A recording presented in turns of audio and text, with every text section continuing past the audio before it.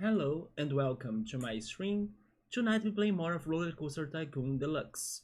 And last stream we were able to start and finish Southern Sands, and thank goodness it wasn't too bad, it wasn't too hard for us to beat that level.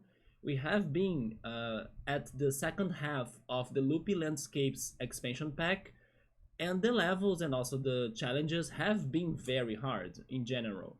So it felt good to kind of have an easier time in the last level, but we did check the level that we're going to play tonight, and it's going to be Tiny Towers. Fun fact, I did see no tower in that level, but yeah, we are going to try Tiny Towers tonight, and its objective can be either very easy or very hard. It's going to depend on our luck, on our inspiration, on our techniques, creativity. Yeah, because we'll need to go back to coaster building again. At least this time, they are only asking for us to build 5 coasters. 5 coasters isn't too bad. The other thing too is that they have already started the models. So we don't need to be choosing the models. We just need to finish what they have started. The situation though is that, as the level's name suggests, but not fully because there are no towers, but it is a tiny space, right? It is a tiny park. So yeah, we'll need to figure out how to really fit those 5 coasters in that. 4 of them didn't make me too scared, although one of them I think it was a suspended coaster, and suspended coasters are challenging to make them to get to high excitement ratings, although the excitement rating that we need is kind of 6.2 if I'm not mistaken, so it's not also like 7 or something. But they are also giving us a wooden coaster, and wooden coasters are expensive, chunky, they take a lot of space, they are not very fittable, so I'll need to see how am I managing them. The other 3, I believe they'll be alright. They look like some steel coasters. Steel coasters normally have a lot of, easy ways to adapt them. We'll see how that goes.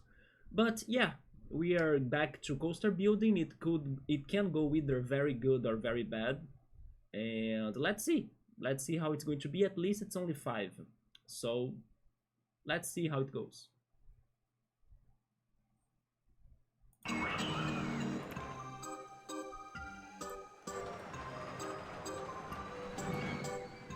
Also, by the way, we're only missing 8 levels in the loopy landscapes. Alright, little by little we are getting there. Funny enough, the last one is called Micro Park. So speaking of tiny levels, right? That's a bit scary. But there we go, this is Tiny Towers.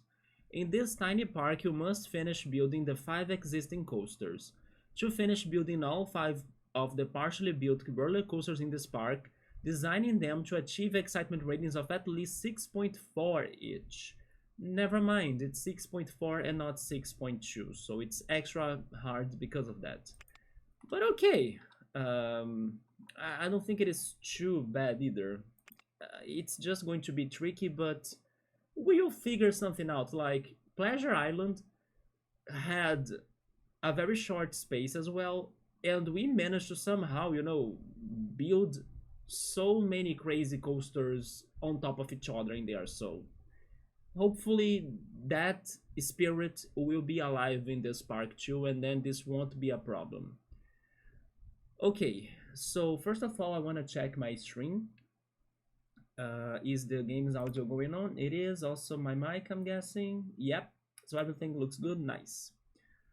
So sure, first of all, let me make a connection in here, because funny enough, the park is not connected to the coasters, even though we need to finish those coasters. We also need to deal with the rest of the park, right? So we need food plazas, we need guests, but we need to save up on space, so I'm actually using everything we have in here.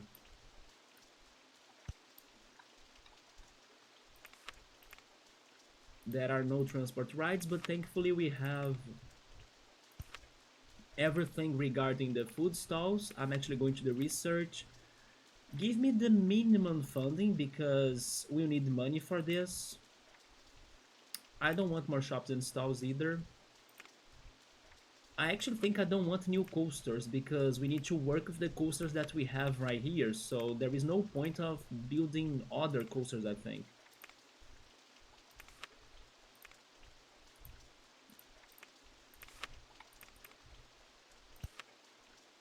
Let me raise the map and the umbrella prices.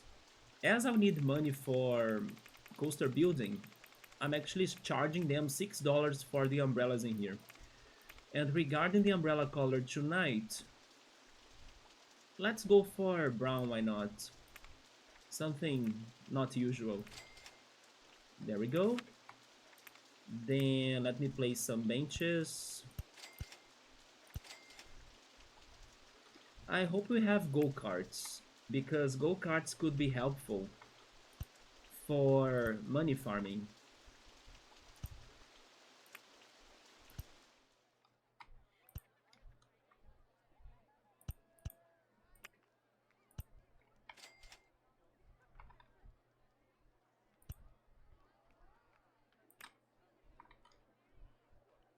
Okay, I'm also placing the drinks stall.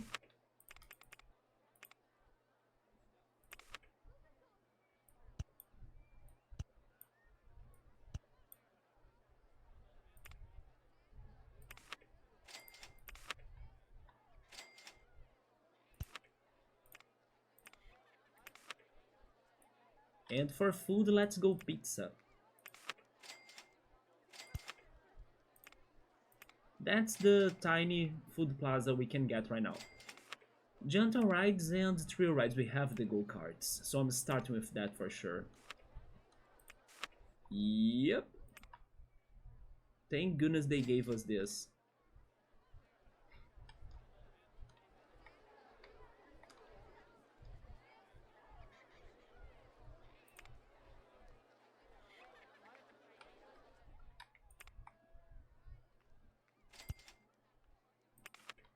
I will just adjust this landscape right here, so we can have a set of go-karts. Nice.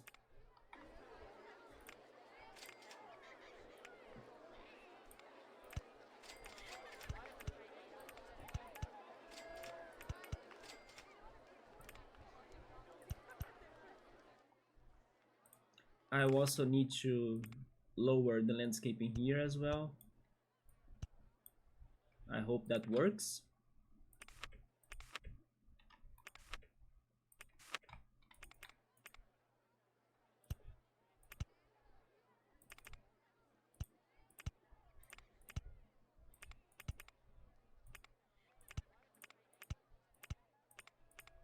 Wait, did I do something wrong? It doesn't fit. In that case, do it like this. There we go.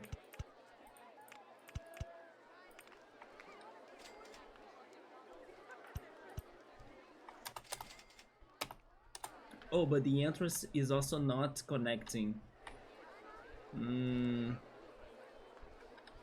I guess I'll need to use a little bit more of space, huh? I can do it, yeah.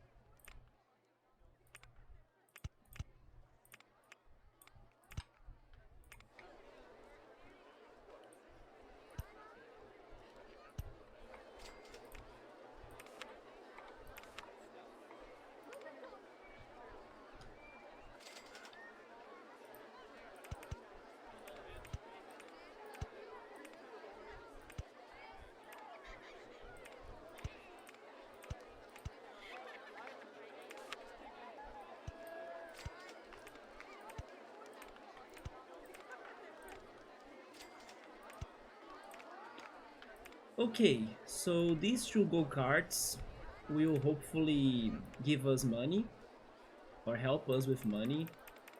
I will try $5. Definitely only like one lap.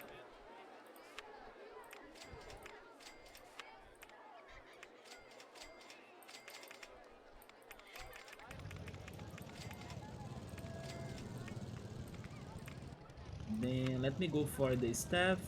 Give me one mechanic. For now, just one handyman. And I think that's alright for now.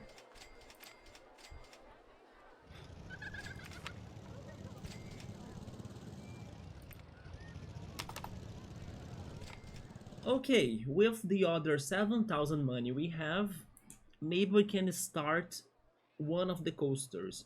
The problem is that the wooden coaster is the one that I think that's going to be the trickiest one together with the suspended coaster. But it is a still suspended coaster.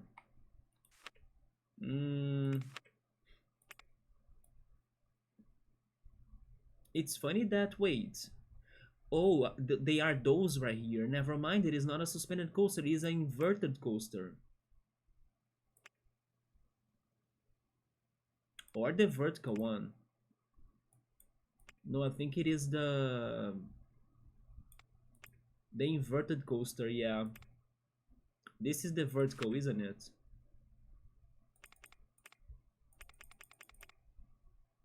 Yeah, and that's the vertical. Okay, never mind. So this is better than what I was thinking. And then the wooden coaster is the twisted one, so that's also better than the regular wooden coaster. Wait, go-karts has no exit. What? Oh yeah, I forgot about that. There we go.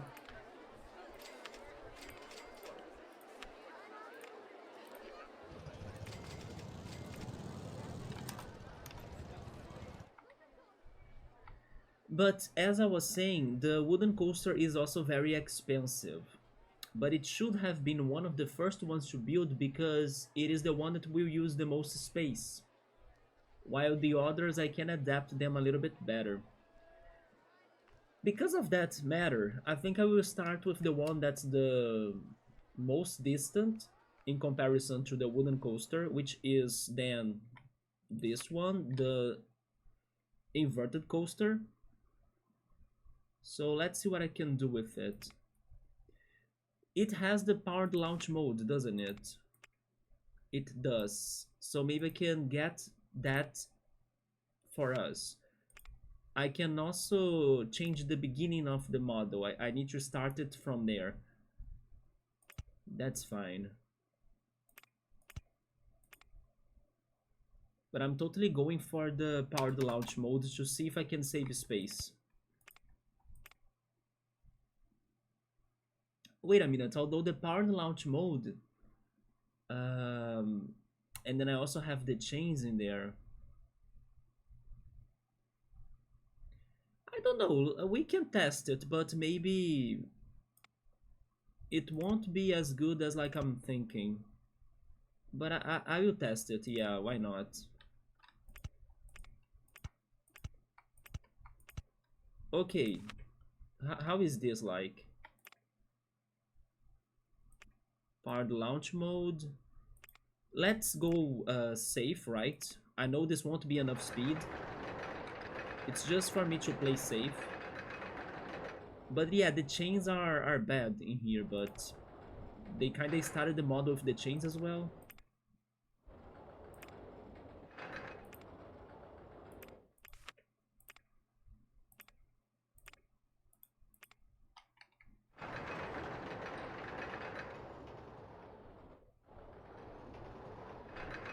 So when it's returning, the chains will block it, no matter which speed it goes.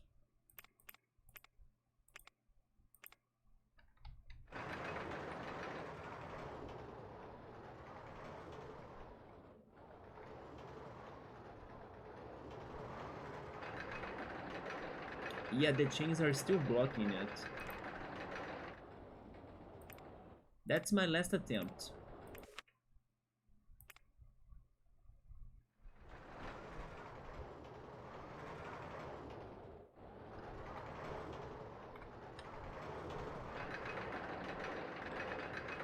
No, so I may not be able to do it like that. Which means that we should go for the continuous circuit, which will use way more space. But that's okay then. If that's what they want us to do, we can try. Change this to the continuous circuit mode. Then make a turn.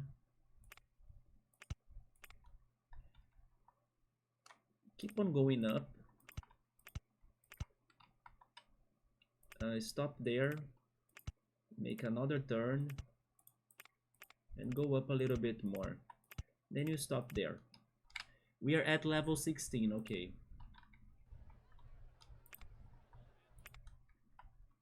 So let's start it. A drop. Then can I go banked? They don't let me go banked. I need to be like straight up like this, and then I can go banked, okay. But I can go down with the banked, and I can go large or small. I will go large, that's fine. Alright, that's giving us a little bit of speed. Then maybe go up a little. Just a little. Now we can go banked again. A little bit longer. Straight ahead. On ride photo section. Oh, the coaster is on the way. Go back then. Try returning a little so I can also use that area right there. On ride photo section, maybe you can try some stunts in here like the twists. No. The half loop? No, because the coaster is on the way too. In that case, just go down a little bit more. Give me a twist. Really?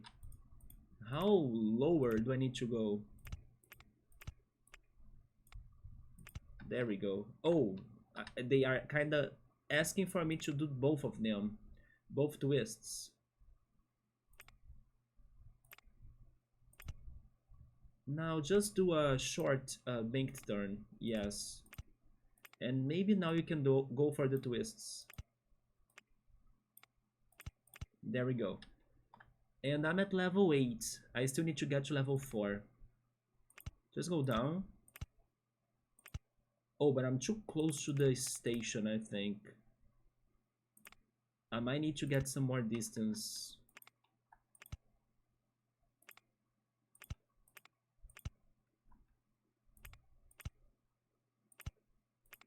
And I also need to go down still. No, I need to... Wait a minute. Go... Yeah, make the turn, but also go lower, right? Then do it again. Only the large turn can go also lower. The short turn doesn't go lower. Yeah, I only have the helix down large in here, it looks like. Yeah. Fine, if it is what I have, I take it. Then go down one last time, make the turn, wait. And then connect. Okay, that's coaster 1. I think it's kind of large already, but at least it's only tall, like at the very corner of the level, while it's kind of lower next to the other coasters, so we can use the other coaster's height to go above it. But is this coaster good by any chance? Let's see. Wait, it has 2 trains? Nope. Please give me a single train.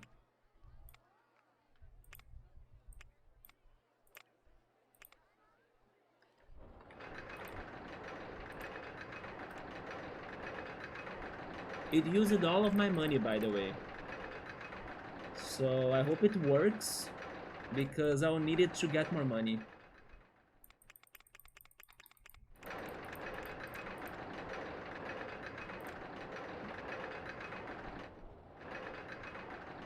I will already work on its path.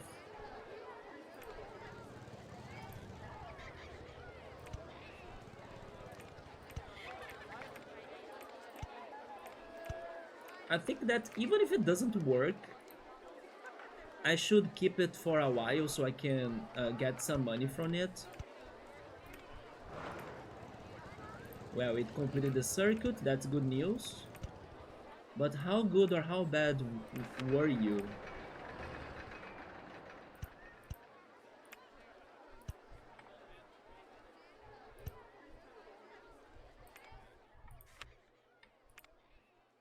Honestly, that's very close.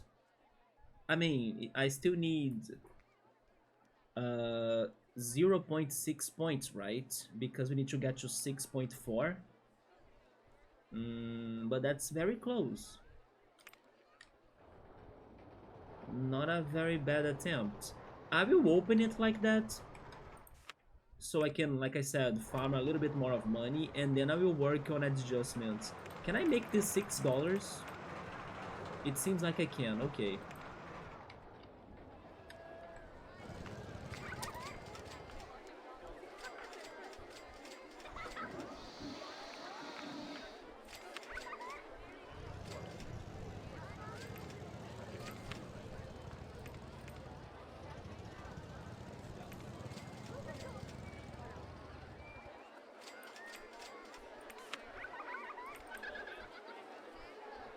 I think I can also build one of these, as it is also very short.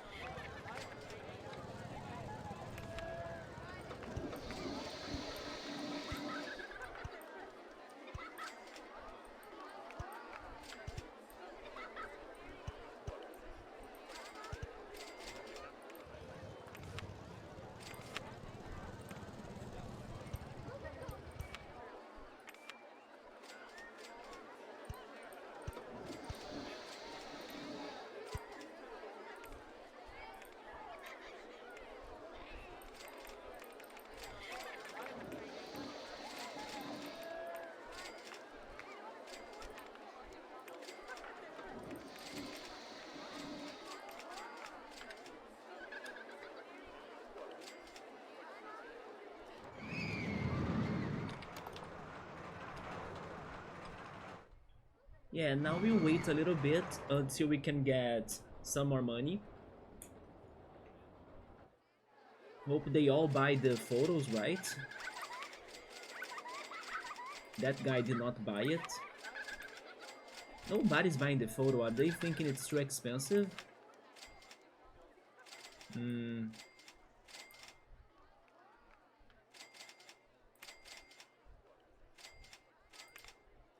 We sold only 13 photos. I think I'll play some music in here. They are suggesting the techno style, but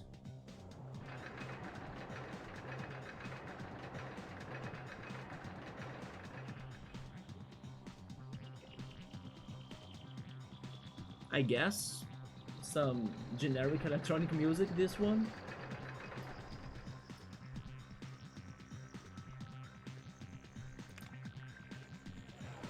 Alright, we are getting more gas, that's good.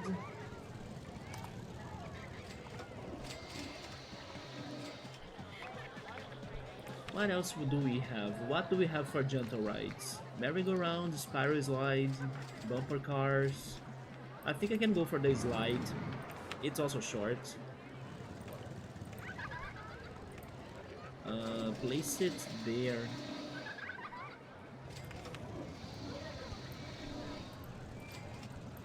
Or maybe behind the stalls.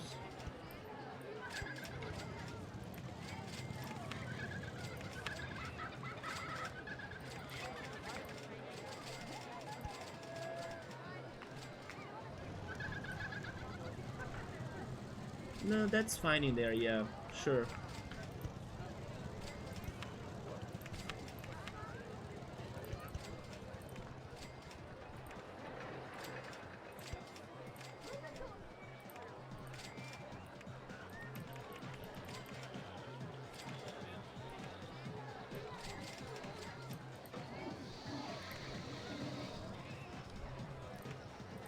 Let me do my first save. I really don't understand how is this called Tiny Towers.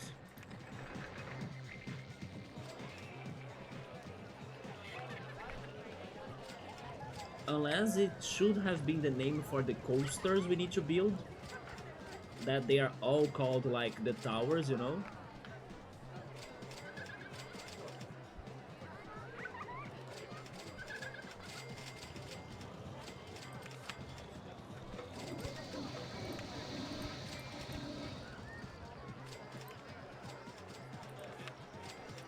I'll get another handyman here because we got our first coaster.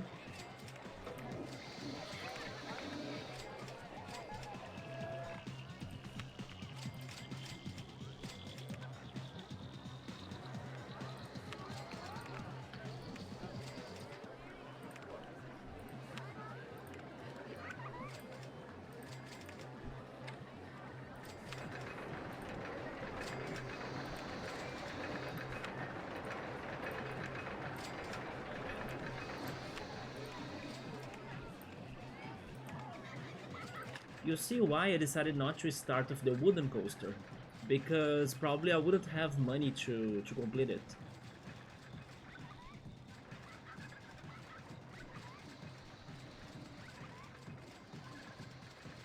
I believe this black coaster will need to go above this one. The wooden coaster will probably take a lot of that area right there. Then the yellow coaster can take this other corner and also go above or below the wooden coaster. And then the purple coaster, I have no idea. Maybe I should get this black coaster and place it like behind as well, so the purple coaster could go and interact more with the red coaster.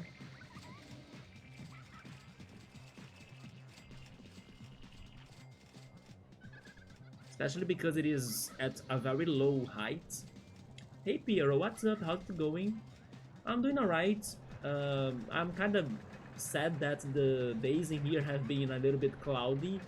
So I wish I was like going out, maybe Sunday thing, but nope. Today there was no sun outside, just clouds. It's been cozy, but at the same time I wish I could be sunbathing too a little bit. Let's see tomorrow. Tomorrow I need to go out regardless. I may go to the shopping mall to have lunch with a friend, and then after that we might go play Pokemon Go. At least that's the plans for so far. Maybe they change. But yeah, tomorrow then I hope it doesn't get rainy at least, because I'll be outside. But besides that, not much going on. We are back tomorrow roller coaster. This level is very tiny, very little, very cute. Look at this. It's like a slice of squared pizza. You know, it's super short. And they want us to build amazing coasters in here, of course. 5 at least. But after that other level we played not long ago, the Pleasure Islands, that was like a very horizontal like level. And we built 10 coasters that fit that space. I'm hoping this won't be too bad, but we'll see how it goes. First of all, I started building this red coaster. It is not under the requirements the level is asking. They need to be with 6.4 of excitement. This one is 5.8. It wasn't too bad for a first attempt. But I'm leaving it operating because of this. I have no money, right? So all I had, I used to build it.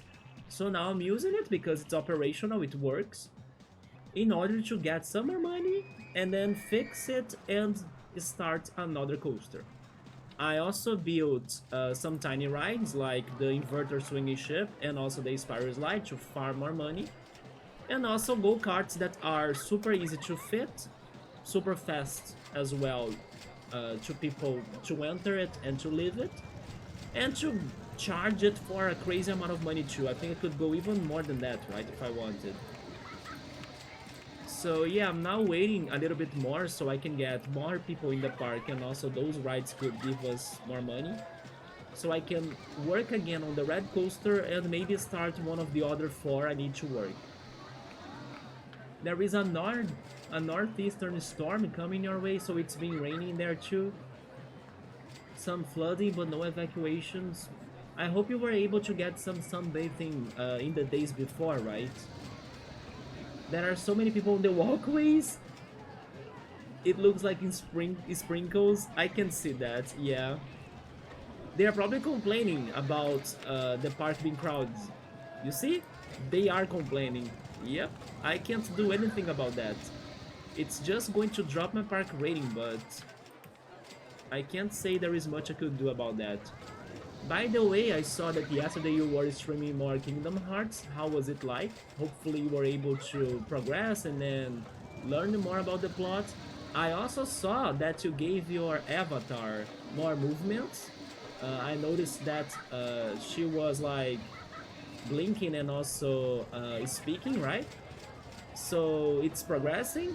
The avatar is coming up. It's like every day that passes by, it's becoming more ready, right? Is there still something else that you need to work on it? Yeah, the avatar is pretty much almost completed. So that's awesome, and you were kinda developing that work very fast in my opinion, because every day was like progress, you know? So there we go, and then I wonder if you are planning to also create new ones? Like, because now that you have learned how to make the first one, you could even consider making other ones as well, right? For, I don't know, different streams or for a special situation, I'm not sure. The only thing left is that to order a leap motion. How exactly is a leap motion? In eBay, and it will track my hands. Oh, I see, it's going to do the tracking. So leap motion is like a device then. It's not necessarily a software. And I'll be able to move the hands too. I see. And is it like a camera? I'm guessing it's like a camera, right? It sounds a little bit like something that the Kinect does on the Xbox.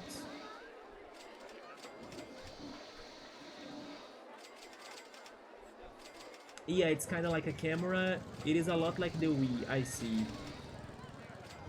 Remember that bar it uses? Yeah, and also the Kinect.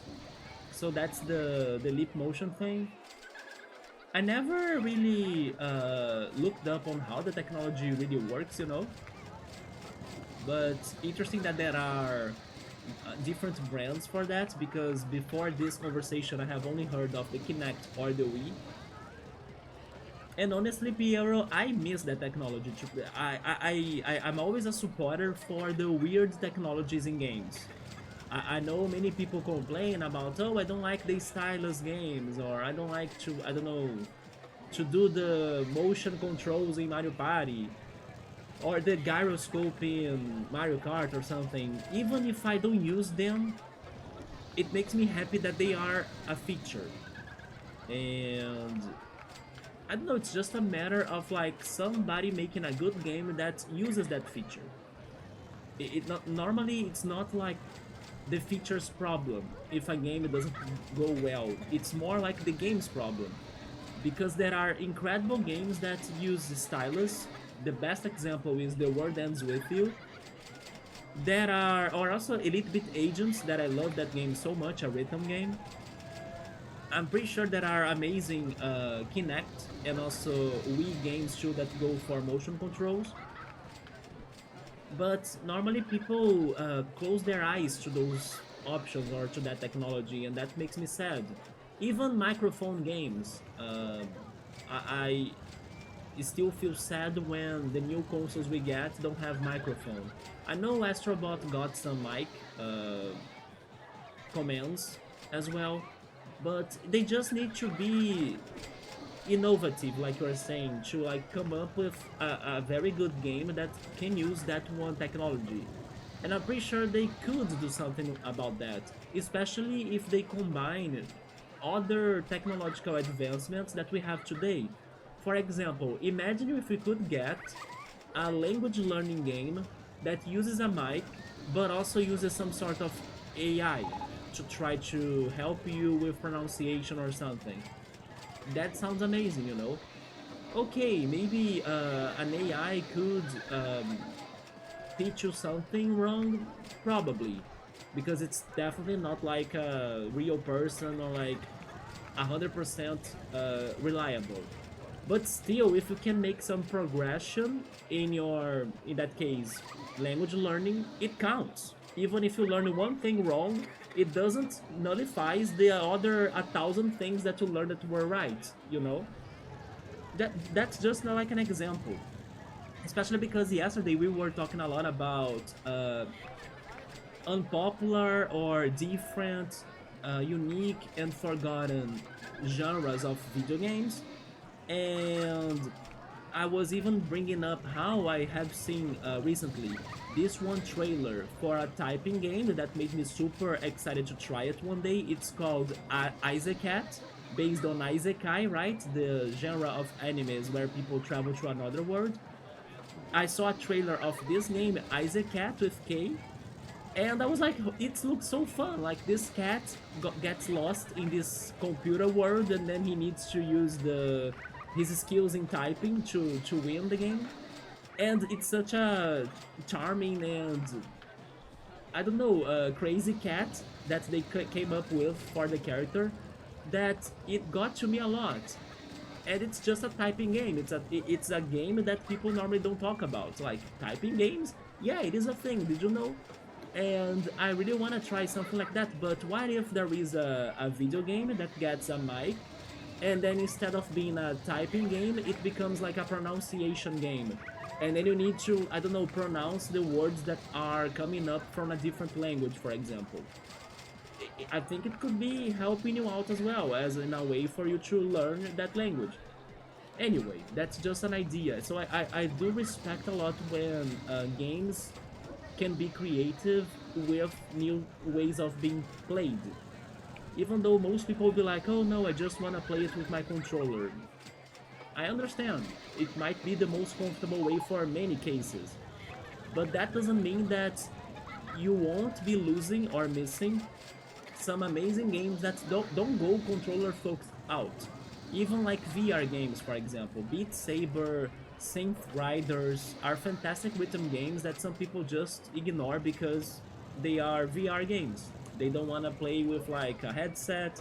They don't want to play with like the crazy, I don't know, individual controllers in each hand. But they are super fun once you try them out. Once I get the hand tracking, I'll be able to use the avatar to make some fun videos talking about random stuff. That is true, that's another use for the avatar. You could start conversations about all sorts of topics. That was the main reason I wanted to make the avatar for YouTube. Streaming is just a plus. But yeah, I could easily make more characters now if I want. There we go. Speaking of more characters, how has been your game, like the one for the spider? Have you completed it by any chance, or are you still working on it? It's been a while since I last heard from that game from you. The spiders have 4 legs. So okay, we did get some more money here, although the park rating sucks because of how crowded this is, isn't it? I think I will try... I will try fixing the coaster. Yeah, I'm closing it. Let's see if I can adjust it a little bit more. I will just wait until these people finish their ride. Nice. Then they buy the pictures, please. There we go. Oh yeah, Piero, I think you were not here the other day. I'm not sure if you saw this, so I should show you this, right? Give me a second. I can be wrong, but I think you haven't seen it, so let me get it.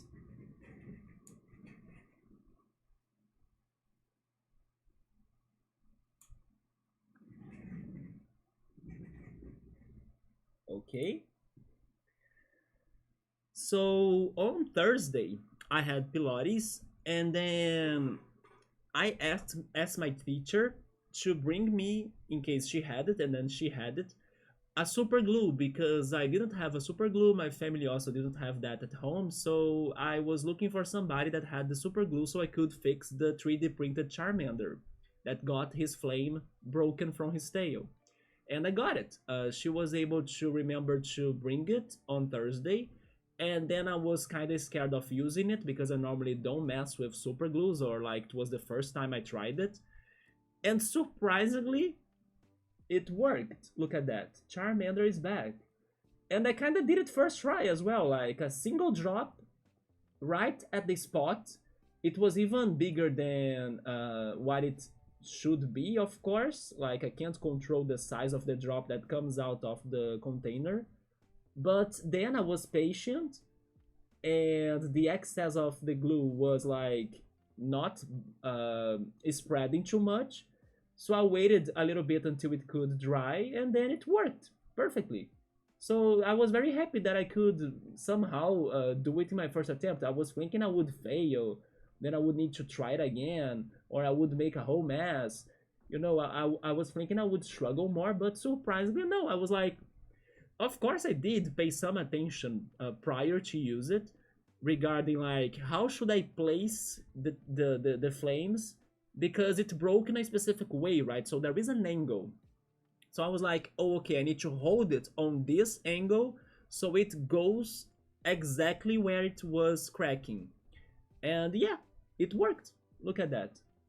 You almost can't notice it was broken. I mean, in real life you can see a little bit of a problem, but I'm happy regardless. I got this Charmander for free.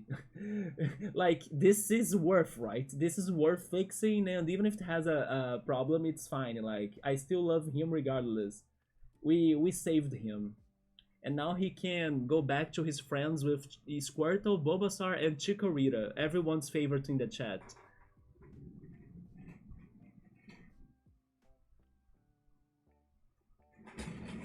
But yeah, I think you haven't seen it yet, right? You haven't seen it fixed. So I wanted to show you, to show him to you. Let me go back. But it was great. Then on Tuesday, I'm giving the glue to my teacher again.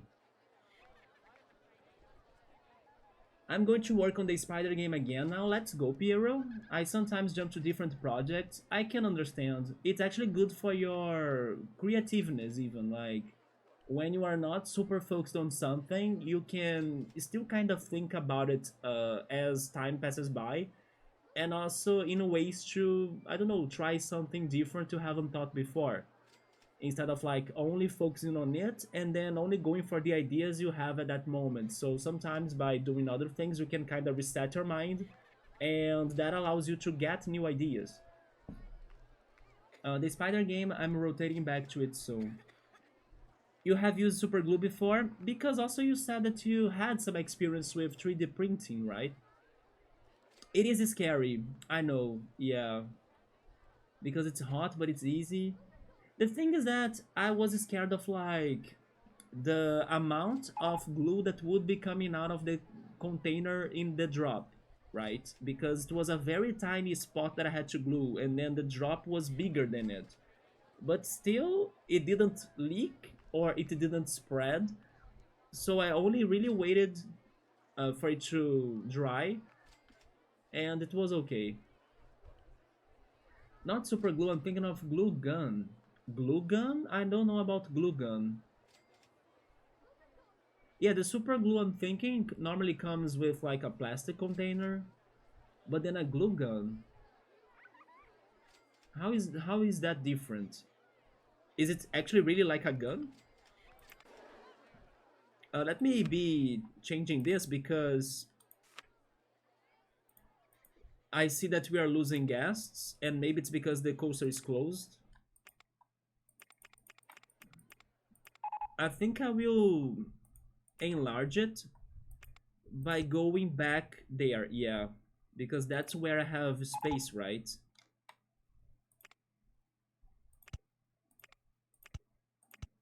And how has been your Kingdom Hearts playthrough? You were saying the other day that you were very surprised by the one that you are playing right now. So I'm hoping it's still like Uh, I'm still hoping it's being super fun. Maybe it could even become your favorite out of the ones you have played so far. Have they been getting deeper into the plot? And by the way, very soon I'm thinking about starting Drows, my next Switch game, at least on in my mind. And after Drows, I will be playing Nino Kuni, right? I just think that I need to do something about Golden Sun. Otherwise, I will be playing two RPGs at the same time. I don't know if I can handle that very well. But yeah, I will see how this next week goes. Because I'm kind of considering coming back to Golden Sun 2. And then adding it to the rotation of the games I'm playing. So I could go like RollerCoaster Tycoon, a little bit more of theater rhythm because we still need to beat some more levels in there, but it's almost over as well. And Golden Sun 2, and then maybe something new. That could be Drows, or maybe one of the different games I was talking to everyone in the other streams. That could be Murder by Numbers, or maybe Hidden Folks. And there is also this one RPG too that I'm thinking. That's I believe for the GBA. It's called the Tomato Adventure or something.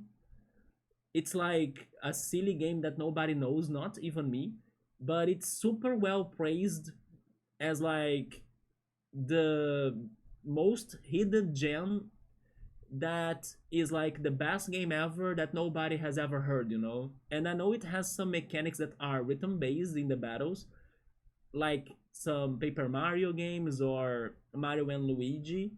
So knowing that really makes me want to play that game at some point. It might be coming up soon. I just don't know exactly what will happen first.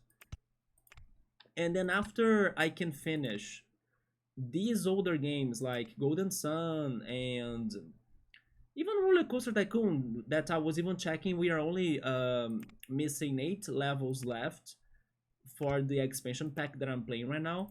After that, there will be still some bonus levels, but not many. They are going to be like the real parks, uh, based in real life parks, right?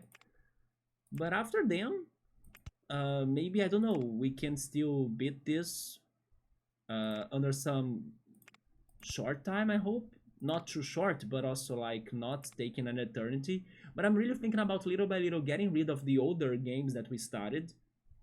And I'm doing it kind of one by one. Maybe the next one will be Golden Sun 2.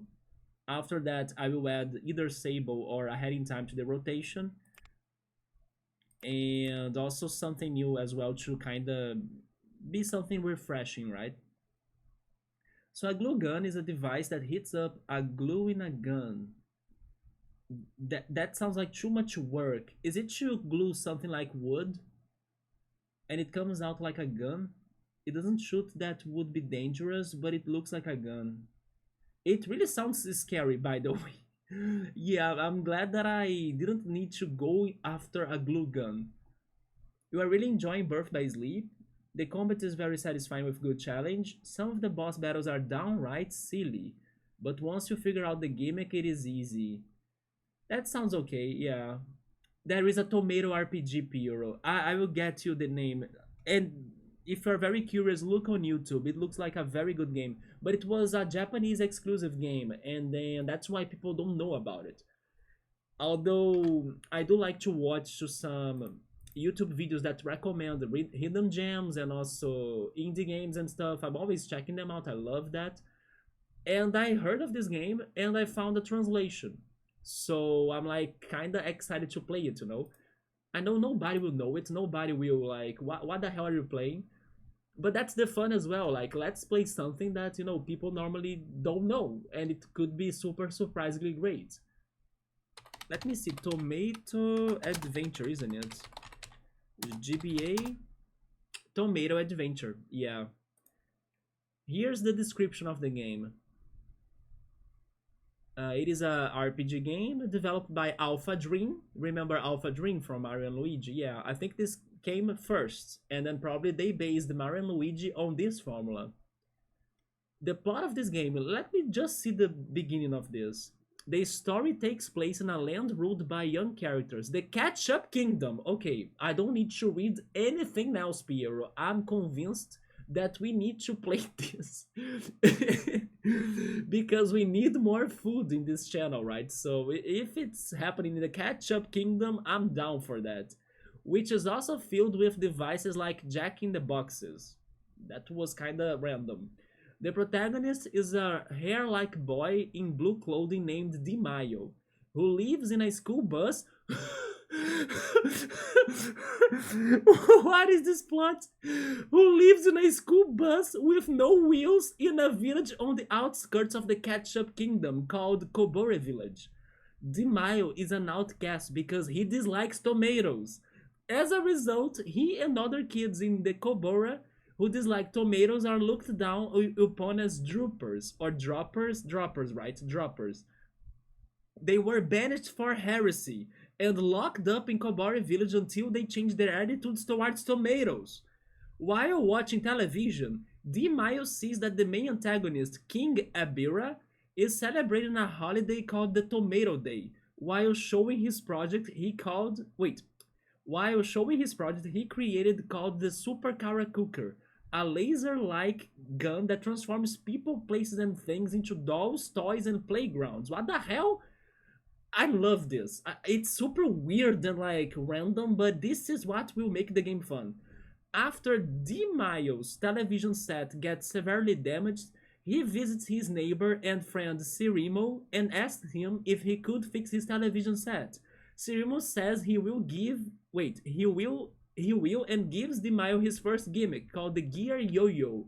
Wait, okay, I'm not reading anything else. But if they also have a yo-yo as a weapon, count me in. That sounds perfect to me. So yeah, you see, Piero would never know about such plot on how wild that is, maybe even crazier than freaking Kingdom Hearts. I'm super down for that, yes. Like, the freaking protagonist lives in a school bus. What the hell? I could not believe that. And then they were being blamed for heresy because they don't like tomatoes. We need to play that, Piero. It's happening, and hopefully kinda soon. Tomato RPG, yes, and then the mechanics sound very good because they are rhythm based. Like you need to press the buttons to defend, you need to press the buttons to cause more damage, or if you don't press the buttons in time, then you will not cause as much damage. You know, I love those mechanics because they make the turn-based battles more dynamic, and they also reward you for paying attention or having like a good reaction and reflexes. Not to mention that probably every enemy will have a different pattern of attacking, and then you need to be alert to see like what are they doing. Like Bug Fables was like that, and Bug Fables was fantastic. So this is probably going to be a little bit like Bug Fables as well, especially with such a plot. Maybe Tomato can replace Theater Final Fantasy Rhythm. I could consider doing that.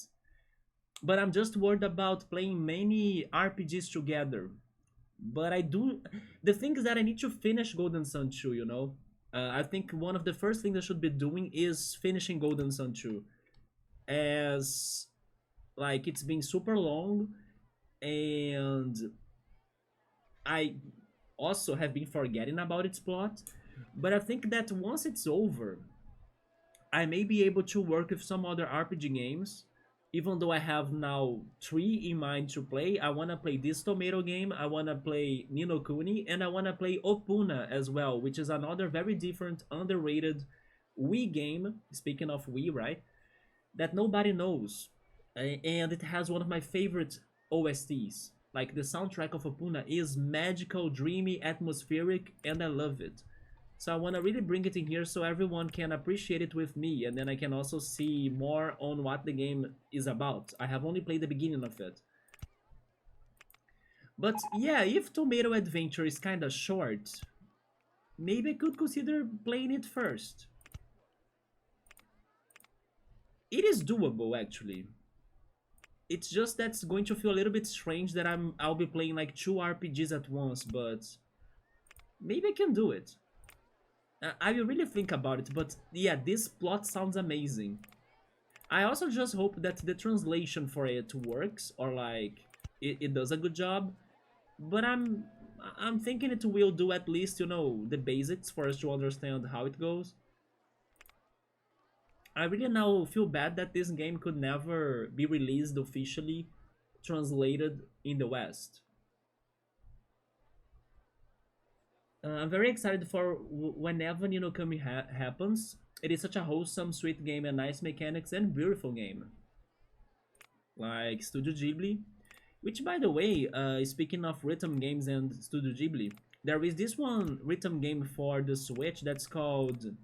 It's something about the taiko drums, and when I was checking it, because the physical copy of it isn't too expensive here in Brazil, they do have Studio Ghibli songs in that game. That surprised me a lot.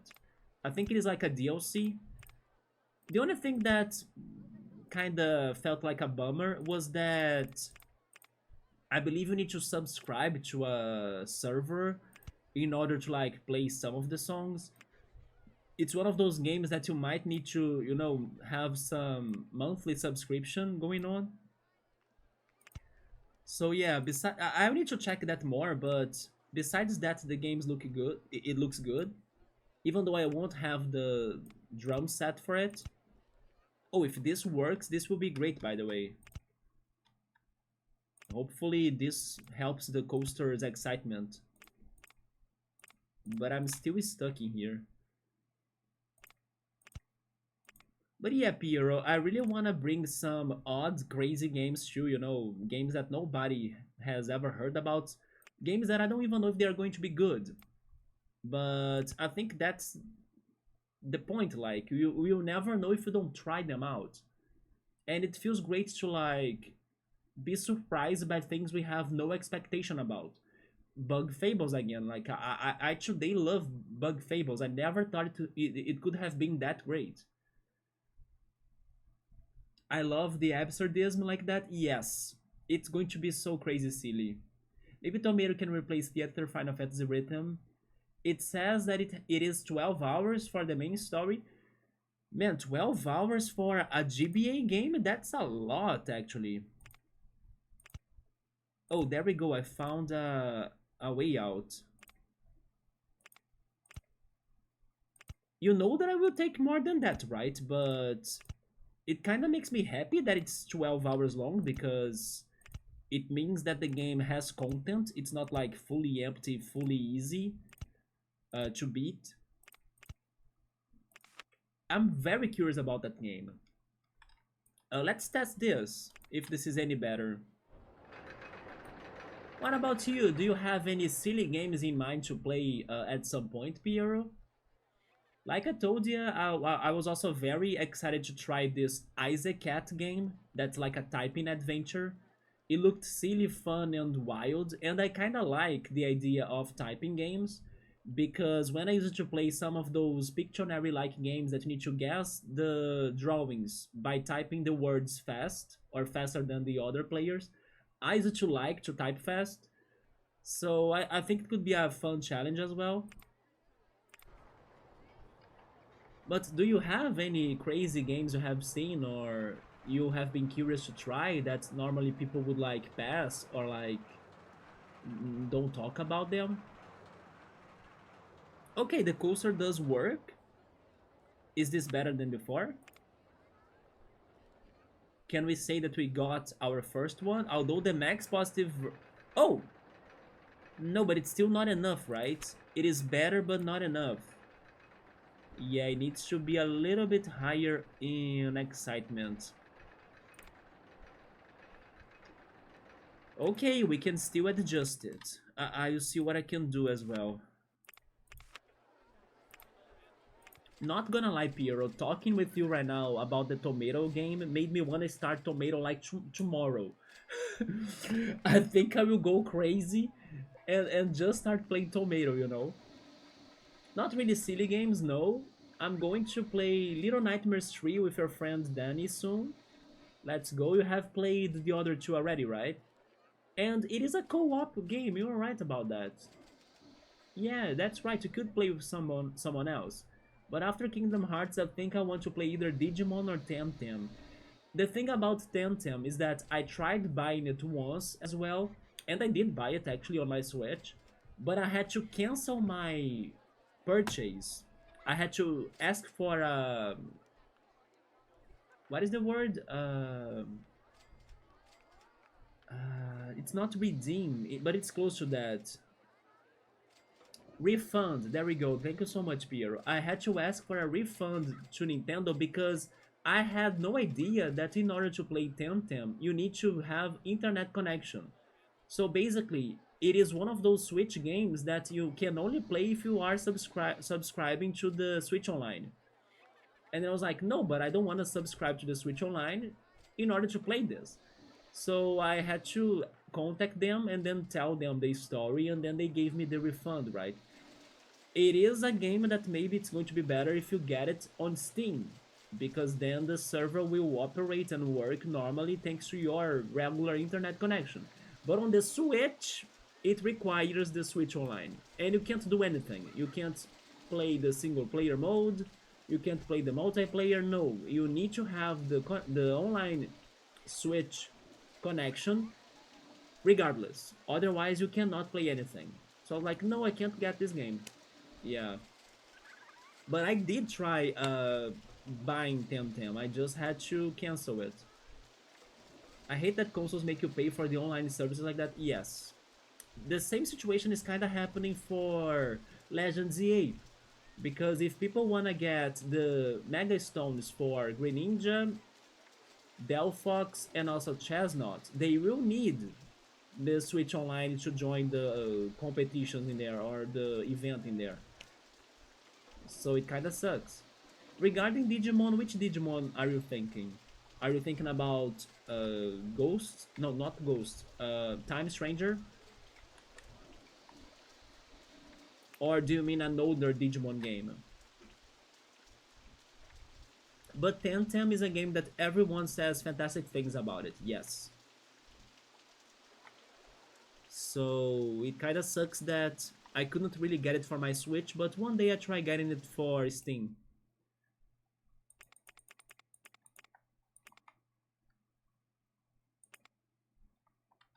Can I do the loops?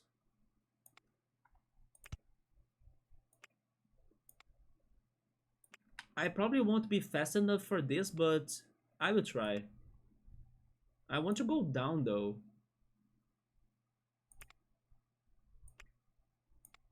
Oh, this is shoot. Oh my god! Large half loop? I have never seen a large half loop in this game. Holy shit! I swear to god, I have never seen this loop before in my life. It's so large. No way we can do that. What about a vertical loop? Oh, it's that one, okay.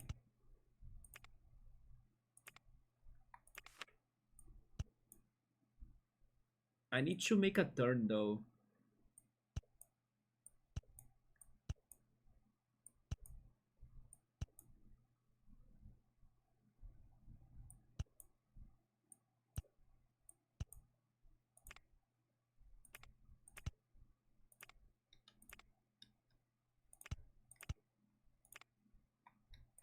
I will try another one.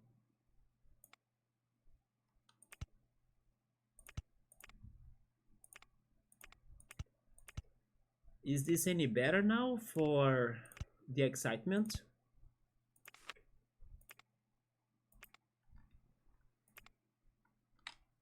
I'm still hoping we can finish and complete this circuit, because maybe we won't be fast enough for the loops. You might do a whole line of Digimon games. Might do a replay of Digimon World 1, and then you're going into Cyber Sleuth, and then you're going into Next Order. So I actually have both Cyber Sleuth and Next Order. Cyber Sleuth, I have it on my Steam. Next Order, I have it on my Switch. But I'm actually thinking about maybe going into the other Digimon worlds first. I really need to decide what am I doing. Just because I played World 1 already, and then why not just play the first trilogy, you know? Even if the games are different, just to say that I have tried them. Hey Cool, what's up, man? Since Cool also likes Digimon a lot, what do you think about that? Oh, thankfully we did finish this circuit. Should I go into the word games first, and then maybe later I go into the other ones like Cyber's Loop for next order? How goes the red coaster? Well, it works, but I'm still adjusting it so it can get to the 6.4 requirement. It was at 6.1. Oh, now it got too extreme. Let's try getting rid of one of the loops to see if that changes something. I will show you the park very soon, Cole. Piero, I'm really craving the tomato game right now, man. I need to know what the hell is the Ketchup Kingdom.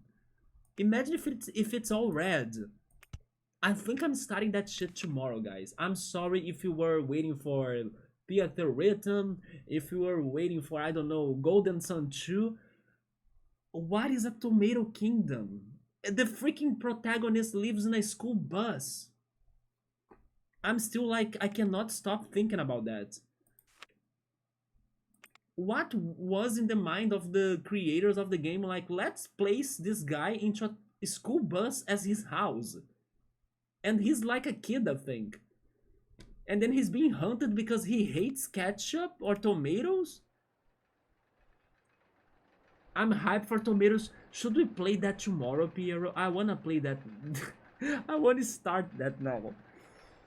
Just because of how silly it sounds. Only this one, cool. We just started the stream, right? It's been... Oh shit, it's been an hour already? But yeah, I have only done this coaster so far. Then I built a slide, the inverter ship, because they are small. A very compact food plaza right there, just to say we have something. And 2 go-kart tracks to farm money, pretty much. Yeah. I wanted to go for the wooden coaster because it is the one that I think will give us the most trouble to fit. But at the same time, it is super expensive, so I needed to go for another one to start getting more money. And then I went for the one that's the most distant one than the wooden coaster. So it's this red one, yeah. How is it now? Is it better? No, it's still bad. It is the loop, isn't it? Or either the loop or the... This right here. It's probably the turn that I'm doing in here too that's not banked. The only problem is that it doesn't have space for me to go banked. Or does it? No, it doesn't. Yeah. No, go back. Maybe... Wait, can I do the loop like earlier? Can I bank now? Okay, I could bank now. Maybe this helps. Yes.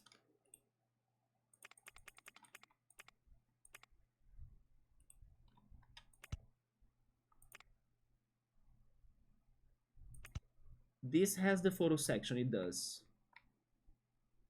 I've also tried the twist right there, just in case.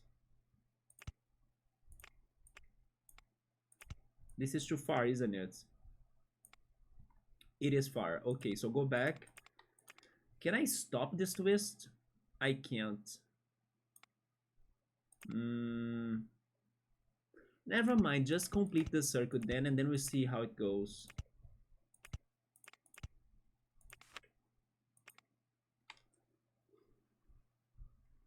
Going towards then into the story games. Yeah, maybe playing everything in order, even though the word games might not be as great as either Cyber Sleuth or um, Next Order. Maybe that's actually something good, because once we get to Cyber Sleuth or Next Order, then the surprise will be better, right? Like, you know, when you should be playing the older games first instead of playing the newer games, even though the older games hasn't aged very well, because otherwise if you play them in the wrong order, it's going to be harder for you to go back to the older games that hasn't aged very well. So maybe playing them in the right order helps me to not feel like they have aged that much. If I play something more recent that has quality of life in comparison to what didn't have quality of life. Makes sense. I will consider doing it in that order then, yeah. Digimon World 2 and 4 are the most annoying and grindy of the series. I remember somebody talking about 4 the other day. I can't remember who was it. Oh, it was Nubble. Yeah, Nubble was saying that he didn't like Digimon, like the franchise at all, because when he tried to play a Digimon game, he tried Digimon World 4 and then he hated it. That makes me very sad because I don't know, I'm curious. So even if the game is bad and awful, I'm still curious to at least see it or have an idea of what it's about, you know? I could like play Digimon World 4 and Riot. That's the point of the channel. I don't need to finish everything I start. But yeah, it's not because it is awful that I kinda don't wanna see it still, just because I'm very curious and my curiosity gives me all sorts of situations. But then I believe I would play at least up to Digimon World 3 and then consider going to the other ones. Yeah, and then maybe one day, oh, let's see what's 4 about. I wish you luck on the wooden coaster. Yes, I'm thinking it's going to be the most challenging one. You might need to build it underground. I was thinking about another one going underground because the wooden coaster has this area in here, you know? While the purple coaster right here could go underground, this one. This black coaster can go there. And then the yellow coaster, I can kind of mix it on top of the red and on top of the wooden. That's my plan. How is this now? No, the freaking loop is too strong for them, it seems. Have you seen this one looping here, Cool? It was the first time I have seen this in the game. I don't remember seeing a coaster that has that. But have you ever seen the large half loop? I have never seen this until today. Look at this. They might remake those in a few years. They remade one. That is true, they did remake the first game. Right? I had no idea this was a thing. It's so long. Your train must be like super fast for you to kinda accomplish that. Right? I was building this and I was like, what the hell is that? I have never seen a pre-made coaster with that loop as well. But yeah, large half loop. It is a feature for the inverter coaster, which is this one. Yeah, the inverted coaster. That blew my mind. Maybe cool, maybe not though. We need to see. I kind of want to believe they will or they would because of how successful the last Digimon game was, like Time Stranger. Time Stranger is like getting a lot of profit, so I hope they give more attention to the Digimon games in general. World 1 was something special, whereas 2, 3, and 4 were kind of standard. Yeah, they did change the formula a lot. I believe they were maybe experimenting with those early games. 2 was maybe something very unusual and innovative. So 2 is also very different. But 3 and 4 were just kind of standard games formats, nothing very different. Extreme incoming. Oh yeah, I'm not using the half loop at all. One thing for sure, Piero, the Digimon game you need to play is the one that has Shumon, because it is your new favorite Digimon, right? Yeah, you need to go after that game. If it doesn't have Shumon, then you riot, right? Then you say, no, I don't want this because that Digimon is the best, and then I need to play with that Digimon in my party or something. Although I believe that maybe Shumon has a profile more of an enemy of some sorts, or could you actually get Shumon as a partner in one game? Not sure. Because normally they kind of limit us, right? It's not like Pokemon that you can add any Pokemon to your team. Is that a thing though in any Digimon game is there a Digimon game that you can have any Digimon as a partner? No, right? They pre-selected to you and then you gotta deal with it. Shumon is relatively new. Yeah, then we would need to hope it is in Time Stranger, right? Or I don't know, maybe in a mobile game. Normally, mobile games are full of characters too, but as a collector way of gameplay, you know.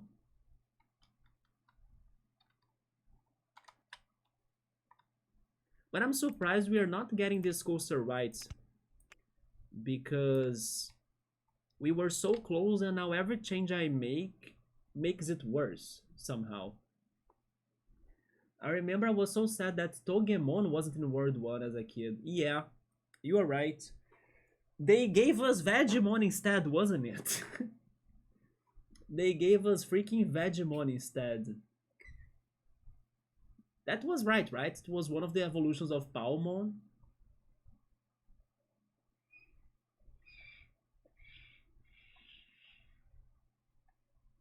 Yeah, I remember that I was also shocked and like, are you kidding me? I still need to watch the remake of the anime, by the way. Everyone hated him in the World 1 remake. In the World 1 remake? He's back in the remake? Don't you have Togemon in the remake either? But regarding remakes, I was talking about the anime. Digimon 1 Adventure, right? That the Digimon get other abilities. I believe they even digivolve into other things too, from what I heard. I still need to watch that. Maybe it is actually because of this right here.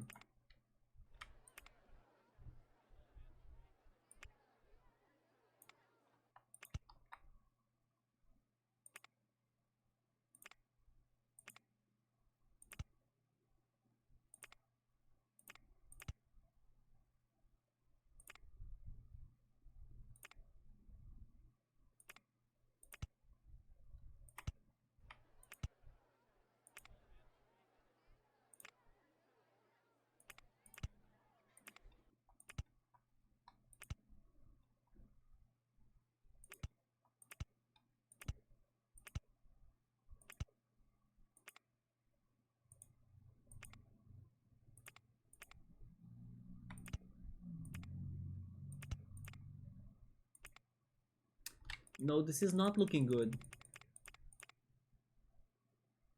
So Vegemon is back in the World 1 remake. Is the coaster not tall enough? What do you mean? No, I think it is very tall. It goes to level 16.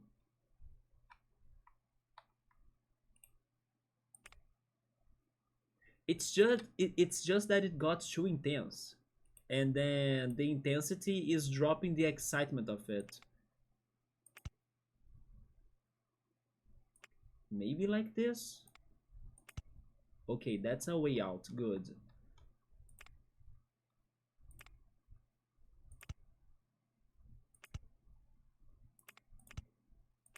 But then, wait a minute. I think I need to go for the short bank turns.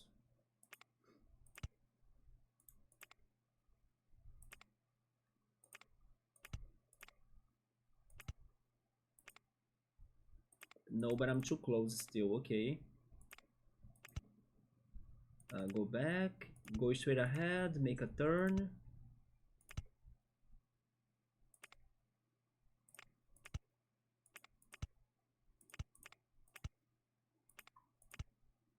There we go. I still don't think this will work, but I believe this will have more excitement than before because it's less intense. So let's see. You were making sure because I remember last coaster I built. Oh yeah, there was a coaster that it didn't go very high, and then they punish me for that, right? Actually, what they were punishing me for was the difference between the drop. It was the drop height that they were punishing me. That my coaster was only with like short drops, right? No, this one has some big drops, like this one, for example. Yeah.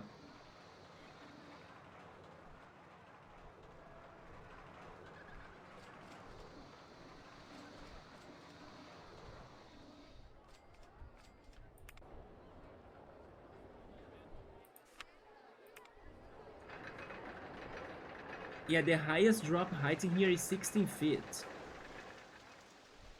It's just that I think that I'm back to where I was, 6.1.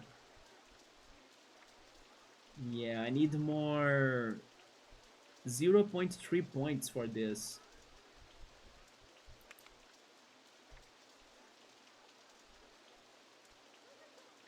It is possible for me to make it better by mixing it with a different coaster, but at the same time, it's not guaranteed. Should we try it? Let's try it, why not? I'm open you again. And then I will start working on the black coaster and try to mix them both. And then it's going to help their excitement together, right?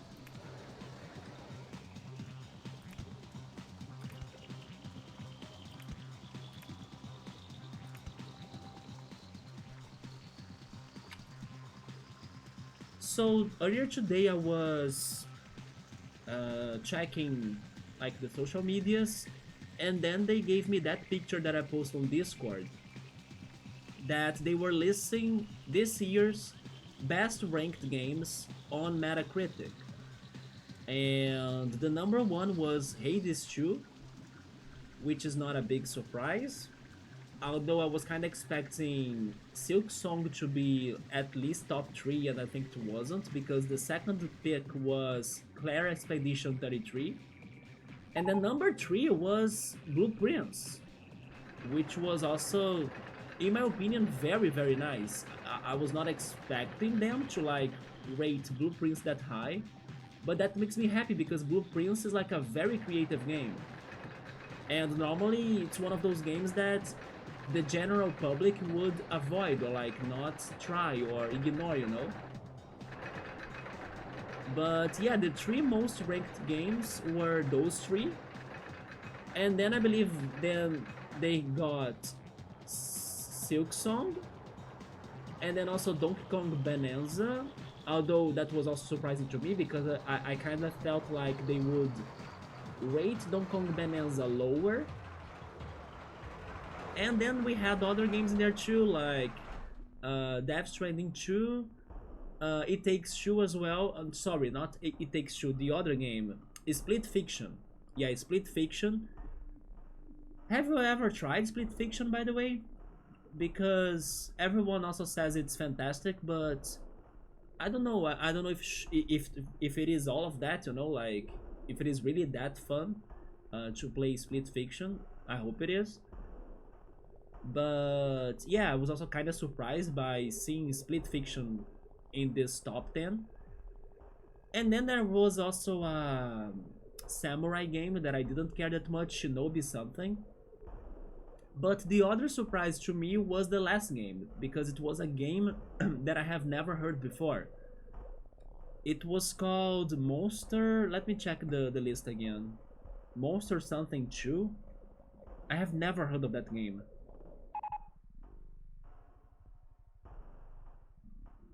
Okay, there we go. Here's the list. First it was Hades 2 with 94 of points, right, or score.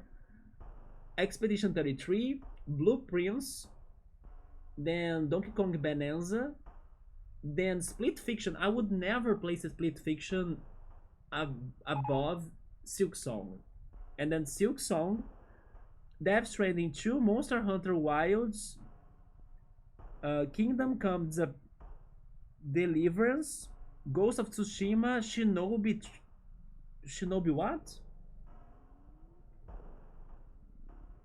Oh, Shinobi Art of Vengeance, and then the last game is Monster Train 2. What the hell is Monster Train? Does anybody know what's Monster Train? So you got it to 6.4? No, I got it to 6.1.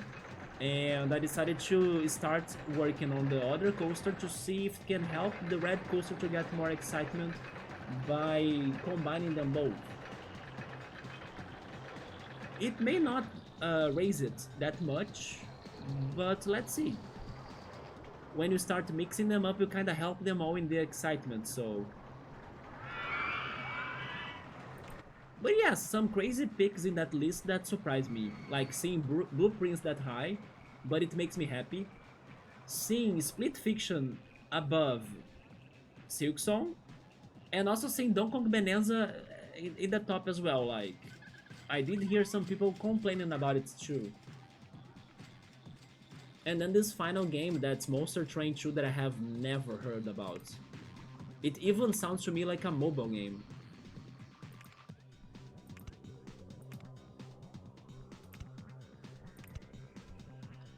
My dream of next year is that Professor Layton Professor Layton makes you like Game of the Year, but it will never happen, yeah. Unfortunately, that's not the reality we live in. But who knows, maybe it can get to top 3 like Blueprints did? I mean, freaking Stray has won Game of the Year once, right? I still need to play Stray as well.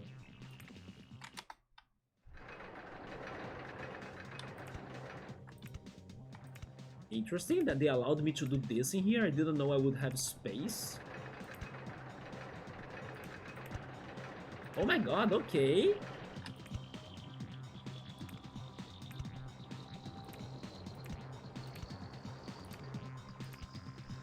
I was thinking this would be worse, right? But no, they actually allowed us to mix them up.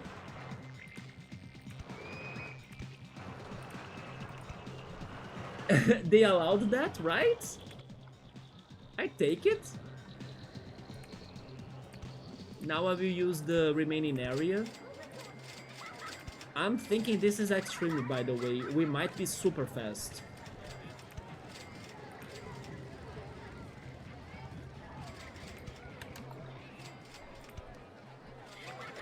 I need to get to 6. Wait. Maybe now I can go banked.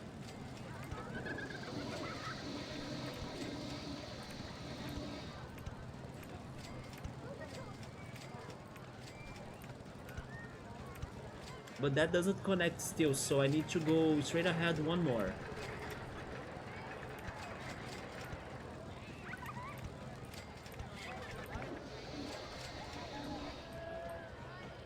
No, they want me to go to 5.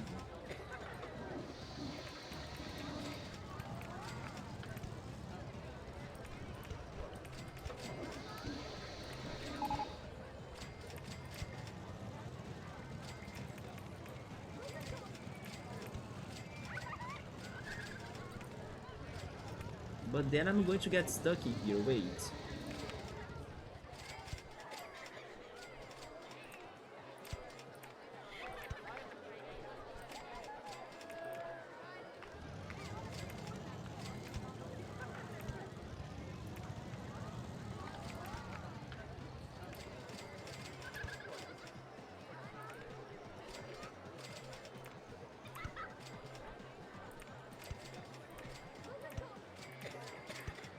There we go. Yes, I don't think this is the coaster that they were asking for us to do, but how extreme is this? Let's see. Also, one train, please. Safety first. Did you set the price on the red coaster? I did. Yes. It is $6? $6. I did like a complete track of it. Then I knew that I had to adjust it, but I didn't have money, so I opened it regardless to farm money. And then I was chatting with Piero while the park was farming money. And then once you got here to the channel, then I went back to try to adjust it more. So it was working before, even though it was not fitting the conditions, so I could get money, and I'll need to do it again, because now I don't have money at all. I might open this black coaster regardless, if it is with 6.4 or not, because we need more money. But how bad is this? Oh! Look at that! Huh. And I used a very little space, actually. Okay. Perfect. Like, spot on. Alright, we got one at least. People can go there, right? They can. I was expecting this to be worse, but sure. Let's go. It doesn't have the photo section. No, I forgot about the photo section. But you know what? I don't mind. I'm not changing it anymore, yeah. Let's make it $6 too.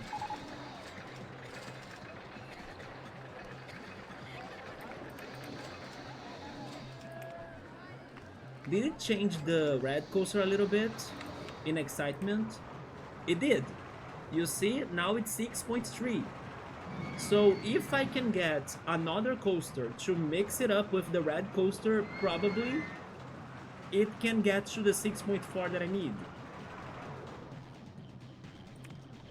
And I will sure do it with the yellow coaster probably. But now we need to wait until we can farm more money. And I'm definitely saving because the black coaster worked, so we need to save it.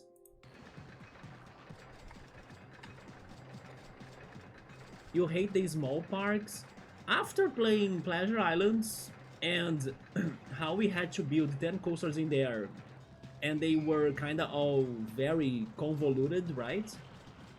I think this is like a shorter, faster Pleasure Island level. This was a good start though. Yeah, this is a good start. One coaster is ready and it's not getting a lot of space. The other one is getting there. Surprisingly, they are not powered launch, because when I was starting this, I was thinking I would need to go for powered launch mode in all of them. But, oh wait a minute, the yellow one needs to go underground. Right? It does. They are demanding that the yellow coaster... Oh no, never mind, it's only under there. Okay, okay.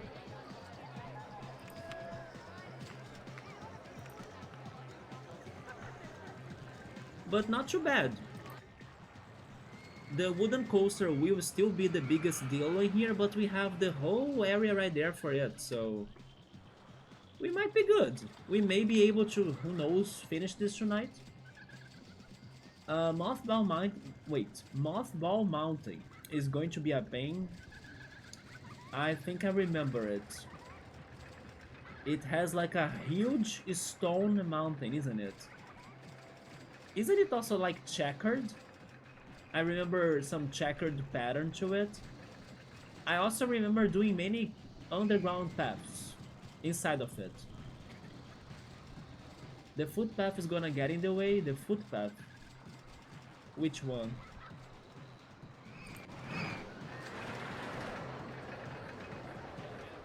Which one?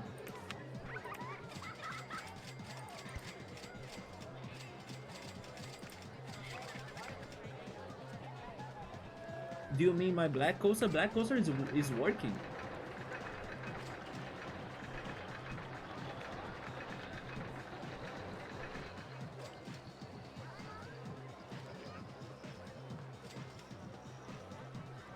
I'm only waiting for me to get more money, so I can work maybe on the yellow coaster? Oh, the yellow coaster. It is not really on the way. I can kinda turn it like that. Because this was actually pre-made by the level, so maybe they knew what they were doing. I only really had to connect it to the central path. Let me add some benches in here.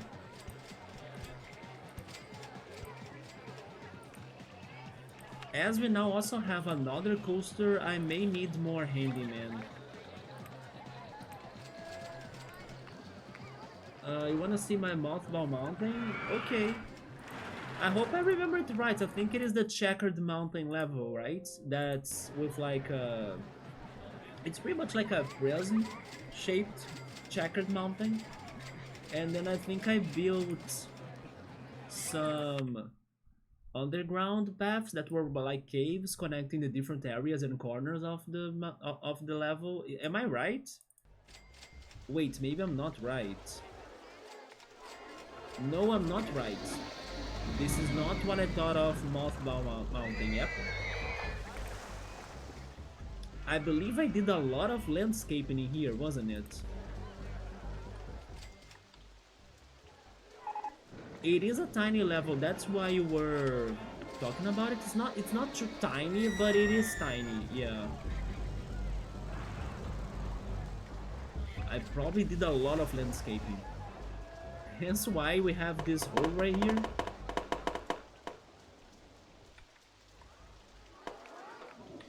This is not the level I thought of, huh? What is the level that I thought of then?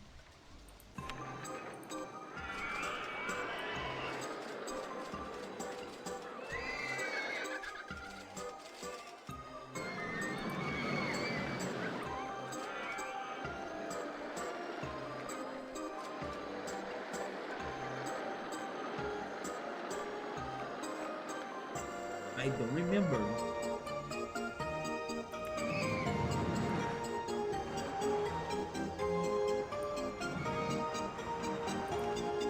So we have 8 levels left, plus these 3, which makes 11, plus 2 more.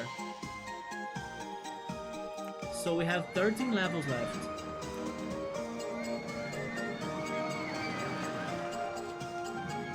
It's not Lightning Peaks. It is not this one. Is it the Magic Corners one? Maybe it is Magic Corners. But I also think it's not. Yeah, it is not this one. But this one is fun. This one is very fun. It looks like those... it looks like the Pokemon League that they get the terrain that they're going to battle, you know? It's very Pokemon League like this one. Yeah, what is the one I'm thinking? Could swear it could have been the Mothball Mountain, but it's not. Fun Fortress, Coaster Kid, Thunderstorm Park? Thunderstorm Park, this is the one that I thought. Yeah, this is the one that I thought. So how is my Thunderstorm Park?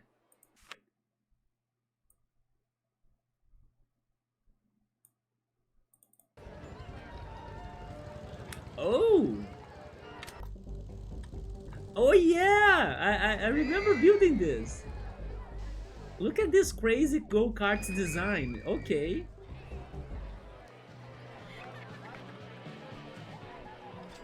Yeah.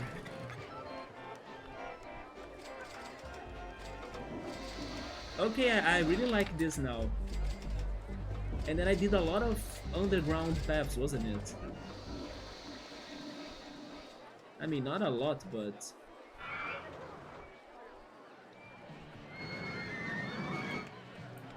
Yeah, these go-karts is amazing. I really like it. So I thought this was Mothball Mountain, yeah.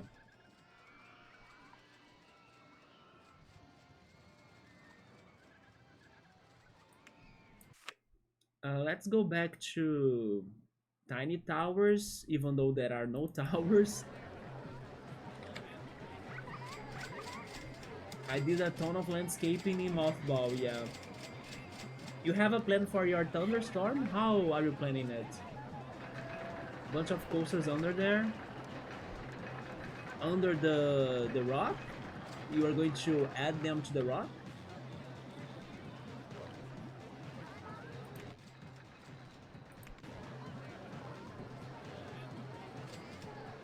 Finally, the park rating is like getting better. Maybe it's because of the second coaster.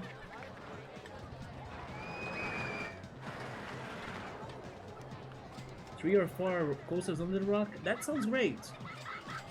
Especially if you somehow can make like one for each corner, you know? Even like the cardinal directions.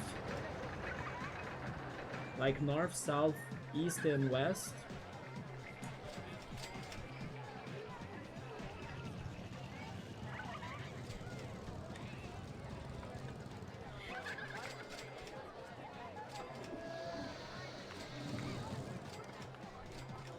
Let's try getting to 7,000 money, and then we start the yellow coaster.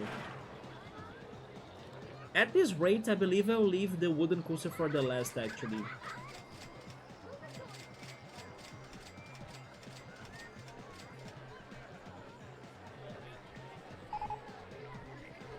So cool, are you playing RCT tonight? What was the goal for Thunderstorm? I don't remember. Probably getting people because I think I had advertisements going on.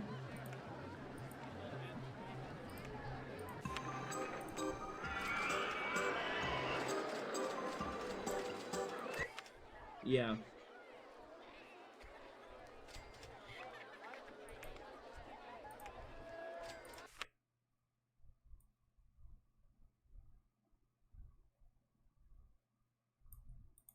There it is.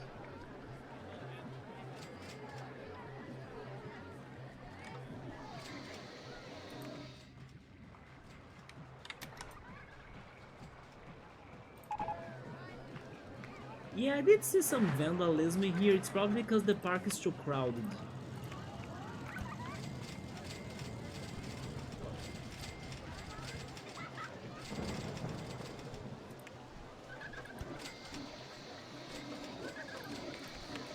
Fine, I can hire one security guard.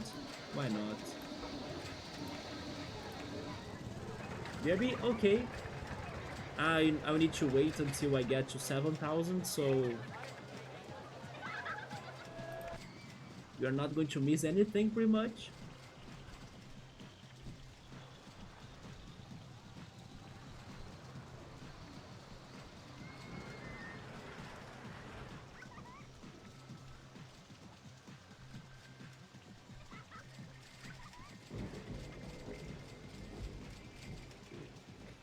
But yeah, we need to see what am I doing this week. Like, I do want to play the new games, but at the same time I need to do something for Golden Sun or I'm never going to finish that. Because if I start like the tomato game I was saying, I think I want to play Golden Sun together with it. Which means that I would need to still delay Golden Sun, you know?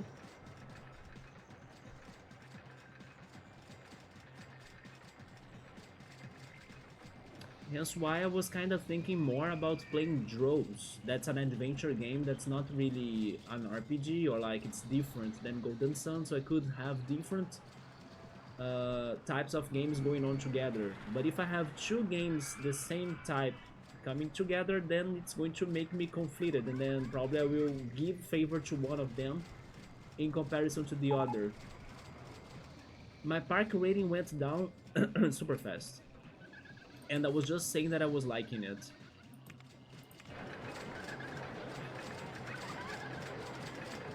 But man, maybe we should do it, you know what?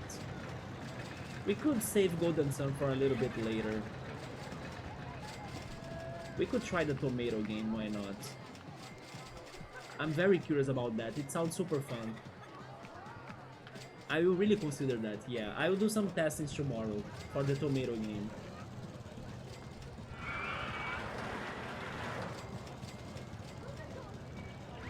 I really hope the translation works, by the way.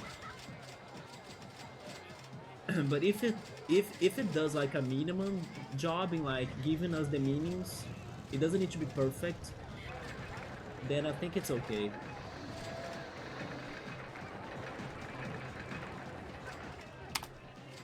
So how am I planning this coaster now? Let's see. I will avoid this area, so I will throw it together with the black and red coasters. And then try to use this central area here in the black coaster too.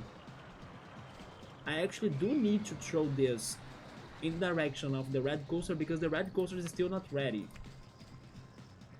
So mixing it up with another coaster will raise its excitement rating as well.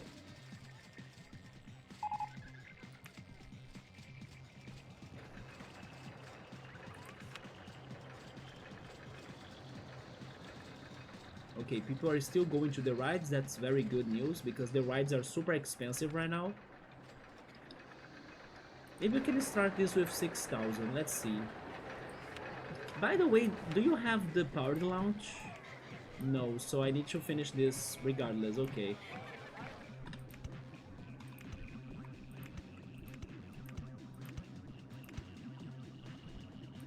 I think 18 is okay for its initial height. Can you do the same thing the black coaster did? I doubt it. Can you do helix down small? Oh!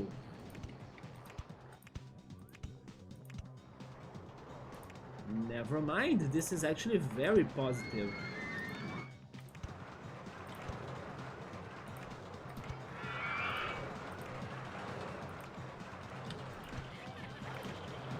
Oh, and then now I don't have money. You know what? I'm getting 5,000 from the bank.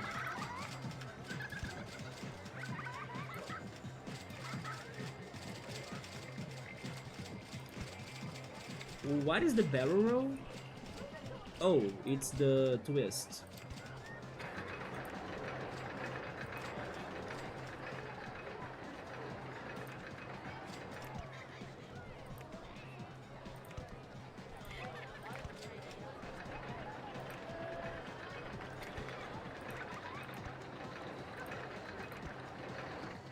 So we need to go back under there. How?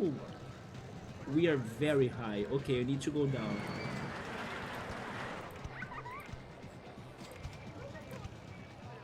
Five, we need one more. Four, yeah, but then stopping at 5 because it is the right direction.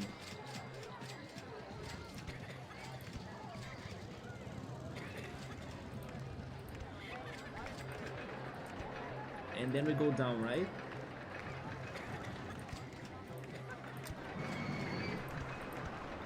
I think we connected. So what about this? It is a very interesting symmetric coaster that I was not planning, but let's see. I kind of like how it looks and then how the black coaster is in the center of everything.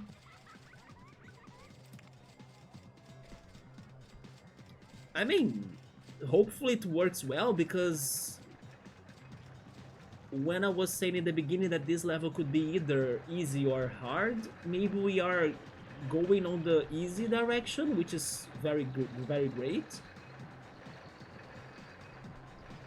But then let's see, maybe this won't be exciting enough or this could be too intense.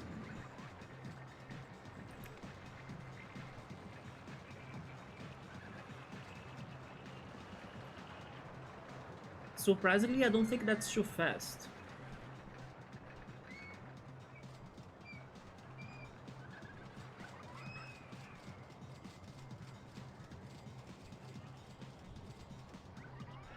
But actually the highest drop height is horrible. But it is not too bad. Okay, this is also not too bad. It's kind of like how the red coaster was before. Is the red coaster ready now after adding this yellow coaster? It's still not. Do you need to update? I think it needs to update the excitement, isn't it? I will test again.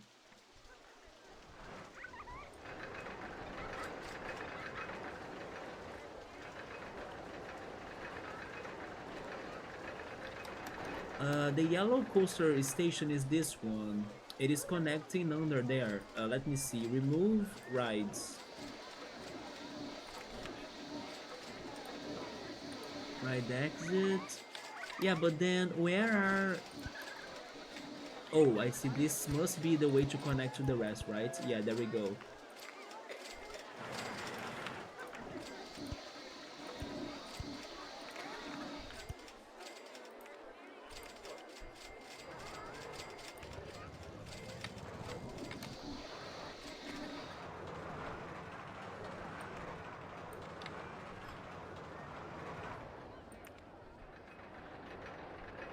This has not changed?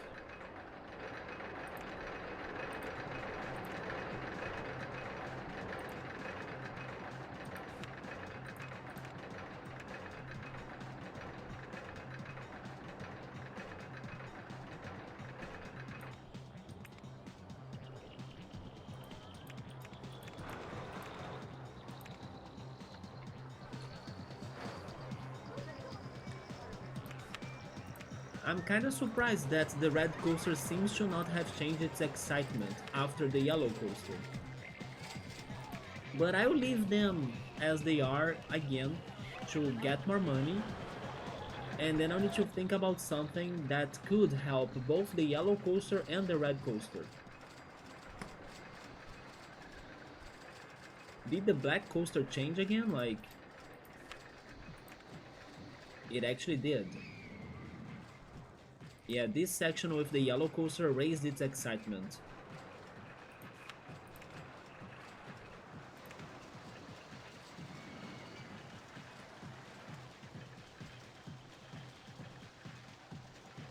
It's funny that now that I'm seeing the coasters taking shape, I actually don't think this level is too small anymore. Because I have been able to create the projects that I was thinking about.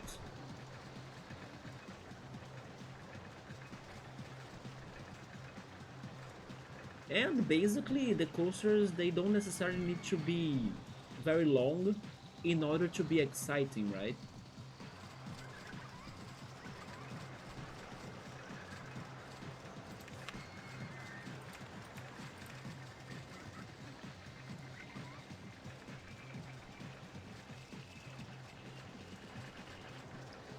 Now that we have 3 coasters going on, I think I'll pay the low one.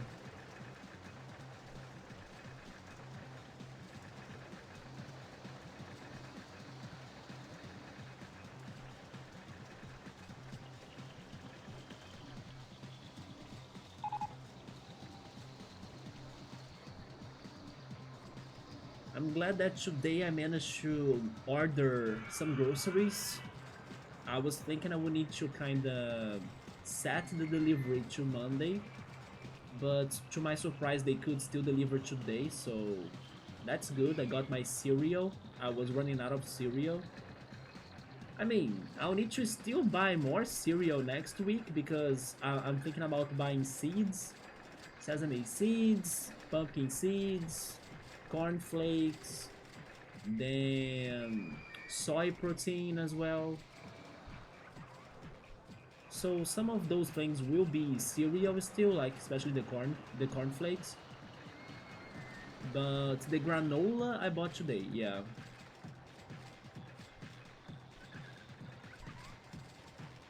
I was even worried of like, will they take forever to deliver it? And then will they kinda make me get late to stream?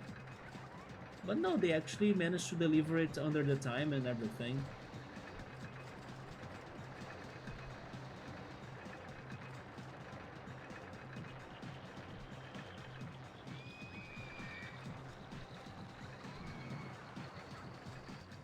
It just seems like that the biggest problem about the tiny parks really is how they get crowded with not many people. Like, it's only 300 guests and they are super upset about how crowded the park is or the level is.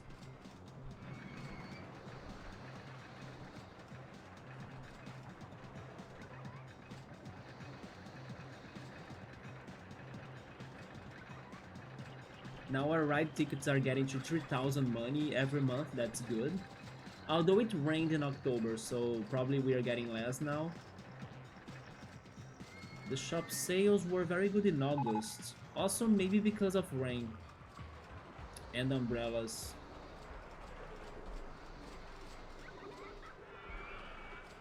And then my staff is getting 200 of us every month. The research is going on, but I actually think I might not need it. A gentle ride, I might not need this. I pretty much have everything I need for this level already, so...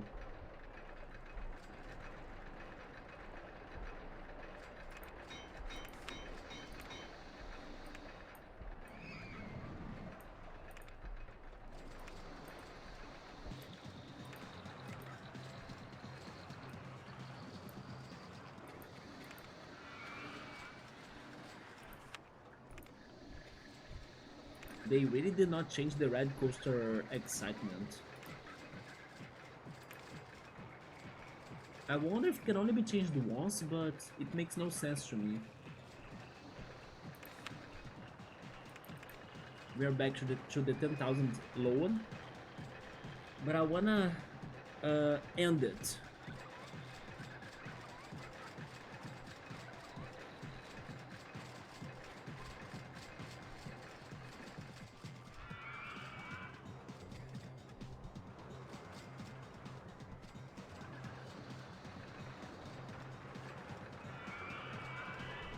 But I could work more on it after I get another coaster to get more money, right?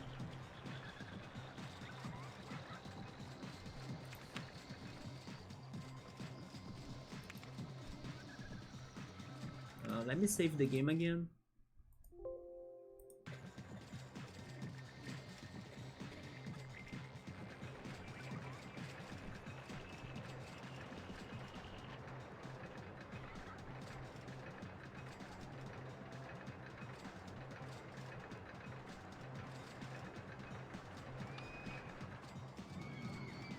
So the purple coaster, does it go underground or not? Invisible supports. No, it doesn't. It's under the queue, right?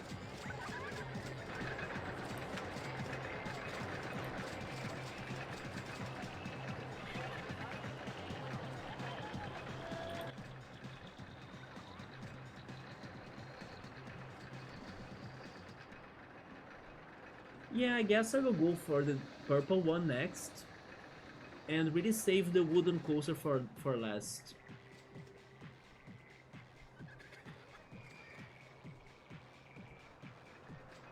Wait, where is the other connection to the wooden coaster? I can't see it.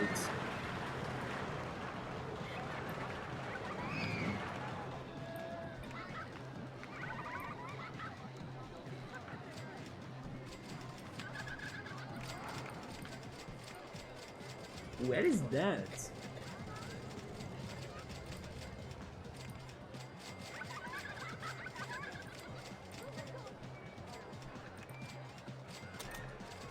Oh, it's right there. Okay, so this path will be a problem. I'll need to make a bridge in here.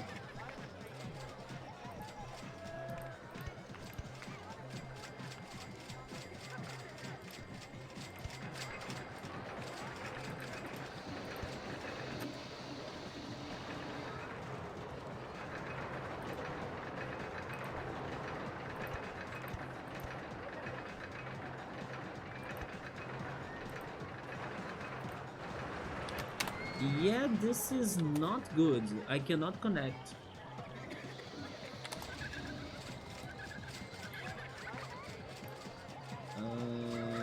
Maybe go up then, like here. Show me the height marks. 6 and 5. Okay, so I just need to go straight ahead. Like that. Okay, there we go.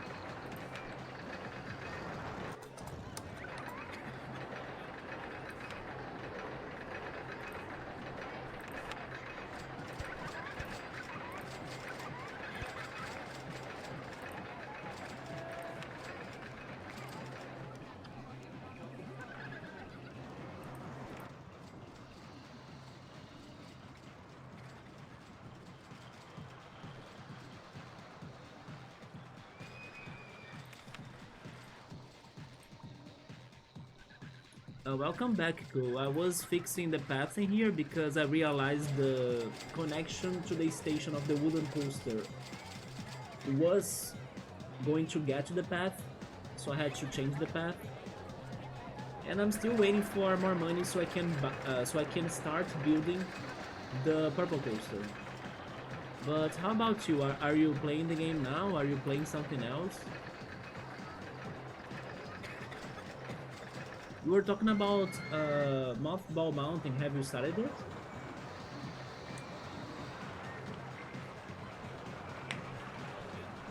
Or were you still in the...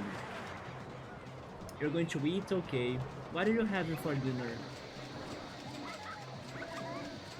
Today for lunch I cooked my lunch. I went for spaghetti with carrots, zucchini, and eggs, and also corn. And then I seasoned it with oregano and basil. And a little bit of margarine, yeah. Then for dinner I ate some tomato cheese sandwiches. But I was even saying that I bought cereal today, I bought granola, so for dinner after the stream, I'm ready for my granola, yeah?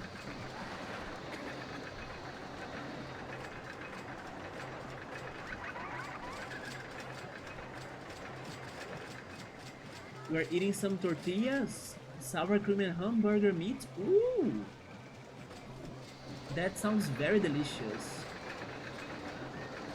I miss eating some hamburger meat, yeah. It's been a while since I last have been to Burger King or something. Burger King suddenly got expensive here in Brazil, I'm not liking that. But I may return there one of these days.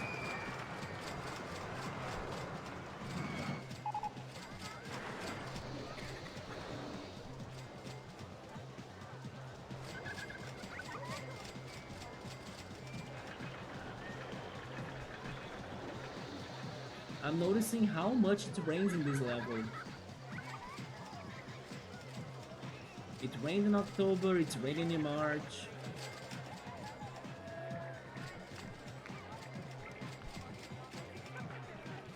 Okay, let's see if I can start something.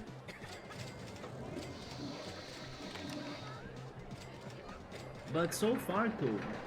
We only have one coaster ready, which is the black one. Both the red and yellow, they need adjustments.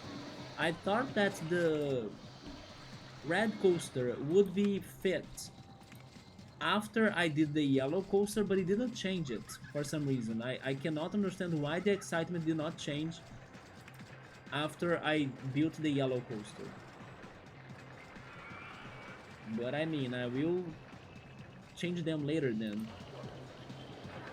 Let me go for the next one, the purple one. Which model are you?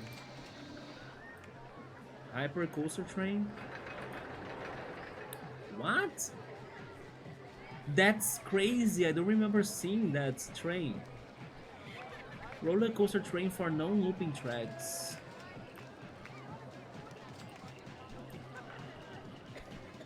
This is the...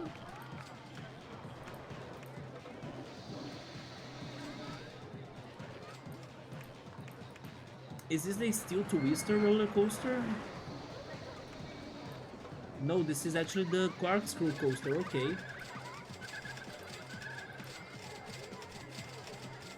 You like this one? It is the corkscrew one? That's how it's called in 2? Because of those trains? If so, then I agree, it's my favorite. Because I think it's cheap easy to fit, and it has a lot of crazy things you can do.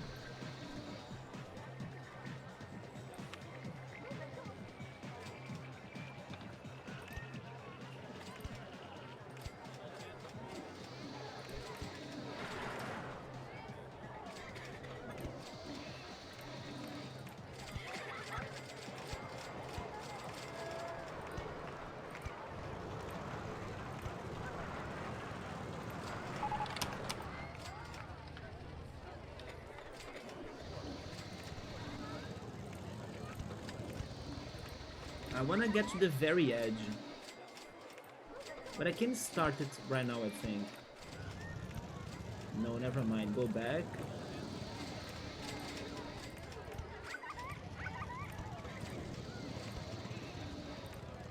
There we go.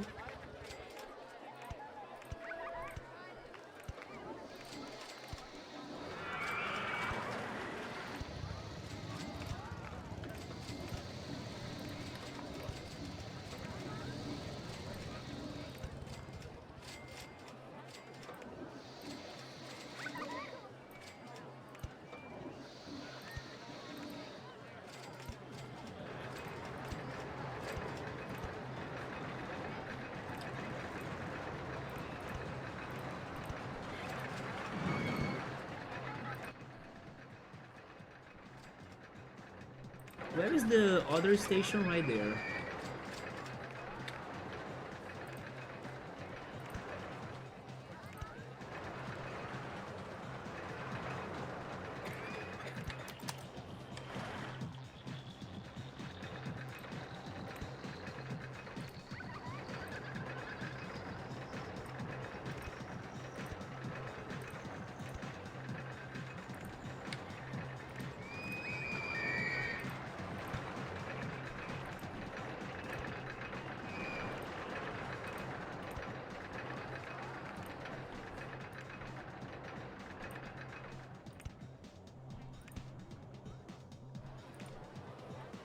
And then we are out of money.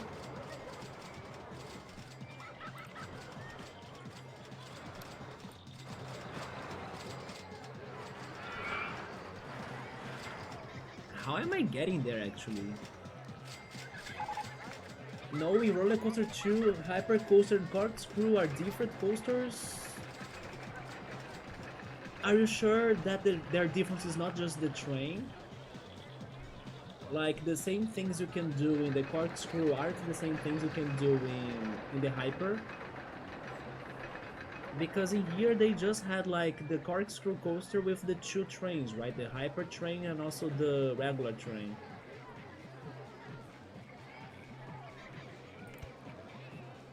How am I going there?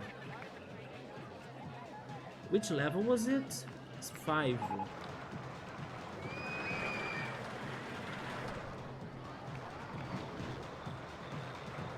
Should I go underground? Is that what they want me to do? Like, can I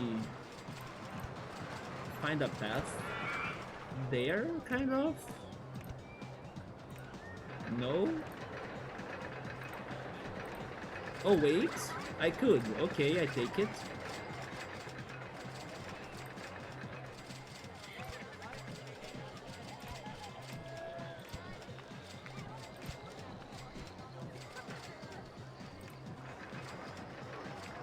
But then I'm totally not connecting there, am I? I think I will need to go underground for this one, or I need to go through the number 4 right there, yeah. Do I have the photo section? I think I don't. Add it in there. Then get through the red coaster and then go down.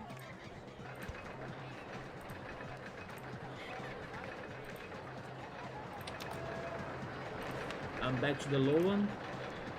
Just to finish this. I need to get to level 5, so I think this is close enough. But then I'm too close to it, yeah, never mind, go back. Helix down, but the short one. Helix down is small, yeah.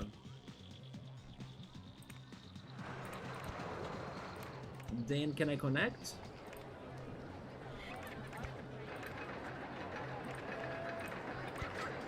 I think.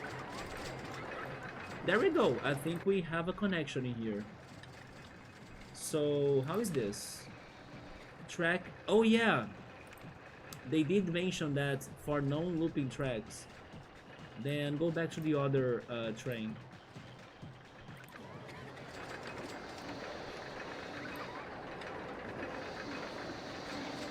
They both have different pre-builds, so I don't know. Yeah, because I think that maybe in RollerCoaster Tycoon 2 or in Classic, they could have been separating the coasters also thanks to the trains they have, right? Not just because of the tracks themselves. Maybe there are some models that have same tracks but different trains. Are you going to be fast enough for this loop?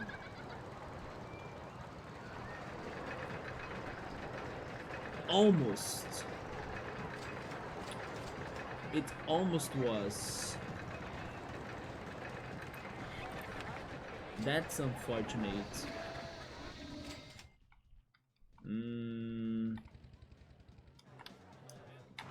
That's very unfortunate. Do you have a power launch mode? It does, but that won't really help me, will it? I mean, I can try, but I doubt it. Because of the chains. Oh, never mind.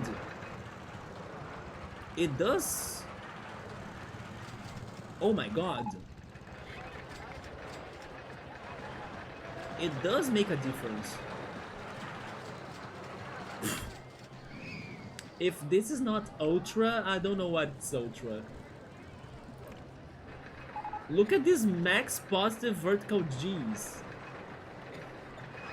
But I can work with the powered launch. Yeah.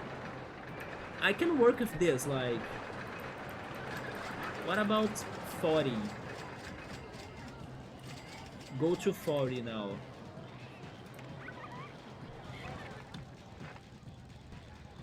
I think 40 was not enough. It needs to be faster than 40. It has 27 miles per hour. I doubt it will make that. I could actually raise it.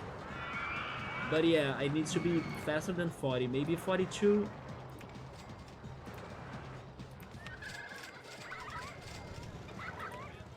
I will go slowly. I just wanted to get through the loop, right? The vandalism, sure. There we go. 42 was it. Can you complete the circuit?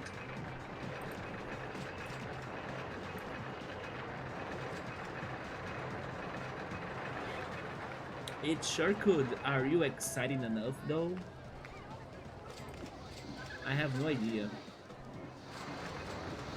I think it's not going to be exciting. The positive vertical G's are kinda low. No, it's kinda alright. Just not enough. 6.3. What could I do in here? I mean, wait, maybe I can do something in here and get a little bit of the space for the wooden coaster, but I think the wooden coaster wouldn't mind it that much.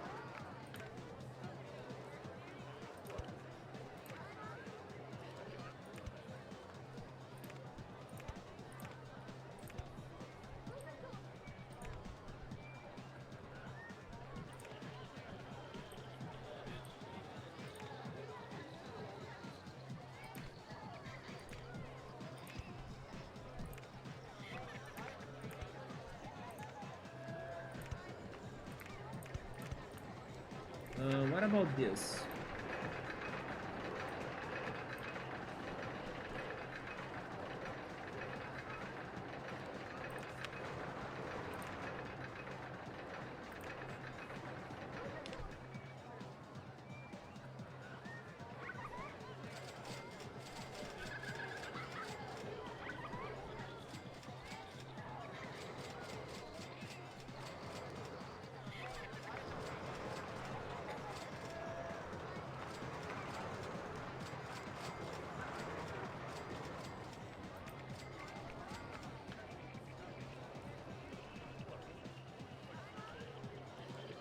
It is a little bit better. What if I make it faster then?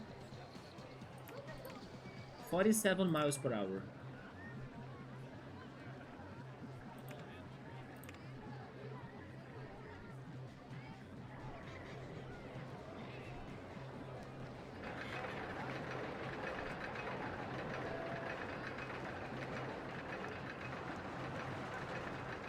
The freaking zero point 0.4 points of excitement they really get to the coaster design, isn't it?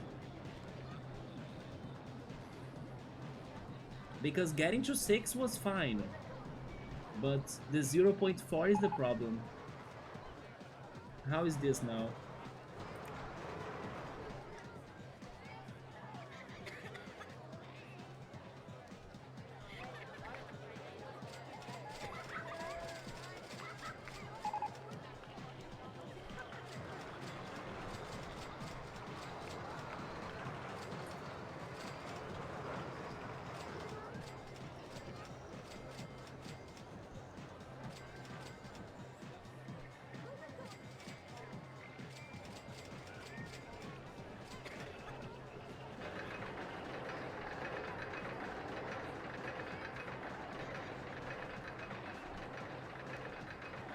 It got to extreme. 45?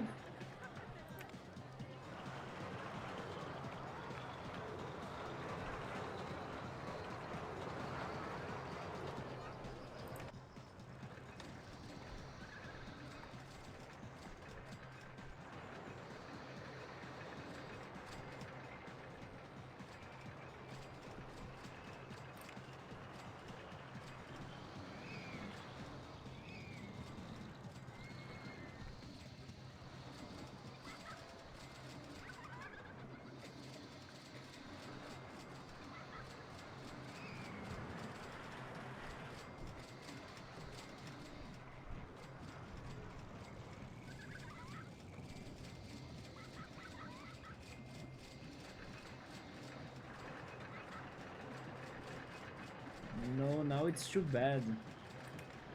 And then 42 was where I was, right? So they won't allow me to fix this with just speed. That's bad.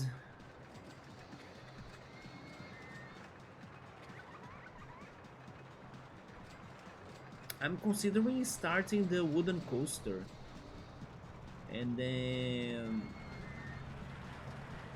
after we have a general idea of how much space they will all have, we start fixing them little by little. This is going to be back to 6, right? 6.09.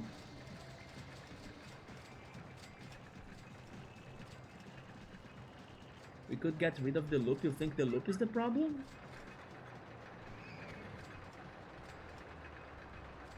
But then you see that now it's going to have... Oh, maybe the loop is the problem for the high speed.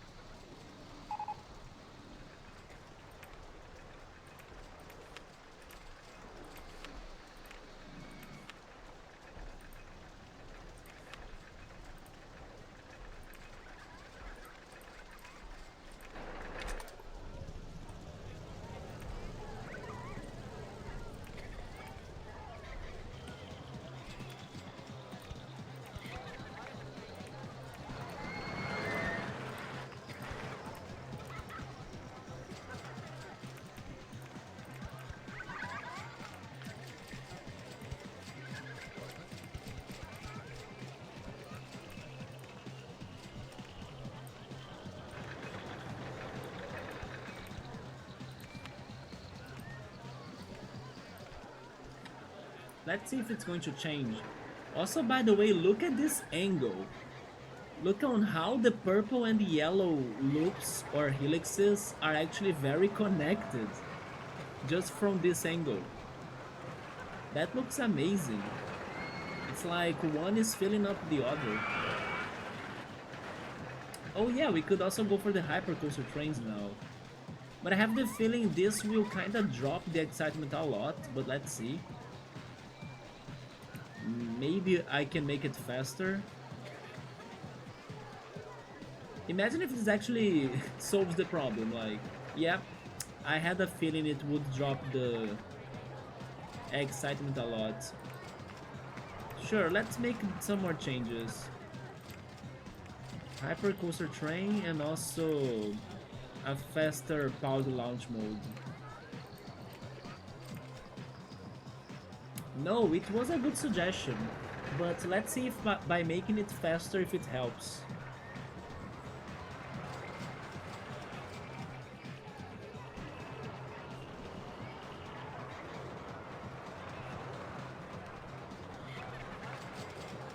Because this isn't a very complex coaster, that's why I believe taking the loop out of it kinda dropped the excitement a lot. But maybe we can give it more speed. That's a little bit better. What happens if I make it like the max speed? Too much?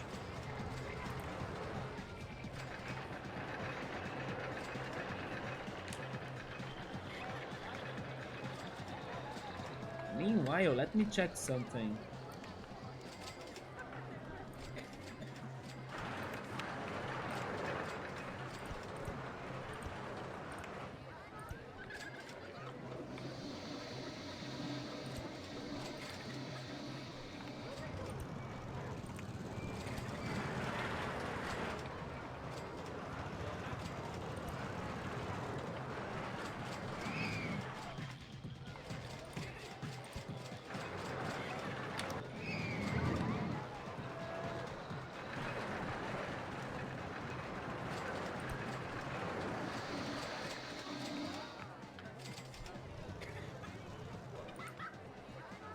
Is that the answer? 3.27?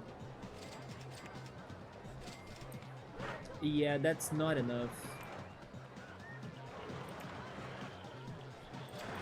Drop it again back to 42.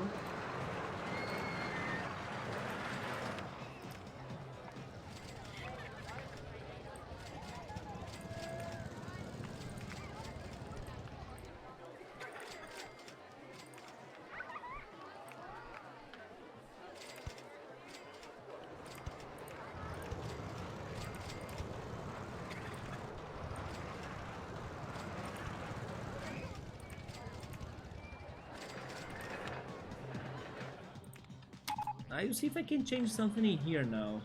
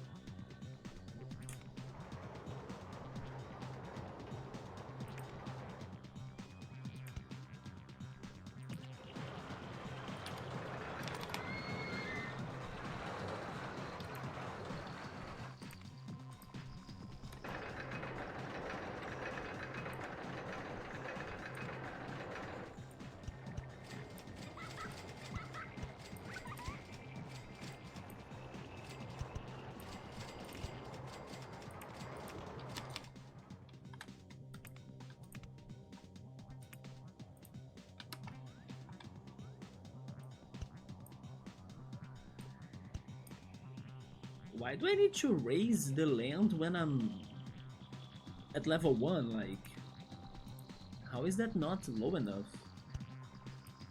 What?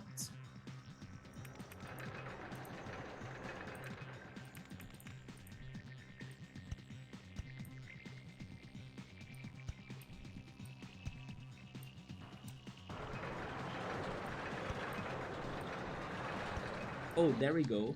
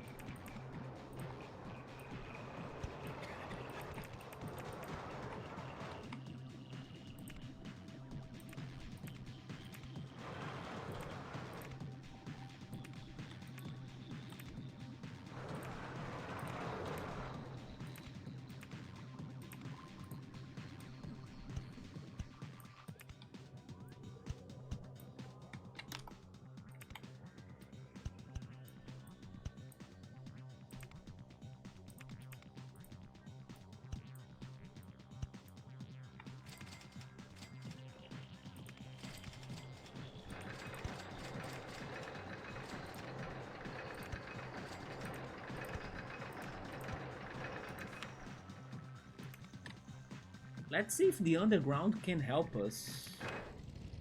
Oh yeah, the loop is back, so we can't go for the hypercoaster. Alright, what if this works? At least, during this time, we got more money. We'll need money for the wooden coaster. So how fast are you now?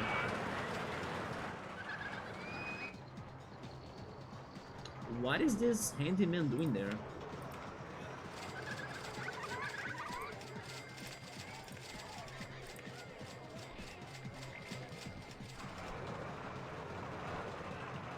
Oh my god, it is kind of fast. This is either very good or super bad, because it does get fast in the end.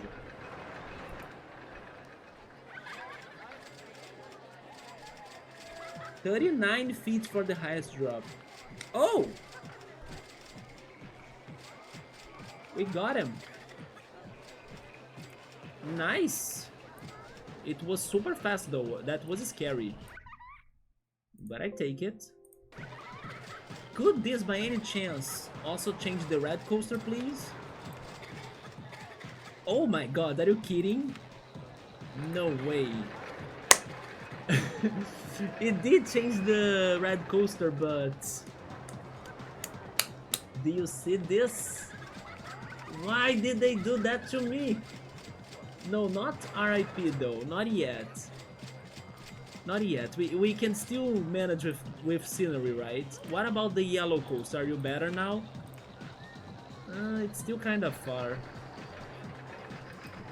But we are getting there, we are almost getting to 3 done. Gotta mess with it again? Not really, I think if I do something like scenery, it could count. I just don't have anywhere to place scenery, right, but... I don't know, make the... Build an atoms in here or something.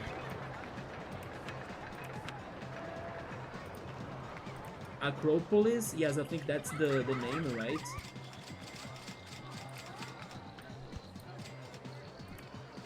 This is kind of cheating in my opinion, but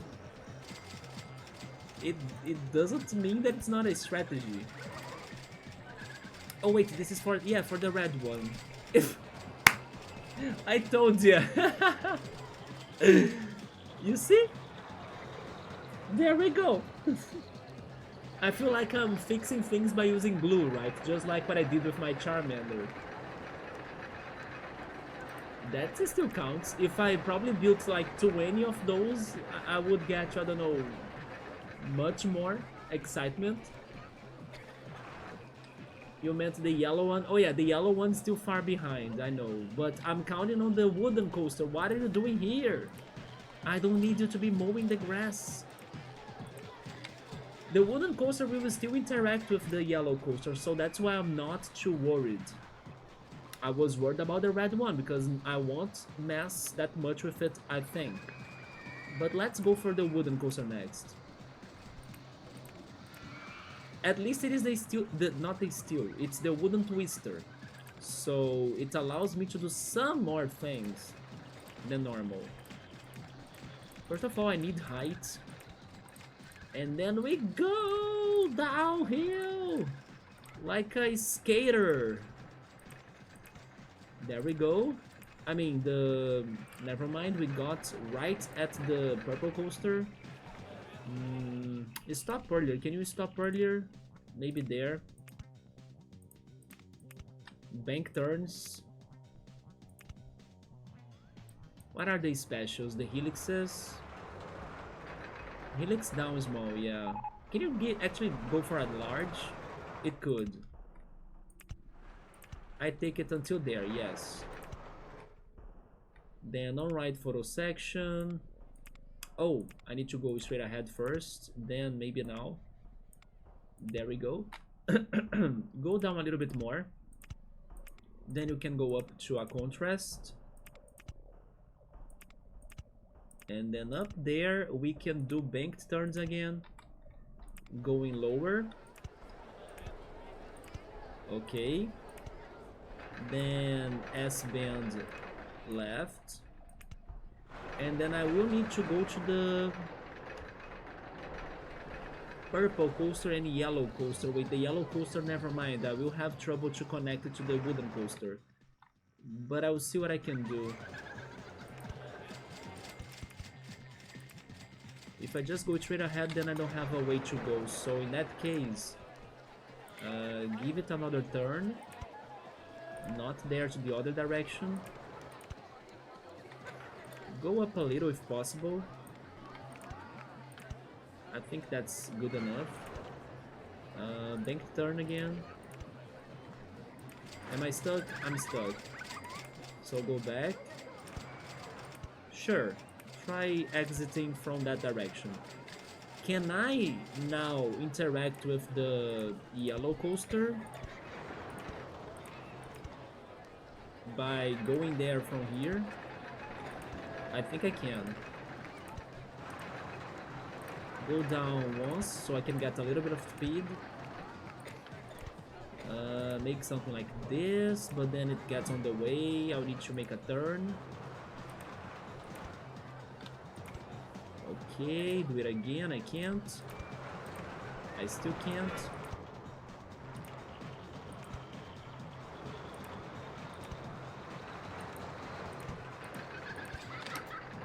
I take it like this, sure. Banked turns. Go down. I could go for the small one maybe, so I don't hit the purple coaster. I'm still hitting the purple coaster, isn't it? Just do one then.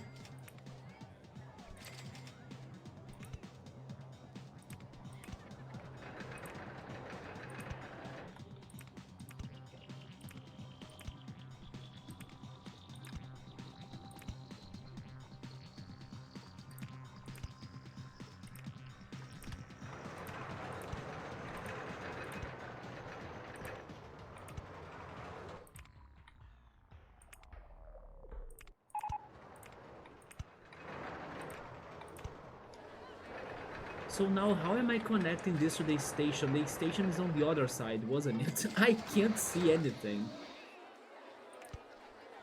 Invisible supports, please. Yeah, it is on the other side. How am I... underground? Let me go back there. Citrus scenery. Remove people to... It is that station, wait. This station, isn't it?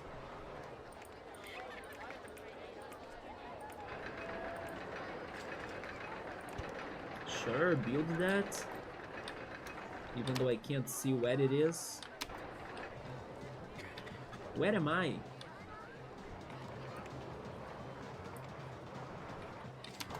I'm there, it seems.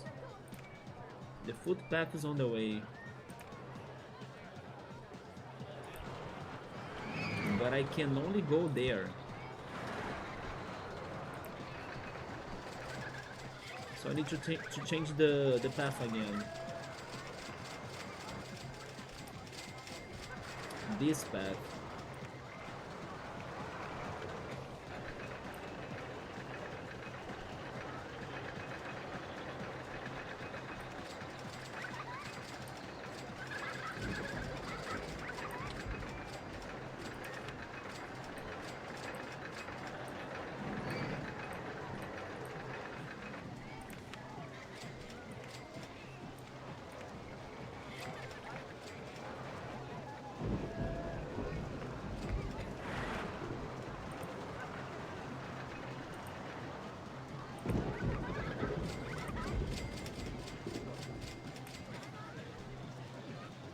How am I doing it?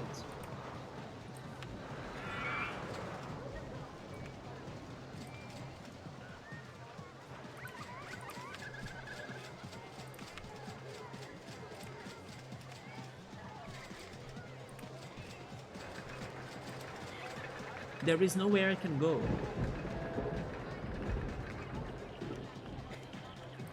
You see why I kind of wanted to build the wooden coaster first, but I totally wouldn't have money. Oh boy, what a problem now. I can't see anything. And then the path is on the way. Can I throw it underground somehow? Supports.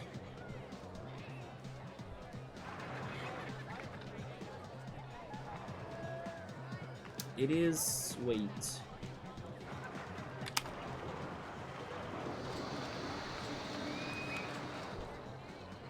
Oh yeah, it's right here, isn't it? Yeah, that's the station. And then it makes a turn. That turn. That I can change.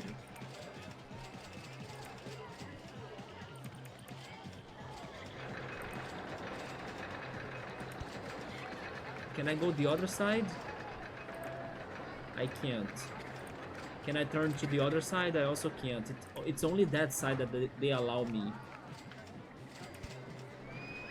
I can turn again?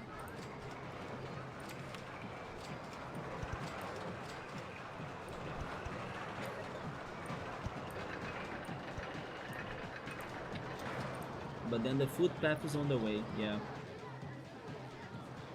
What am I doing?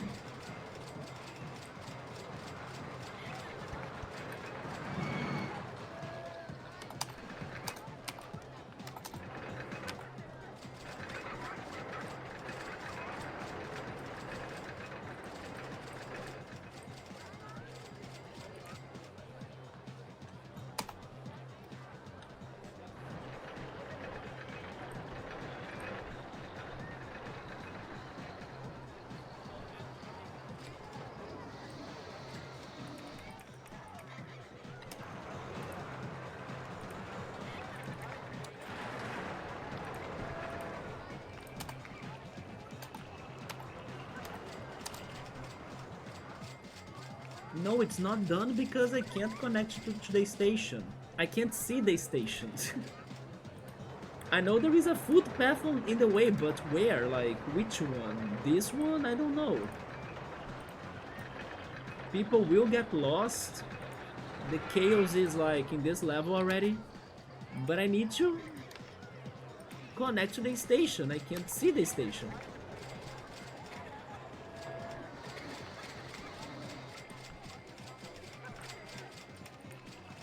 Which footpath? I'm trying to delete everything and they don't tell me which one is it.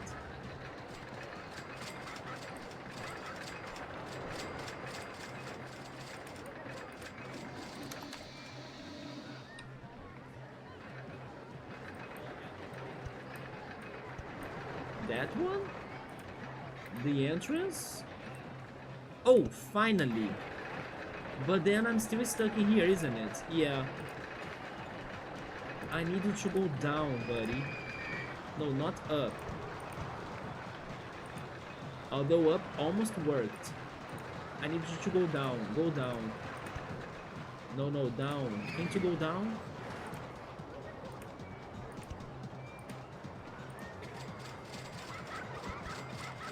Too low, I know.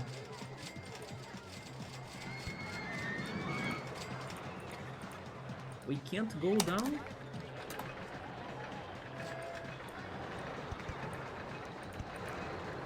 I entered underground, thank goodness. Where is the rest of this coaster? Right there. I know that everyone will get lost. I'm not minding that much for now, at least. Then go up.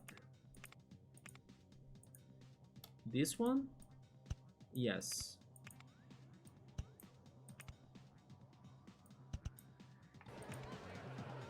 Thankfully, this level is not about park rating, like the previous one. So there I am. Can I connect this somehow?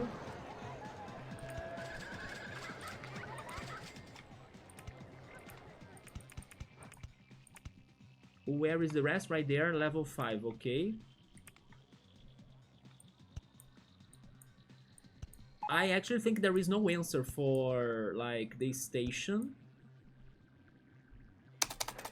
of the other coaster that I deleted the footpath for it. I think, like, people will get lost regardless. Like, I can't do anything about that. I would try, but it really was in front of this coaster's station, so I wanna see this first.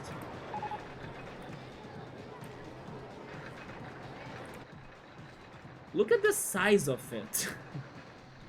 I mean, it looks amazing, to be honest, but I hope it works. And also it helps the purple coaster. RollerCoaster 1, that's the... Oh no, the purple coaster was alright. It's the yellow one that needs more excitement. 6.20. It got a little bit higher, but not enough. Yes, I know people will go lost. I will be muting the game.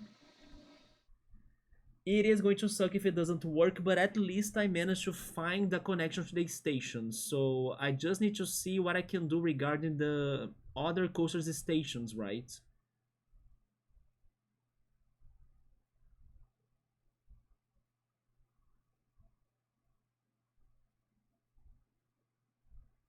It's like one problem per time. And not being able to connect the wooden coaster was the biggest problem, as it is related to my objective. So people getting lost, I can take it. Like, how was this? It looks good in my opinion.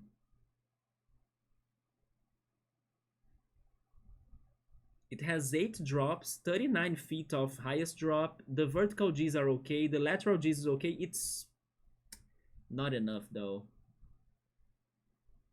Not enough. And the intensity is extreme.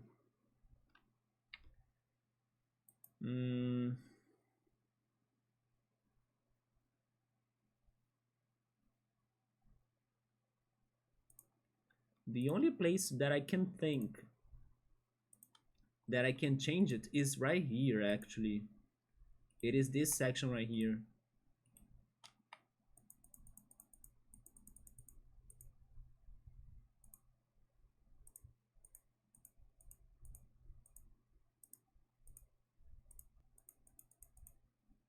I don't even know if it was fast enough when it got here.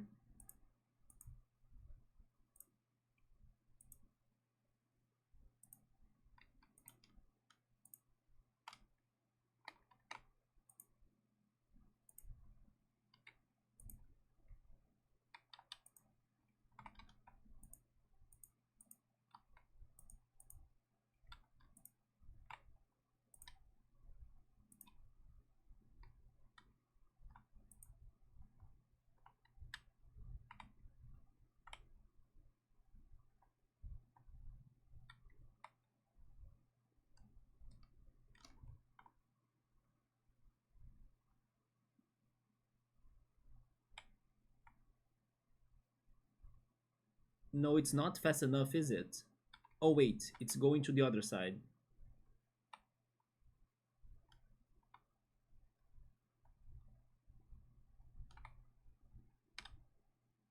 People are stuck right there. Invisible supports. Yeah, that's where they're stuck. Wait. But I cannot go there. Wait, I could. I could. Maybe this solves it?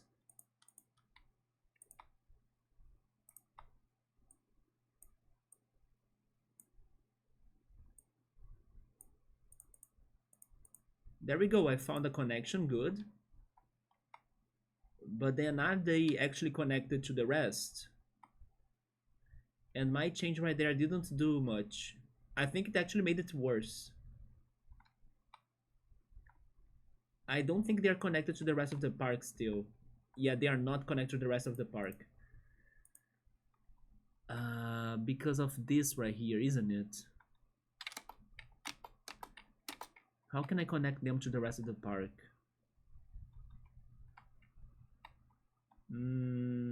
Maybe getting somewhere from there, I think. Can you cross this coaster?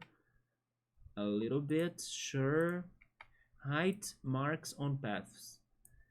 8, I need to get to 4. I think this will do it. Invisible rides, please. Wait, go back 1. 5, 4.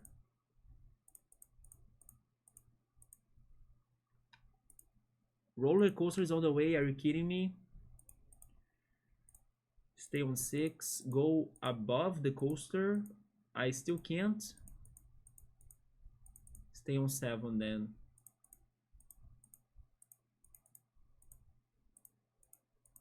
Okay. Go down, go down. Raise or lower the land.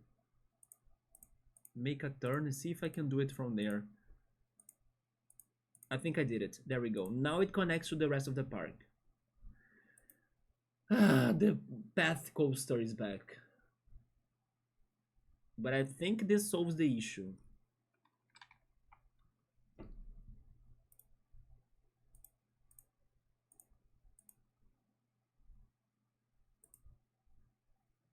Yes, I believe this will solve the issue.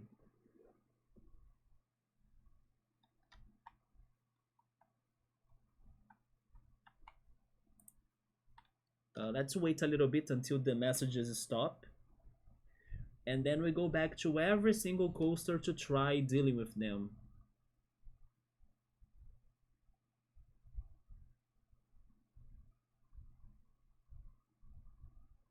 I don't even know where the entrance and exit of the wooden coaster are for me to connect them to the rest of the path. So that's also going to be bad.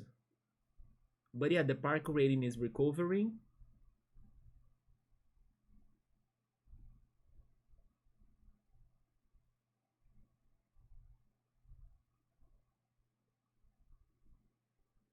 But what can I do to the wooden coaster now? Like,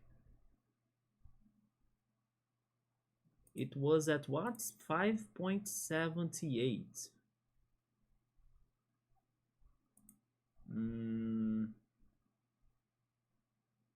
Am I still missing something about the guests? Like, where are you? Oh no, it's over, right? No, he's still stuck.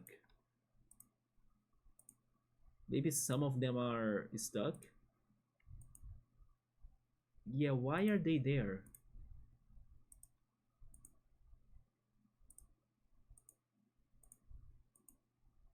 Oh, we did it. Now we don't have any more messages. Good. So I'm saving the game because we did the path coaster. And then now, where do we go? Wooden coaster, yellow coaster. The red coaster is good, right? Yes, so we have red, black, and purple, right?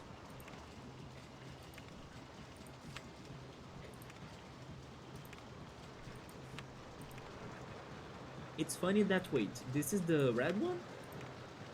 Yeah, both the red and the purple. Oh, never mind. The purple is higher than the red one, yeah. And then the black one is how much? 6.67, okay. Yeah, now it's yellow and wooden. Let's try the wooden first since it is the worst, in my opinion. But it's extreme in intensity.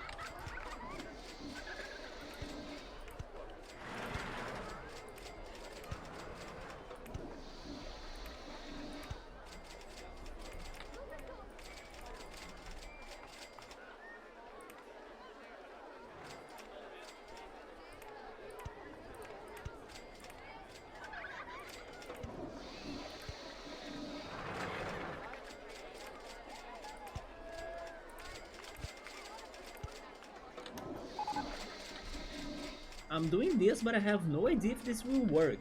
Because I'm confused on the direction of the coaster, like. Where is the train coming from? But I will connect those two parts like that are there to see what happens in the testing. I'm very lost. Not feeling hopeful, but let's see, right? Like if this helps somehow.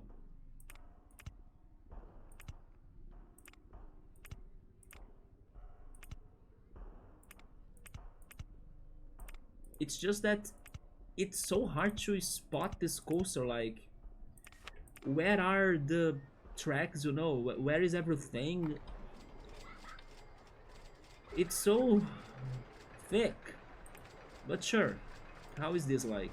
Does it work? I don't even know, like maybe I need chains, but I was thinking in one direction, not the other one.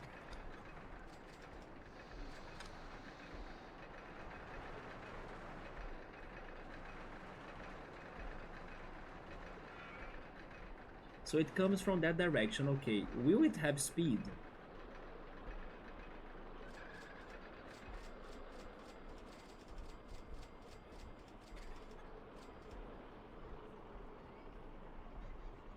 It will stop there, isn't it? Yeah, okay, so I need to add chains right there.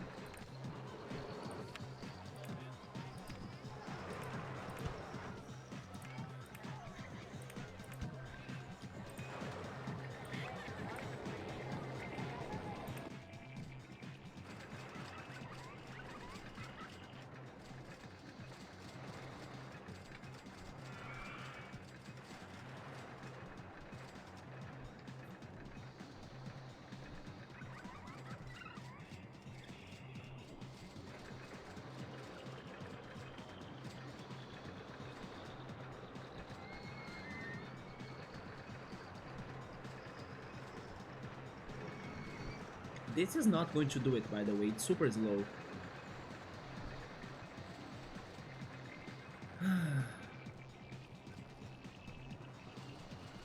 It's going to get stuck again. I don't have chains right there. Once I have chains there, it will then start that movement right there. Okay. It's going down, then it's returning. Fine. I don't think the ending part of this coaster will also be good. I'll need to change everything, I believe. But I wanna see it still, like, how bad is this? So I want this coaster to finish the track. It probably will get stuck in here as well, in this slope.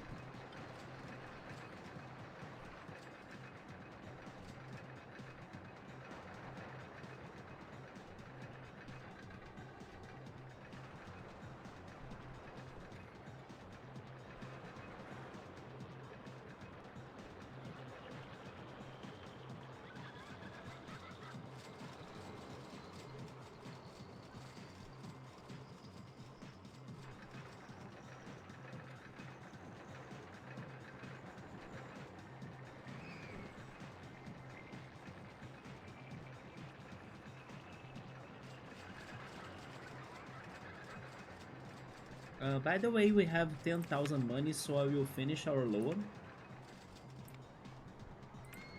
There we go.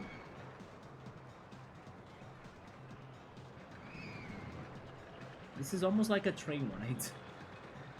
That slow section is killing the coaster. Yeah, I was struggling to see where it was starting and where it was ending. Now I know it starts from that side.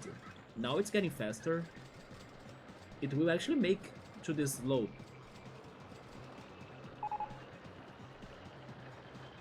And then it will have the underground part, right? That I can't see.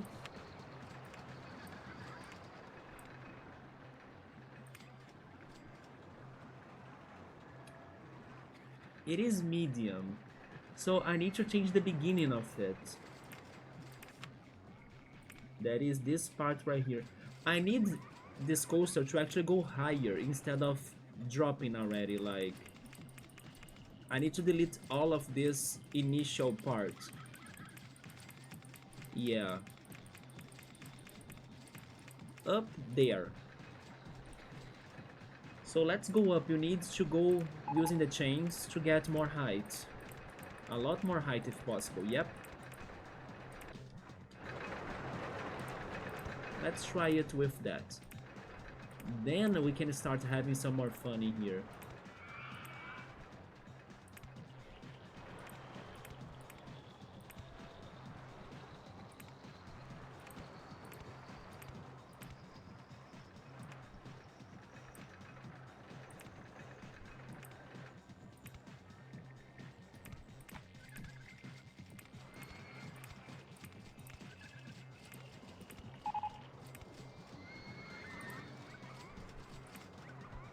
Show me the height marks.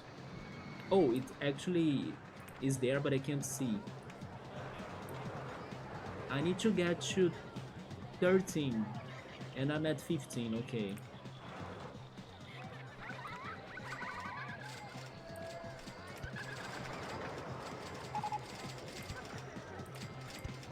Can I connect?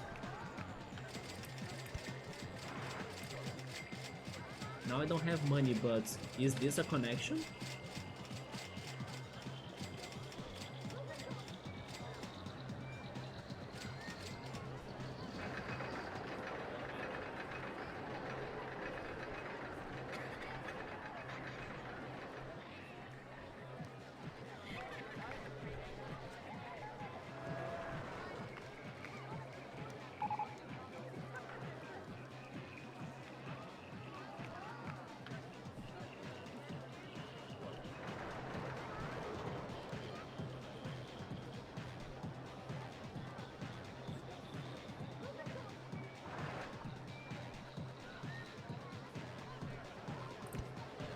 I guess? No, it doesn't connect, okay. Which means that this can't be a bank's turn, it needs to be a normal turn.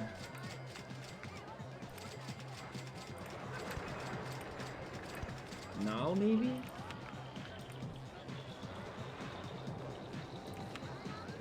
Where are you? Yeah, he's stuck somewhere.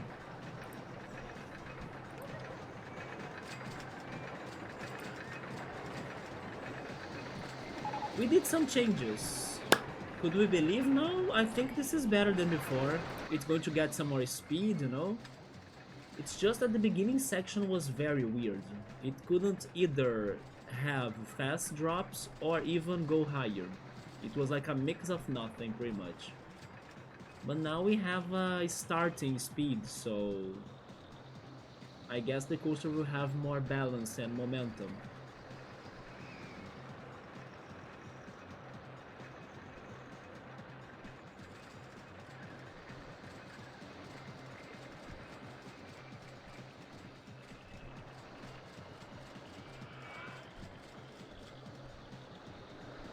I don't know, I hope this is good enough, because I can't change this that much, right?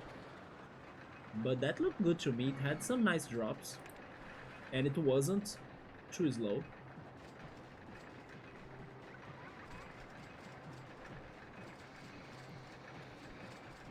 Never mind, it's still not exciting. Maybe now it is because of the highest drop height. That's only 19 feet, right?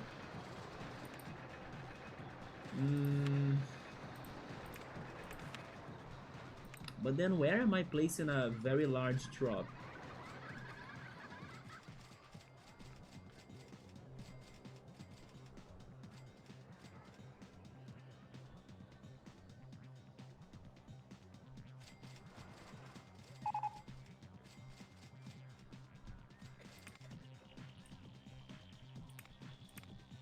Let's change this beginning again.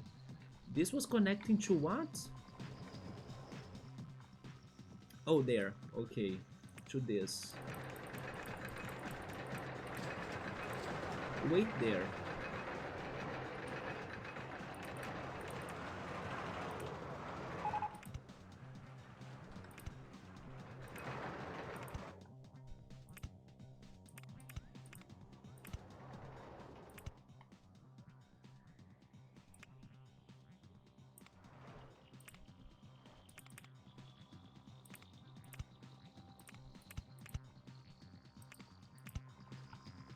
The other level was 13.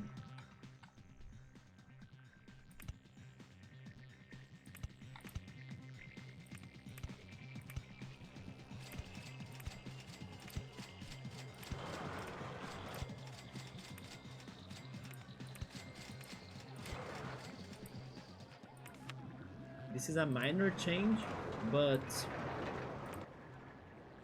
maybe?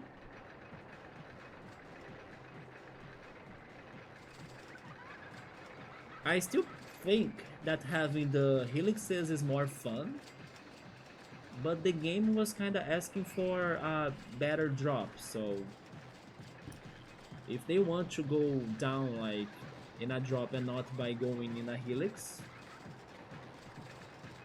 I can try changing it, but I much prefer seeing the helixes in the coasters than this.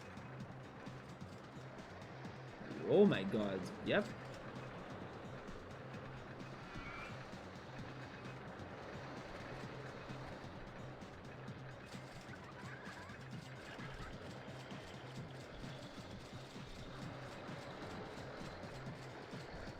I think now it's fast enough. But maybe it is extreme because it was already intense. It was like very intense. Yeah, the highest drop height's much better now, isn't it? 59. Extreme? Extreme, yeah. It was already extreme before, kinda almost getting there. Huh.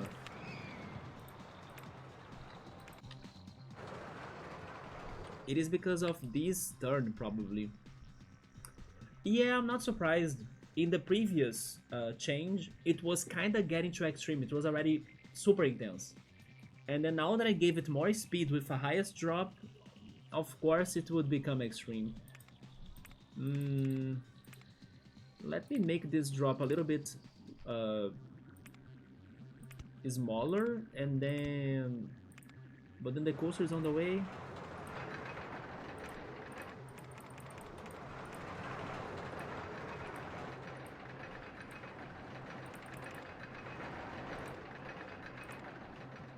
Never mind. Let me try this then. Can you do the banked turns but like with the helix?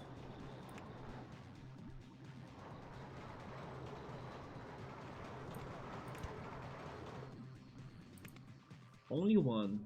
That's not enough. Change the angle in here. How far can I go? Okay, can I have brakes? I can have brakes. I still think the brakes in this game are so bad, but maybe try some. And then there in the end we make a turn. Wait. Maybe there, yeah. Can you go up? Helix up small. Only one time. Then how am I getting out of that?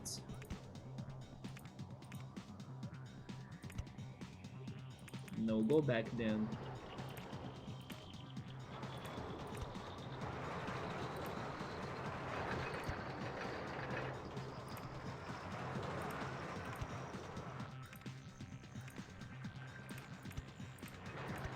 There we go.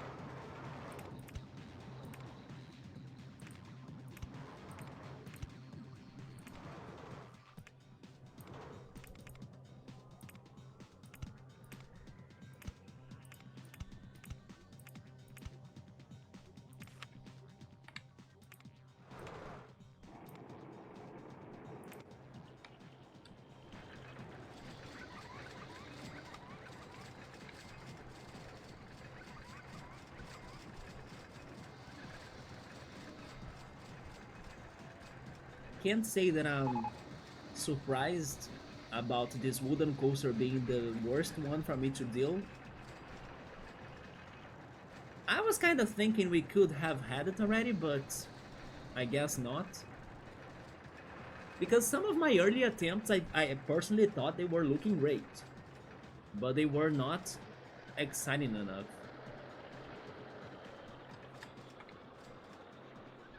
This is a little bit slower. Can you keep at that speed?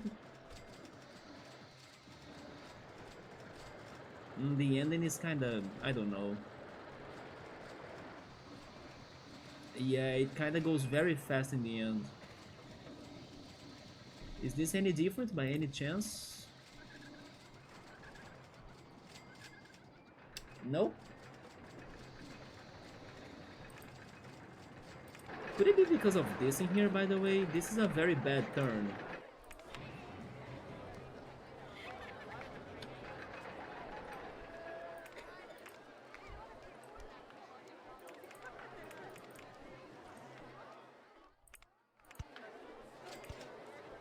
That's a bit better now. And also this in here, can I change this?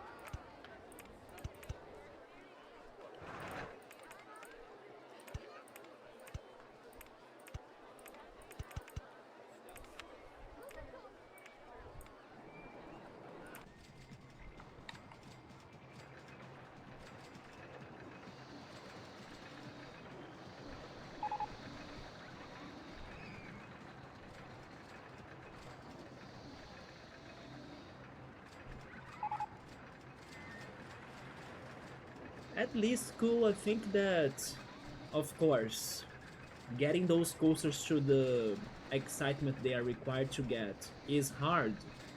But overall, it is not a long level, so it's just a matter of patience. And we might be able to beat this tonight, I think.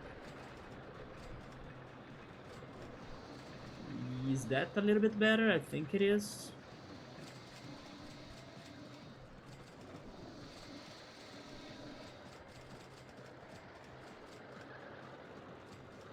But then this ending, maybe I need to add brakes, by the way. Maybe I could go for brakes.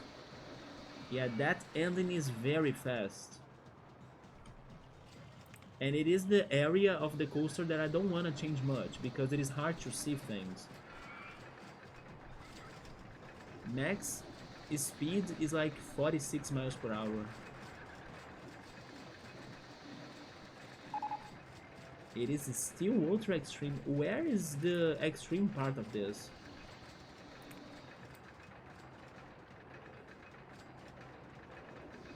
At the end, you see? We should go for brakes. Or at least try brakes. Invisible supports. Okay, we can add a little bit of brakes in here.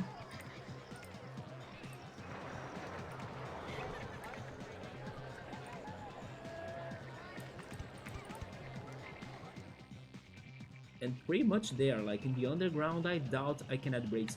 The other problem too is that this is doing the... Yeah, this is doing the not banked turns. That's why the lateral Gs were high. But then I'll need to think of a better way to connect. Wait a second, maybe there is one. You know what, instead of going up, why don't you just add some brakes in here?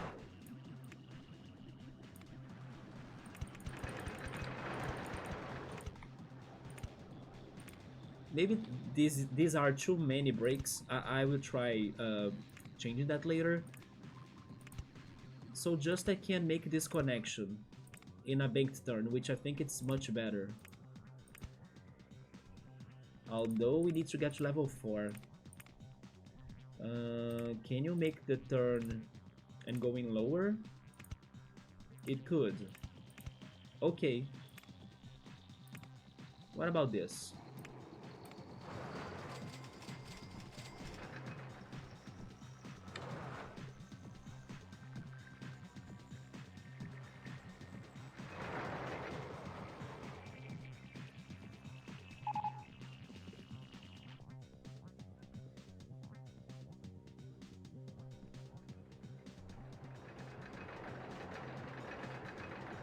Are people still going to the other rides, by the way?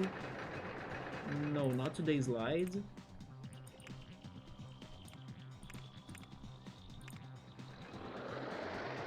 But the other rides are okay.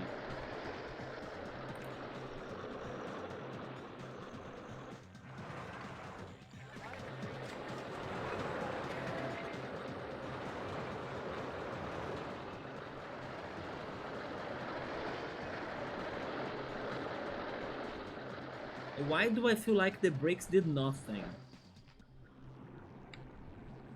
The brakes did nothing. It was always at 39 miles per hour for the entire straight brakes path. How am I slowing this down? It's still extreme because it's getting too fast at the end. At least I did the banked turns, but it's not enough.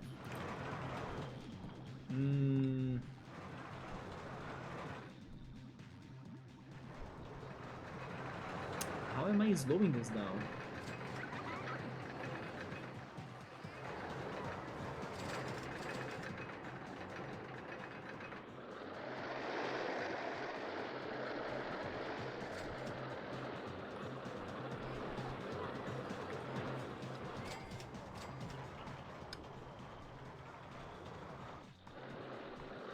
Invisible supports. This is not banked either. So this is also another problem, isn't it? This right here.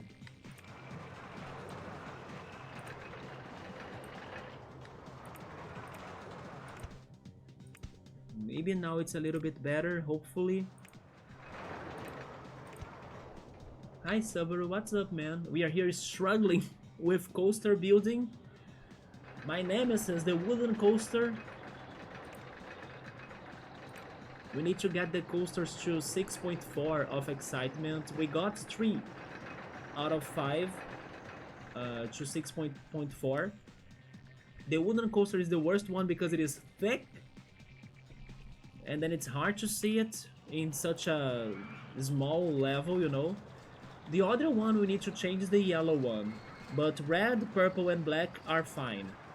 And very clutch fine, by the way. Look at this. 6.67 and the other one is 6.41, isn't it? Yeah, exactly at the demanding score. Or demanded score. But the wooden coaster has been ultra extreme and I can't see its station anymore in the middle of this craziness. So I'm trying not to change its ending part, even though that's the one that I think it's giving us the trouble. I'm trying with brakes, so it can get a little bit slower to the ending part, but I think it's not working. But yeah, we are messing with those coasters. If we can fix the wooden coaster in particular, but it's still extreme, then I think we can easily fix the yellow one. I love these coasters for me. Yellow one isn't 6.4. Yeah, yellow is also missing it. It's at 5 point something, isn't it? Wait. Oh, no, it's 6.18. But it is an easy fix. The yellow one, I'm not worried. Fixing the steel coaster is much better than fixing the wooden coaster. I don't know what to do because I know the problem is the ending part of it. It gotta be. Let me check the parameters again. Oh, look at this. That's the problem. It's at the end. When it goes underground. Those brakes don't do anything. Look at that. They are fake brakes. Now it's the problem. This is what I need to solve. It's going underground. But I need the underground so I can finish the coaster because I can't see much in this level. Like,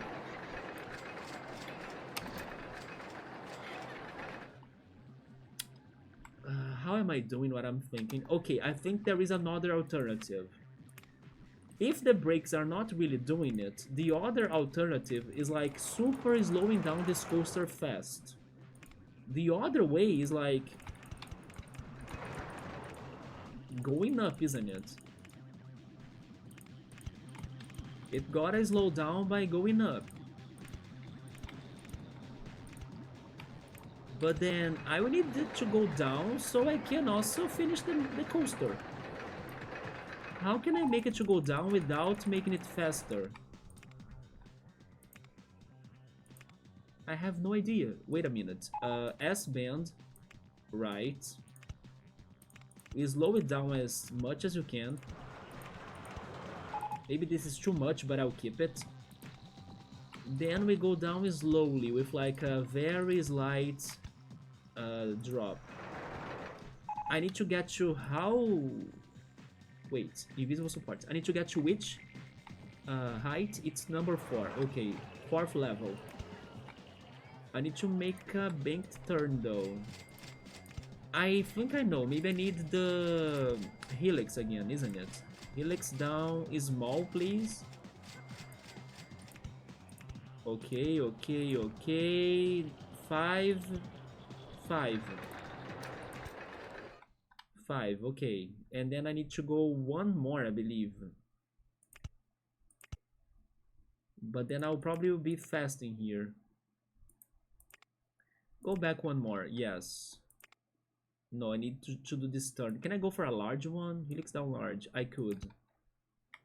Yeah, this places me better closer to the number 4 level right there. Okay, then an S-band. It does connect. What about this? Is this by any chance is lower than how it was before? in case it actually can't make to this big slope. Hey X5, what's up, man? I'm doing alright, I'm just struggling and suffering in this level a little bit. It's not too bad, to be honest. Like, as soon as we can solve this one issue, I believe we can easily beat the objective. It is just that it's very frustrating, because we can't see anything in this spider web. Like, look at this. How can you find someone in this mess? There are 5 coaster stations that are all together right here. And then the freaking options of the game don't help me at all. But by the way, X5, I did want to tell you something. One of these days, I post on Discord some free-to-play games on Steam, and I actually thought that you would like one of them, because it is a noir detective visual novel kind of game, and it looked very good.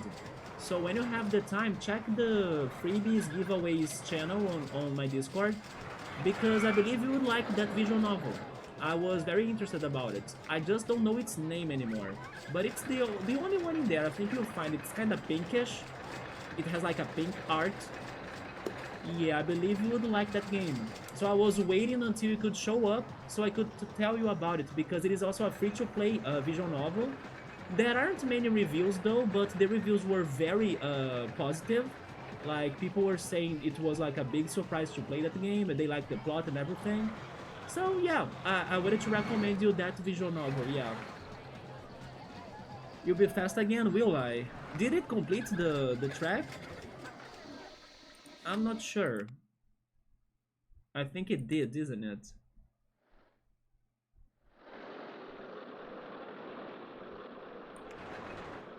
Man, this sucks.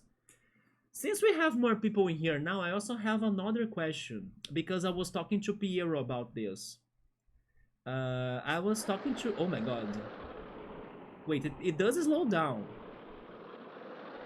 But then it does get faster now, yeah.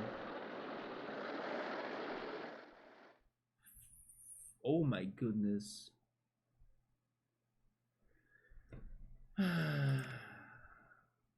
It is actually worse than before. I will need to change the ending of it, and that sucks. That really sucks. I can't see anything, but okay. Okay, don't panic. Don't panic. Hold your towel, right, from the Hitchhiker's Guide from the Galaxy. Maybe that's what I need. I need a towel, and I have a towel right here. There we go. Maybe that's all I need. Don't panic. We will be able to fix this, and I will work on the problem. The problem, I know it's the ending, so I'll start from it even though I can't see shit. That's the one, Casey Noir and the Carved Pumpkins Latte. Yes, very funny name, by the way. Check it out, I believe you would like it because it looked good, it looked beautiful as well. It's a free-to-play game, and people were saying that the plot was interesting. Like, I don't know. Find it yourself, right? But I saw it, and then I was like, I think X5 will like this. So I hope I end up being right, and I'm also interested, so maybe one day I can try it too. But yeah, I was going to ask you all if we should change some plans that I was having for the games on the rotation that I'm having right now, because after talking to Piero about this one crazy game that I'm interested to check it out, that's called Tomato Adventure. It's a GBA game, just like Golden Sun 2. But my original plans were to go back to Golden Sun 2, because it is our current RPG that we are playing. And it's been forever, we are also probably very far from beating it still, and we need to do something about it. But what if we actually play Tomato Adventure before that? It's just that I don't think that playing 2 RPGs at once will be good to me, because I think I will be like probably preferring playing one or another, and then giving preference to, like, I don't know, Tomato Adventure instead of Golden Sun 2. Tomato Adventure, according to what Piero checked, is like 12 hours long in How Long to Beat. You guys know it's not going to be 12 hours long in here, no way. But it actually made me happy, because it means the game is not too short for regular players, which means that it probably has some extras, it probably has some side questing.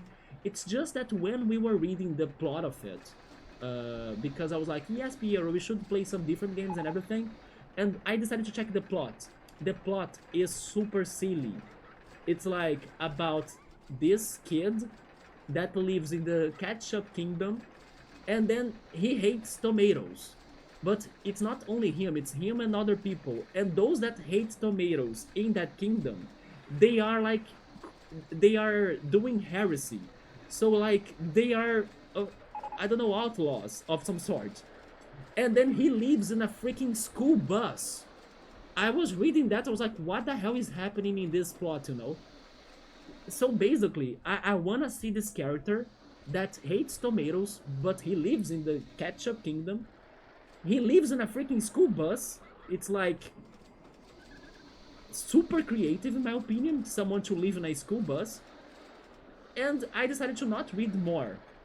But I believe they were after him because he hated tomatoes. So I wonder if he's going to fight the entire tomato kingdom or the ketchup kingdom by himself. I don't know, I got curious. And I know the game is going to be fun because it has rhythm-based mechanics like Paper Mario, Bug Fables, Mario & Luigi. It's even by Alpha Dream, the company that did Mario & Luigi. It may also be fun because it is fan-translated, so maybe some of the translation can be kinda crazy for us to be checking. I don't know, I just got extra curious about this game right now.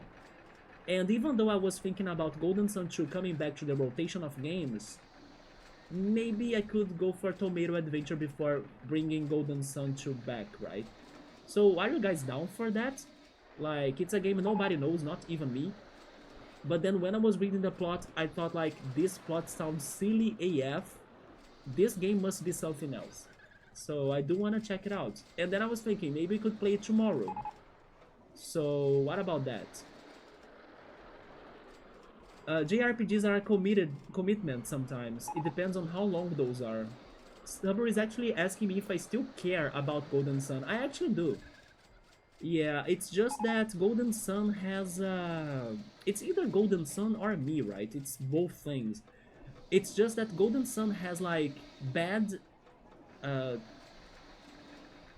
it has a bad flow with my streaming, pretty much. Like when I try to focus on it, there is always something going on, and then those interruptions, they kind of, you know, make it hard to go and continue Golden Sun.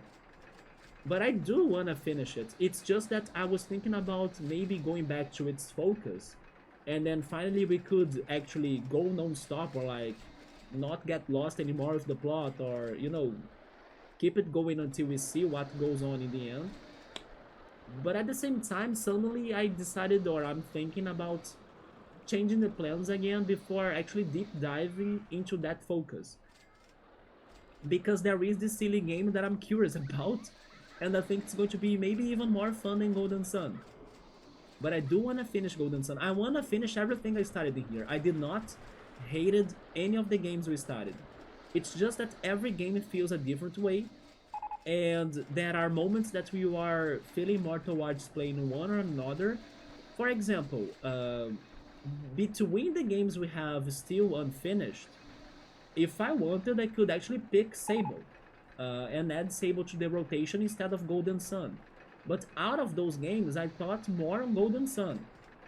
But the thing is that I don't want to, for example, go for more than one JRPG game at once, because I think that's going to be confusing.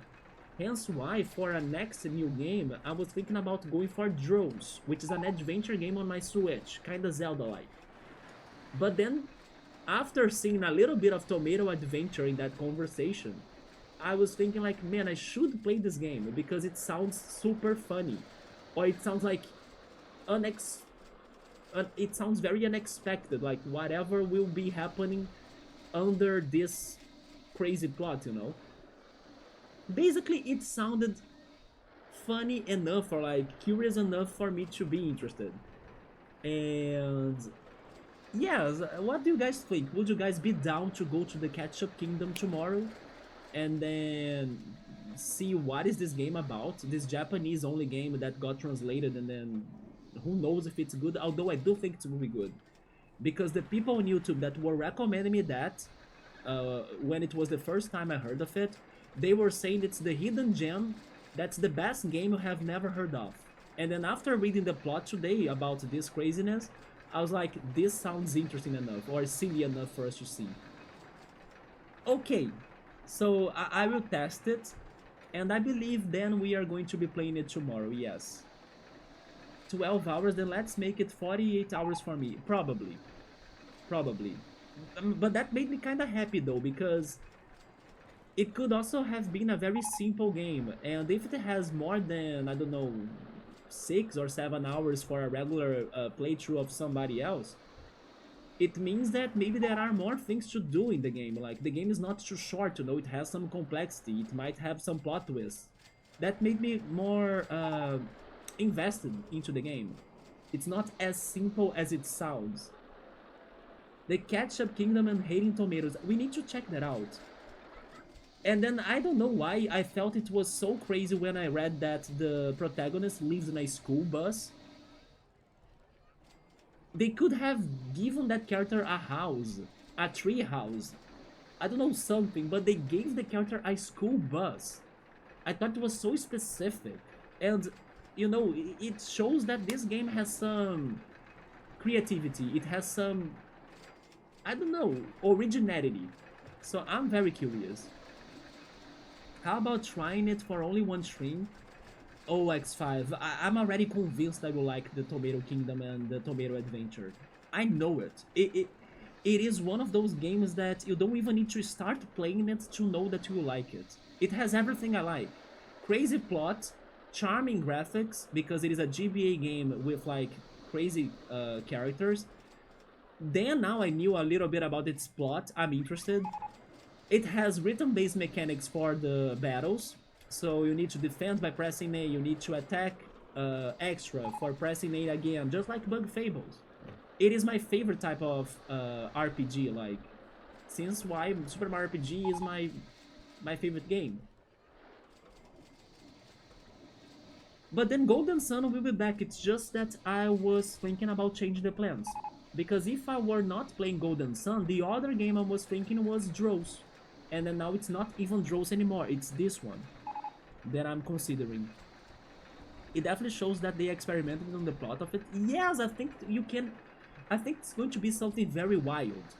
And then I'm very curious, like, what the hell will happen? Like, which sort of characters are they coming up with in such silliness?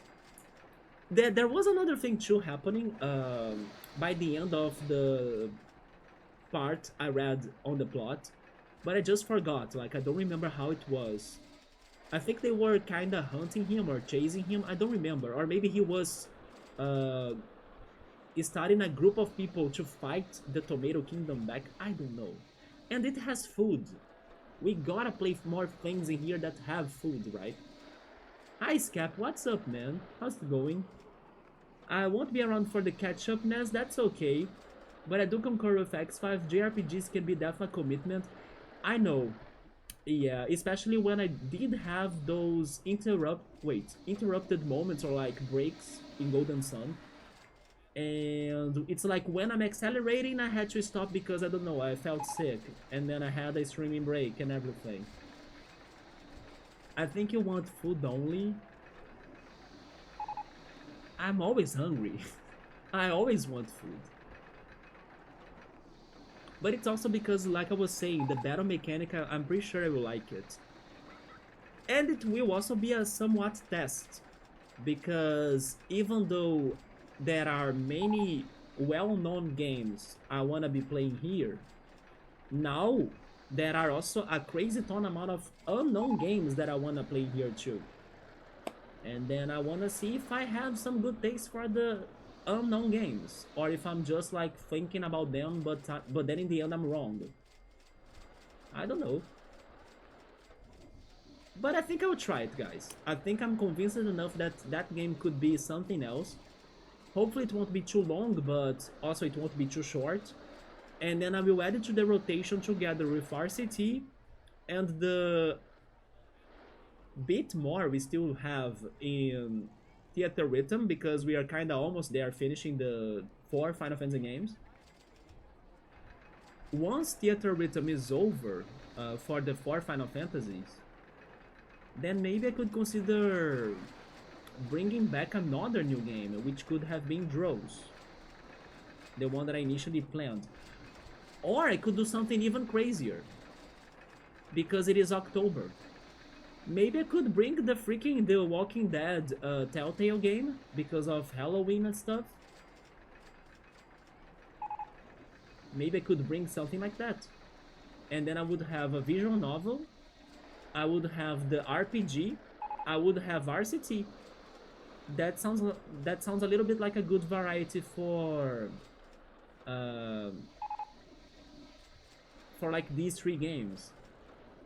That could be interesting. How about also No, I'm Not a Human? Wait, what is that? Is that a game? I have never heard of that game. Which game is that?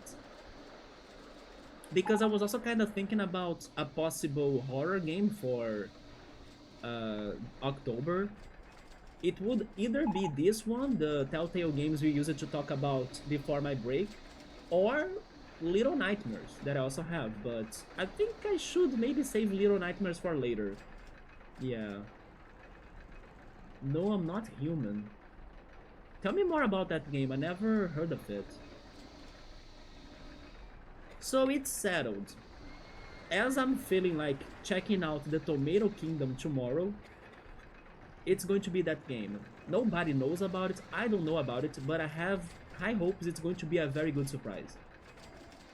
Let me pull the Steam store description, okay. I actually could check it out myself too, give me a second. Let me see.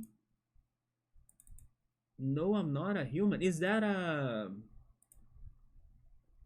visual novel? No, I'm Not a Human. Or is that a horror? Oh no, no, no, no, no, no, no, no. No way, look at this. No, no, no, no, no, no, no, no, no, no, no, no, no. I didn't know it was a horror game. No, I think X5 understood the idea wrong. Like, to be selected by me, being a horror game, you need to go through many filters, many layers, many barriers, you need to jump through many obstacles. This one stops at the first obstacle. It looks creepy AF. Little Nightmares is cute, with some, you know, Tim Burton-like fantasy horror and lots of cool puzzles to solve, not really many jump scares, please don't. While the Telltale games are like more narrative, so there is like no crazy action I'm expecting, no crazy intensity. Maybe still they can come up with jump scares in a narrative game, but it's better than like you need to run, you need to shoot, you need to, you know, not die. Or at least I would only be dying by picking answers, I think. But this one is like a straight up, I don't know, what the hell is this even? I can't even say. Have you tried? Oh my god. What are the characters of this game? But have you tried this, X5? This is, to me, is like a jump scare simulator. That's how it feels to me. Interesting that they are having a Halloween showcase. I haven't heard of that.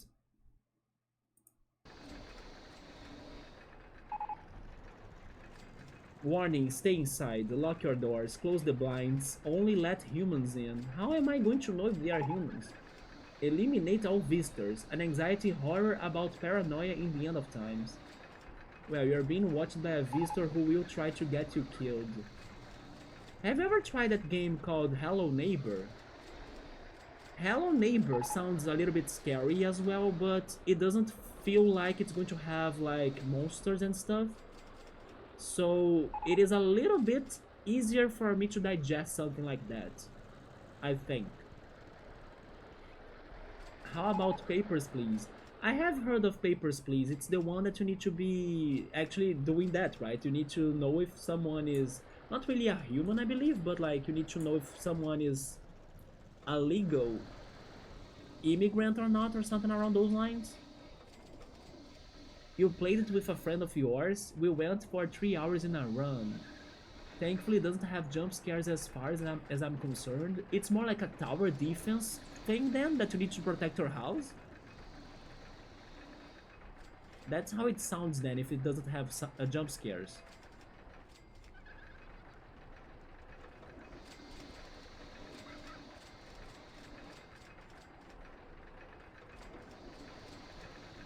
It is like Papers, Please? Isn't Papers, Please like a document selection game that you need to be checking files of people and then deciding if they fit or not? But I was thinking it was not horror actually. Hi Bookmark, how are you?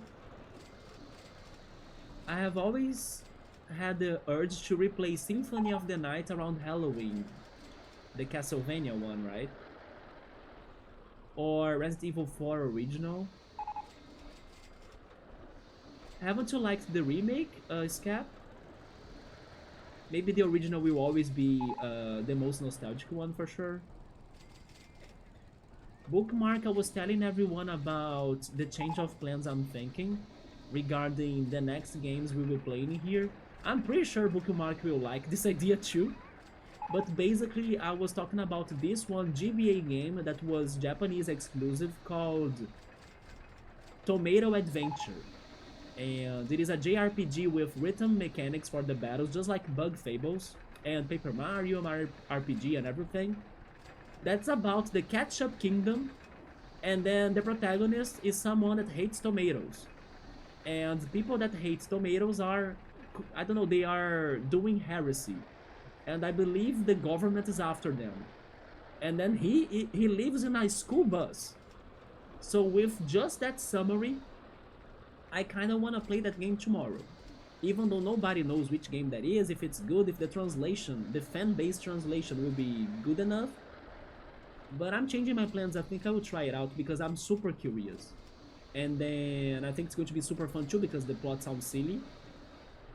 And Golden Sun 2 can wait a little bit more. So those are the plans for tomorrow, yes. And then once we are done with Theater Rhythm, I could consider playing maybe the Telltale Walking Dead, and then after that, The Wolf Among Us for the Halloween, and then you guys could see me playing something horror-like, even though it's not straight up, you know, a horror game like a complete one. But it is what I can take, pretty much. You need to check if people are visitors or not, with some tests like checking their eyes, teeth, and you need to decide if you kill them or let them live in Papers, Please?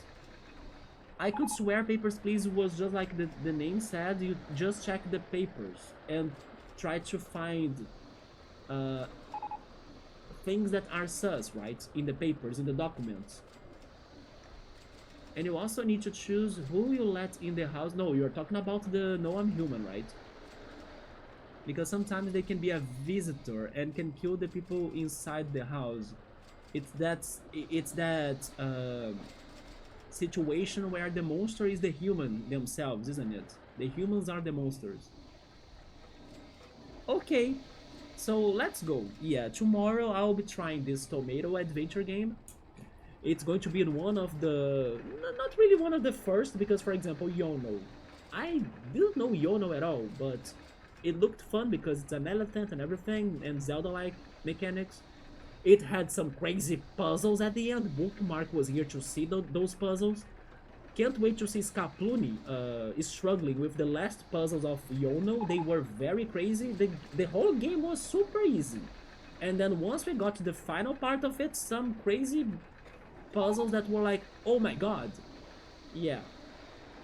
But yes, I do want to try more different games that, I don't know, they could bring some freshness to all of us, right?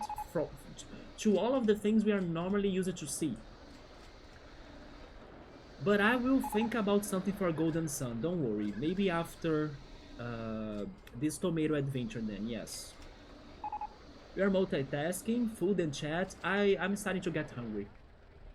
But I at least bought cereal, so I'll be restocking myself in that, yes.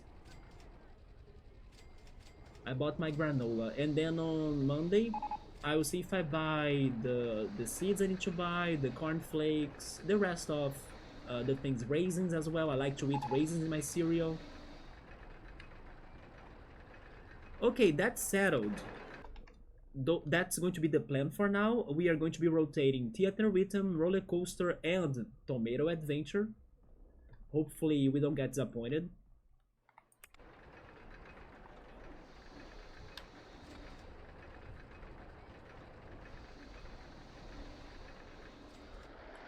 But after all of that, I might bring Golden Sun 2 back then, but other titles that are under my radar for the rotation, besides the Telltale games for something horror-like this month, are Murder by Numbers, a Phoenix Wright-like visual novel that you solve puzzles by doing Sudoku, Dross, a Zelda-like adventure game as well, and I'm thinking about Hidden Folks as well.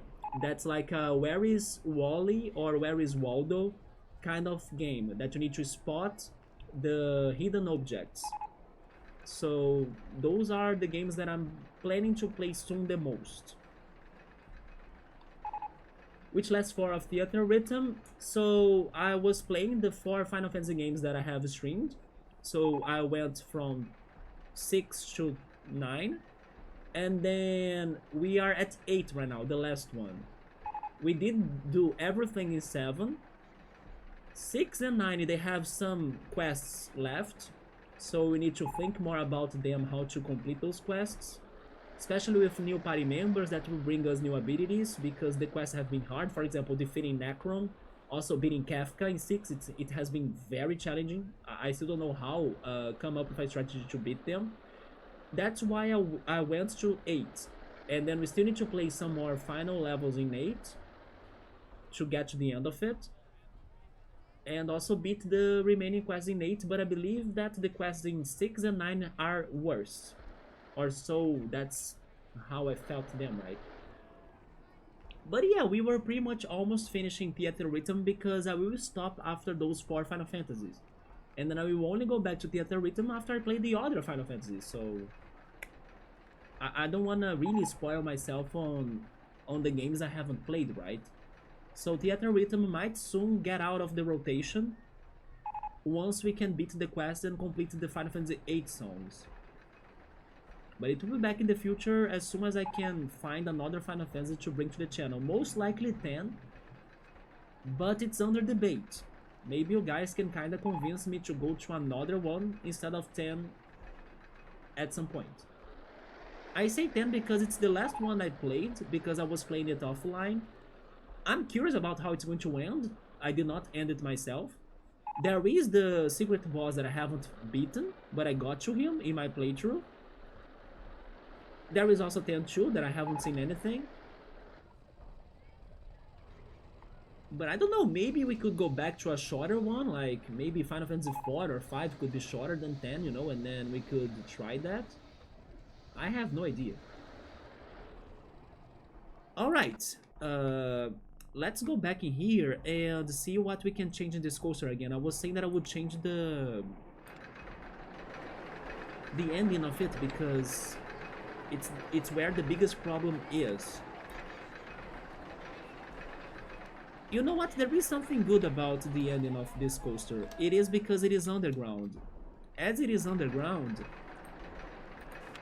Oh, you know what? I kinda see a problem in here already. It's not banked. Maybe if I can bank this turn, it will help it.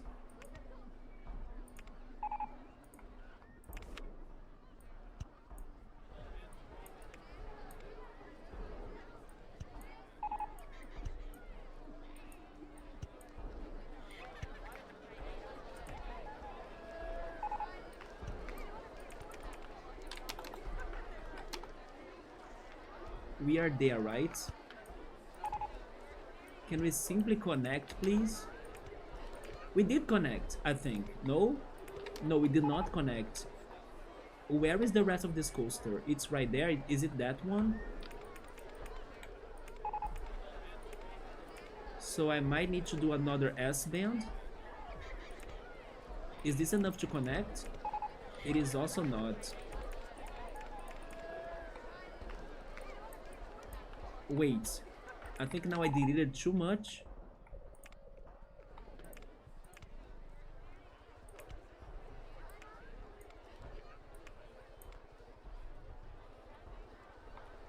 Was I going to the wrong direction? Maybe I was.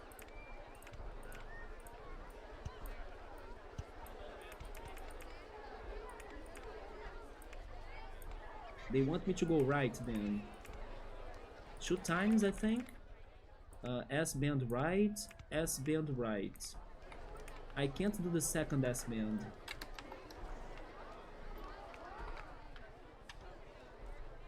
You can do the last of X on string. I mean, maybe you say that because you don't like 10, right? Like, where was the last story spot you remember? I was at the end of the game. Yeah, I got to end the game. I pretty much just had to go to the boss, to the final boss. But I decided to explore, try to find the secrets, try to find the super bosses, and then I did find him.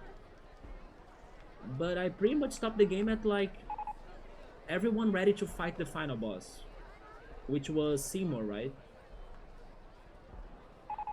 But I was thinking about playing it in here because then I could have the whole plot, right, going on. Oh, you do like 10? Yes, I'm thinking about actually playing from beginning. It would make more sense for me to play it that way. Although when I played Wind Waker, I believe I did not start it again. Yes, I continued from where I was back in the day. Maybe it was one of the few games that I continued from where I was on the channel, if not the only, now that I'm thinking about it. Which means that one day I should replay Wind Waker. Let's go, I'm down for that. Especially because it was the second game I streamed, so the quality of that sucks. So yeah, in the future I need to replay Wind Waker with like more quality, you know, something that works better. Like, now that I have the Switch as well. Although it's for the Switch 2, isn't it? Yeah, I'll need to get the Switch 2 eventually. Or play it on my new computer too, but I do have some late plans of getting a Switch 2 eventually. It's just that it doesn't make sense to my life to get it right now, as I have so much more things to do before I switch to.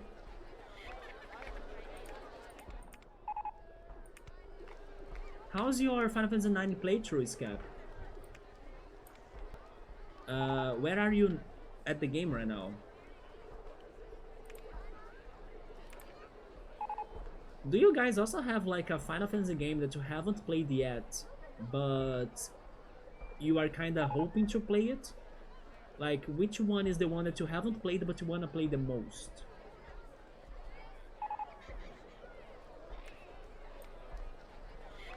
I think mine is probably 12.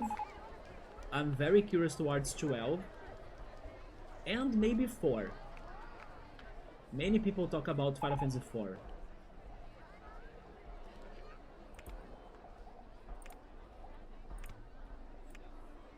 Recently as well, when I was watching this guy playing Persona 3 Reload, they started talking about Final Fantasy 16, and then maybe now I understand why some people did not like Final Fantasy 16. It's because maybe people were talking about how I don't know how simple the game was a little bit. Like, people didn't think that the combat was like too deep or like too crazy in a way, while for this streamer he was saying that he didn't mind he didn't mind that much, because in his opinion the game had a lot of style. And I can kind of understand why he says that, because he was actually comparing it to Persona 3 Reload, because Persona mechanic or the mechanics are actually somewhat very simple too. They are easy to get, they are easy to learn. But the game has so much style, like the animations, the transitions, the visual effects and everything, that it feels very rewarding for you to be doing the battles, even if the battles are somewhat simple. And then he was kind of saying that many people criticize the 16 because they think the game is very simple. It's very like common in some ways, I'm not sure how. Although he thinks that the game is actually very great because there is a lot of style to the game. Like the protagonist of the game is like super cool, and then seeing him doing the crazy animations is amazing. It's like that when people only think about the, I don't know, the meta of the games, they kind of miss the charisma of the game, you know? When you only think about the data, you kind of stop seeing the art and the, I don't know, the abstract part of the game. That's like the hype. When you see, I don't know, a crazy cutscene of the protagonist of the game being cool and then doing something amazing and surprising. He was saying that Final Fantasy 16 has that a lot, even though normally people criticize the mechanic and the and just like the way the game was set in a way. I'm not sure. I never played it, so I don't know exactly what are the problems of the game. But he was saying that it's important for people to remember how characters can be cool and how it's great for you to be that character in those games, even if the game has some simplicity in comparison to other games. Because he was saying the following: it's not about, I don't know, defeating an enemy. It is about being this cool, hardcore, and amazing protagonist. I think his name was Clive, and seeing him exploding everything with flames, and then, you know, the freaking sound effects and the poses and animations. And I understand what he meant by that. It's like feeling like how amazing the characters are, more than just, I don't know, oh, ice is weak to fire, and then if you do that the game becomes easy and ha ha ha, I won. It's more about really playing the role of the character and having that I don't know, that good impression inside of yourself, like, oh my god, how cool is Cloud, you know? Even if, I don't know, it's easy to win the game, being Cloud is what matters, you know? I'm freaking Cloud is badass. Yeah, that's what the guy was saying. I was thinking about that a lot. It made sense to me that the game is not only about the mechanic itself, if it is an easy or challenging battle system or not. It is also about taking the role of like the characters. So I can't wait to also check 16 to understand if I will think the game is as easy as people say, or like as simple as people say, and how crazy that part of like presenting the character to people, to the players, how crazy that is. Because he made me think that they do a very good job in that game, like in making the players feel like they are super cool and super badass when they are the protagonist. So Scap has been revisiting the Black Mage Village after Kuja recruited all of the Black Mages from there. I'm also listening to those two guys from the start. Oh, you returned to them? Like, from the first episode? They are at Lindblom now. Lindblom. The name sounds familiar. I just need to remember which city was that. Lindblom. Oh yeah, you were also playing Octopath. True. You got to chapter 3. Which is your... Wait a minute. Chapter 3 doesn't mean that it's the third character, right? Or does it mean it's your third character? I think I understand that. Yeah, the game has more than just the mechanic itself. The game also has style. And stylish games really leave an impact on you, even if the mechanics are simple. Just like Persona. Persona has a very simple weaknesses resistance mechanic, just like Pokemon, but the game has a lot of style. So when you see the transitions, you know, the attacks, the moves, the whole battle working out, it feels amazing. I do love the characters in that game pretty much, really. Are you talking about 16? The airship castle and town. Airship castle. Airship castle?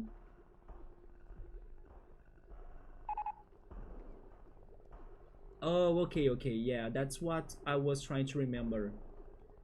Yeah, because once you get them all, they do start changing chapters, right? Yeah. I only got to the beginning of chapter 2. I could not like progress in Octopath for the characters that much. Yeah. Have you been liking it? Like the main plot? Like, don't tell me anything because I didn't get that far, but have you been liking it? Has it been, I don't know, curious or mysterious by any chance?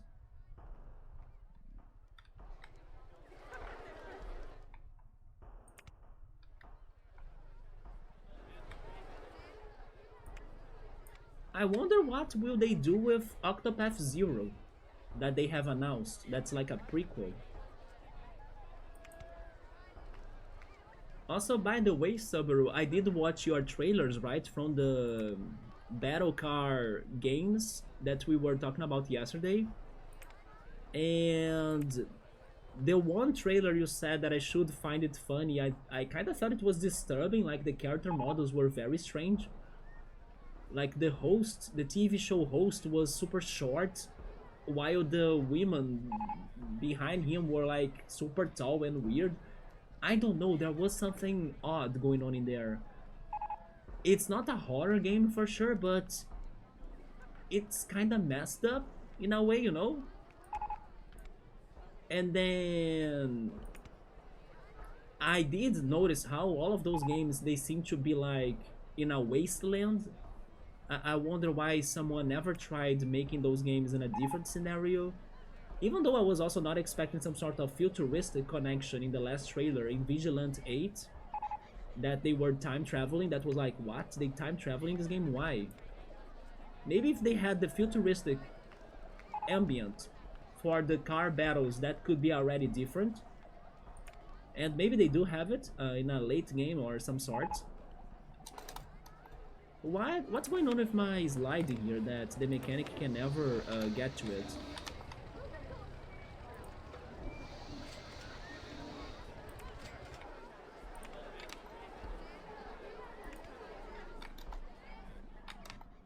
But yes, I think the game that I was the most surprised about was Vigilante 8. More than the first one. The first one, the game that had the vacation word on the name, it kind of made me feel uncomfortable, to be honest.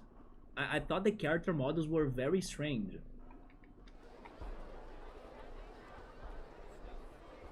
It's like they were trying to be cheerful, but you know that deep down there is something wrong in that universe. It's like fake cheerful. That's why I felt weird.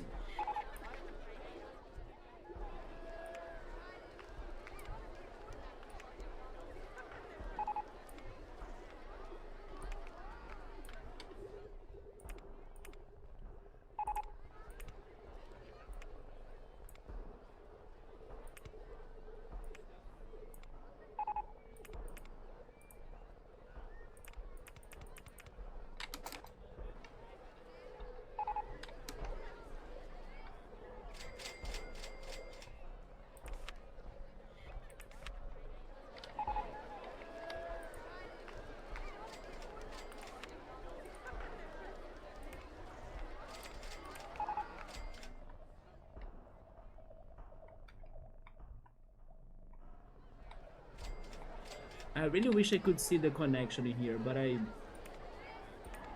cannot see anything. Let's do the following. Let's do the opposite. We are there, right? After the turn. Let's get to the station. The station is that one, isn't it? Yes.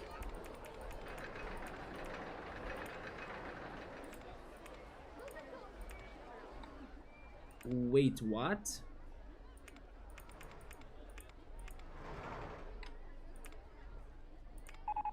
Okay, there we go. Go back, go back.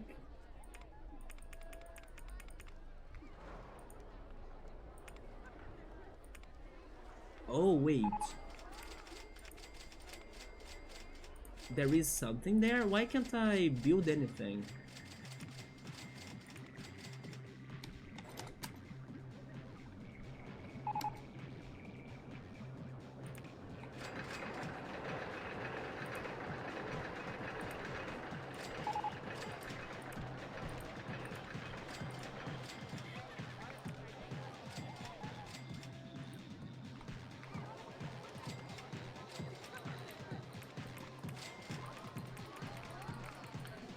Wait, maybe now?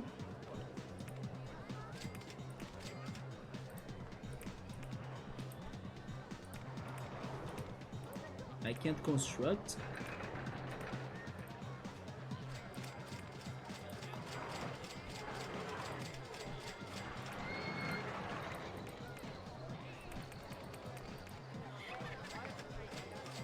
Oh, wait. I was deleting the beginning of it? I was deleting the beginning of it. Oh my god. Show me the coaster again.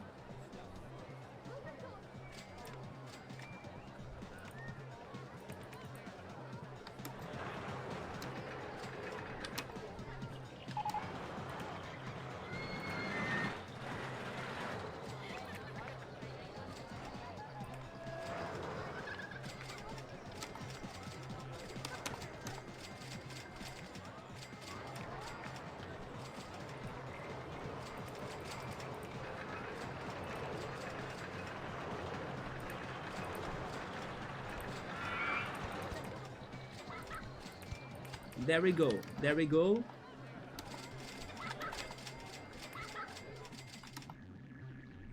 And then I want to connect this to the rest, isn't it? Which is there, but I think I'll change this or I'm going to not see it anymore.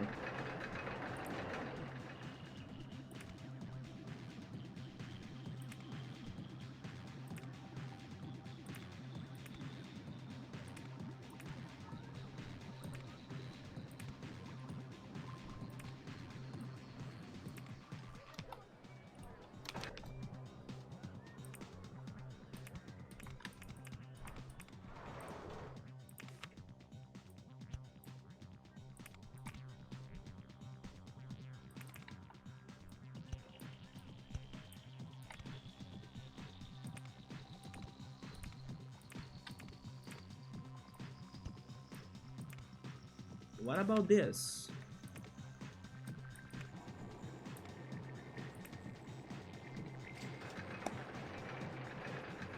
So Scap has been liking the main plot of Octopath. It's keeping him going. It is just not Final Fantasy in terms of worldly depth. I agree. Yeah.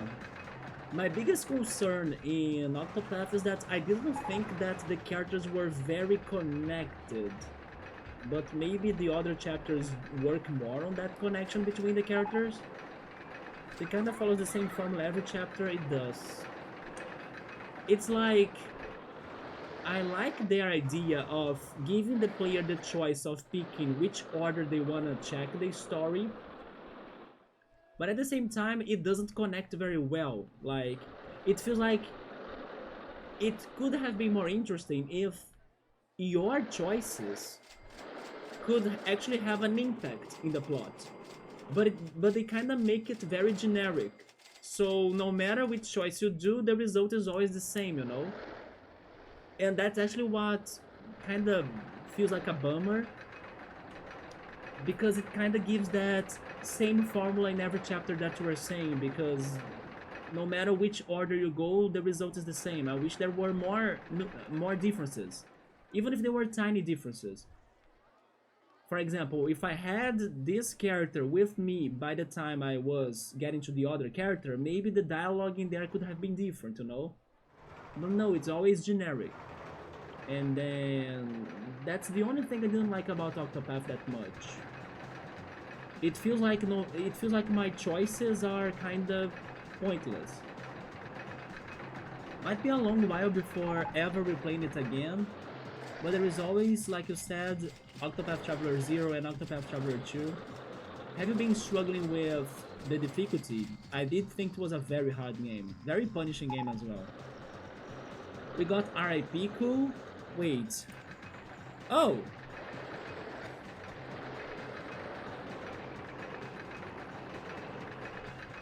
This is a bit more promising. You know what? I will save the game again because we got the wooden coasters to look a little bit better. I will go to the yellow coaster next. What if I make the yellow coaster to interact more with the wooden coaster and then we can get the wooden coaster closer to the objective? Let me just remember how this goes, because this is the ending, right? It is. So I need to change the beginning of it. I will change it right here.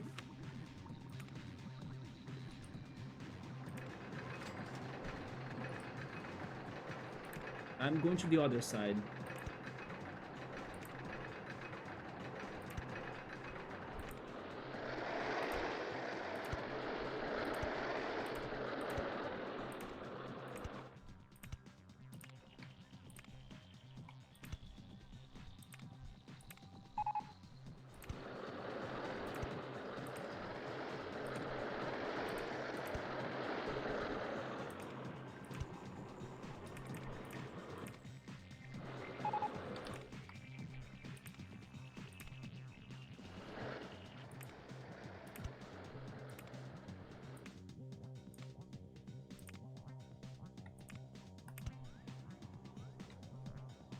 They don't. There is the travel banter, but aside from that, it's just them in their own story. It feels like it's really like a like 8 stories that are independent, right? With the battle party along for the right. Yeah, that's. I wish it were a little bit different. What if you add the brakes at the end? I'm not sure if now the speed is the problem. I'm actually now thinking the problem is more towards, I don't know how exciting or not the ride is. Because if towards speed, then they would have punished us by saying it's extreme. I mean, it is intense. It is still intense, but... Sure, let's check that out. How's the speed at the end?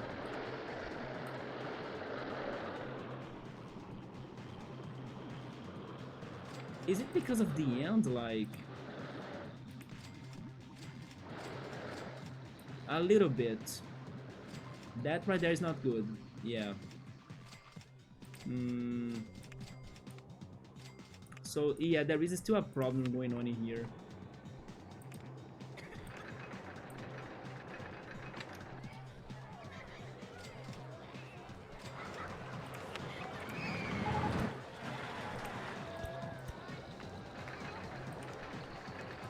Let me see if I can go back there. Invisible supports. Underground. It's in here, isn't it? So basically I could try adding brakes. Although, you know, the brakes are bad. The brakes never really help me.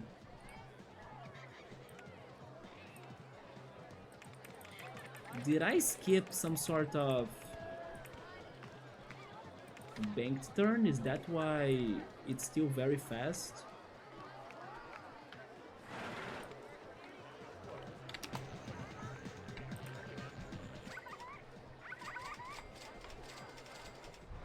Where is it?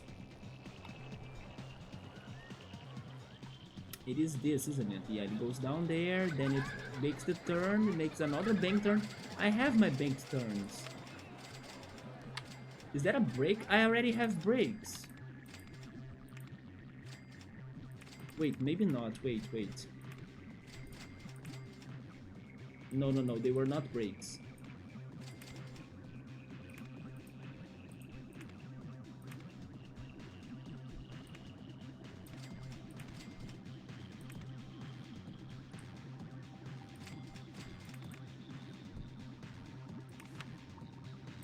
Not sure if I changed it much, but let's see. Yeah, the intensity is extreme, but I get more worried about when it gets ultra. But let's see. I think the problem is more about like how the coaster is just not exciting in general, but we gotta test it all.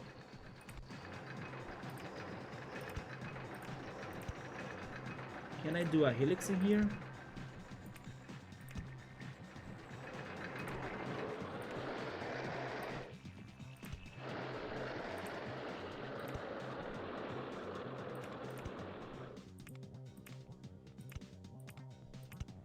Okay, this works.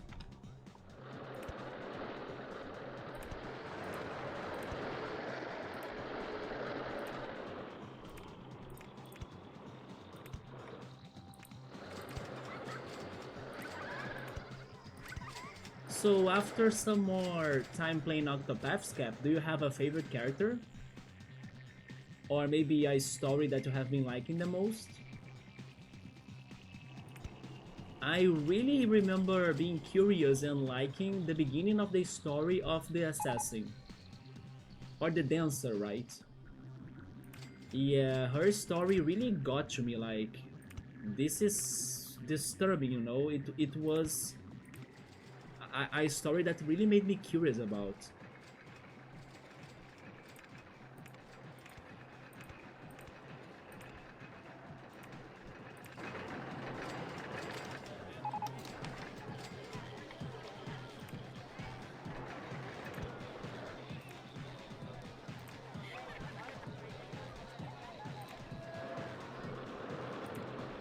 How the hell am I returning? We need to get to level 17, is that it? Or... yeah, it's 17.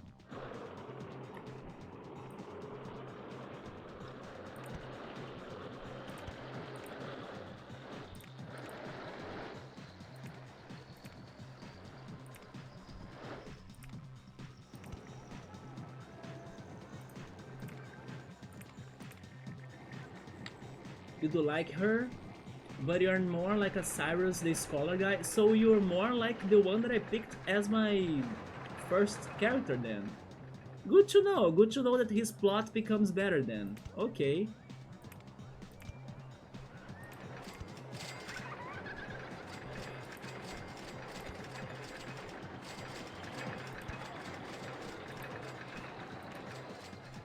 You like the apothecary too? The apothecary.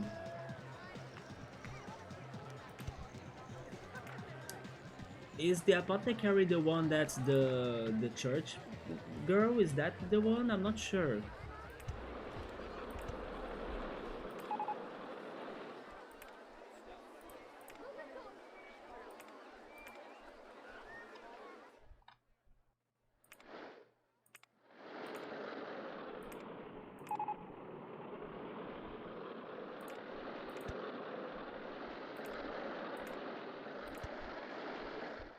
By the way, Scap, last weekend I went to an anime event here, and on Saturday they had an orchestra playing video game music and also anime music. So when they were doing like the Sonic medley, the Mario Brothers medley, they even played Top Gear. I was like, this is so awesome because I'm getting memories from the video games live. Yeah, so it was very good that they got this band to play some orchestrated versions of songs, even of games that I haven't heard before. Like, I mean the OST. Like I have never heard of like Gears of War's 2 soundtrack, and they played a track of that game. They played League of Legends.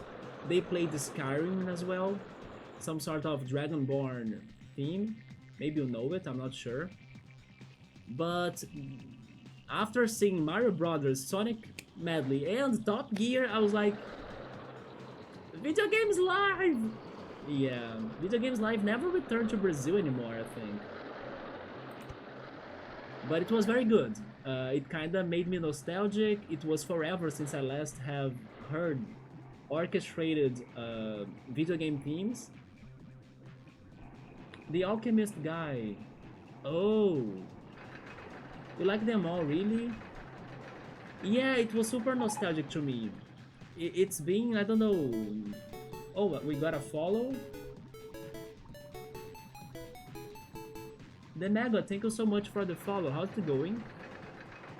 The Dragon Bar theme is the one that you need to scream something like, "Hoo, hoo, ha!" Do you know that? They made us scream that, but I was like, what the hell am I doing? But it felt good because we were pretty much... I don't know, freeing in our energy, you know, like we were putting it out. So it was very good to scream that. They played some anime teams too, like Dragon Ball and Pokemon. I'm trying to remember because it's been more than a week now.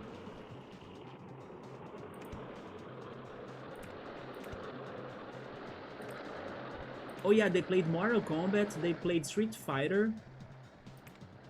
Then they played Pokemon, of course, I think I mentioned it. They played medleys of old animes like Cardcaptor Sakura, Sailor Moon, Dragon Quest. They played one that was only popular here in Brazil, Shurato, as well.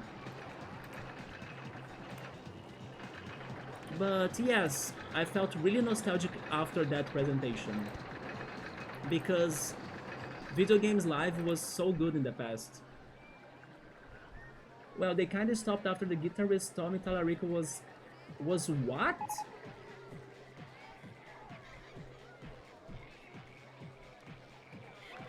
I'll need to read more of that gossip. What the hell?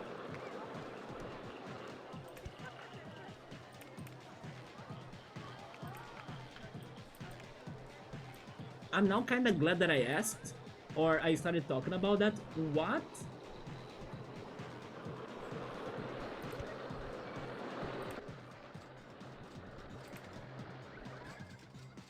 How's the coaster now? I need to finish the yellow one first, isn't it? Oh, never mind. Actually, that raised it a little bit, wasn't it? But it's still extreme. After adding the brakes.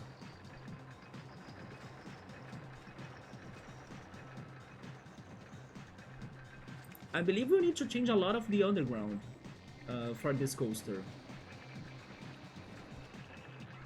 But now I kinda started working on the yellow coaster. Let me see if I can finish it. I just need to find a way to return.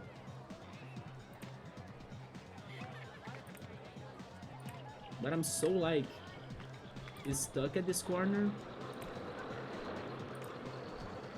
Also, by the way, Scap, have you by any chance played Echoes of Wisdom? The other day I was trying to list like possible Switch games that I still would consider buying, and I think Echoes of Wisdom could be one of them. Together with the Professor Layton game that's coming out next year. And I have been thinking a lot about Nintendo Switch Sports as well. Even though I know it's not like the same vibes as Wii Sports.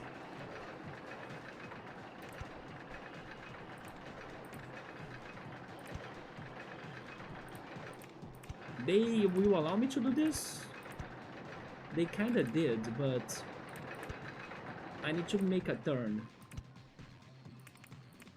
Because I'm the very edge of the level in here, or of the park. But there we go, I found a way up finally. Oh, never mind, I spoke too soon. Make another turn then.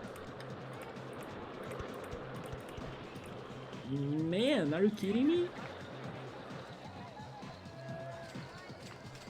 How am I leaving?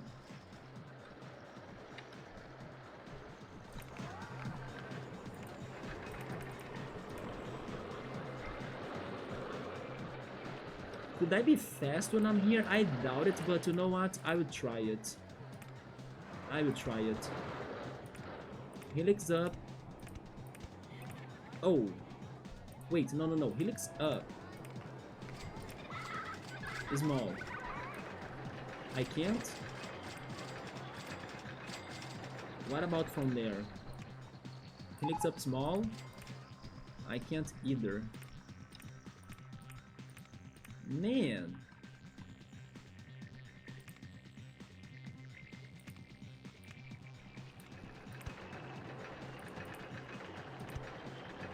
I mean, sure, I got a detour right there.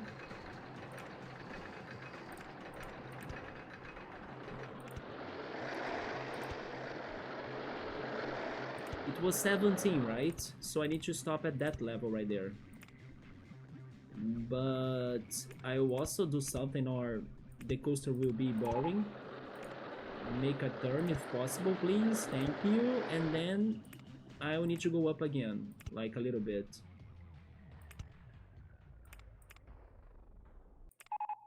Helix up is small.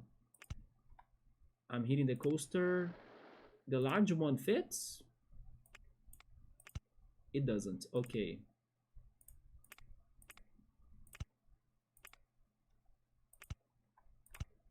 $17.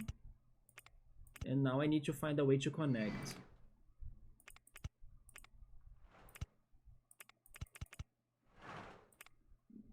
Wait, I did something wrong.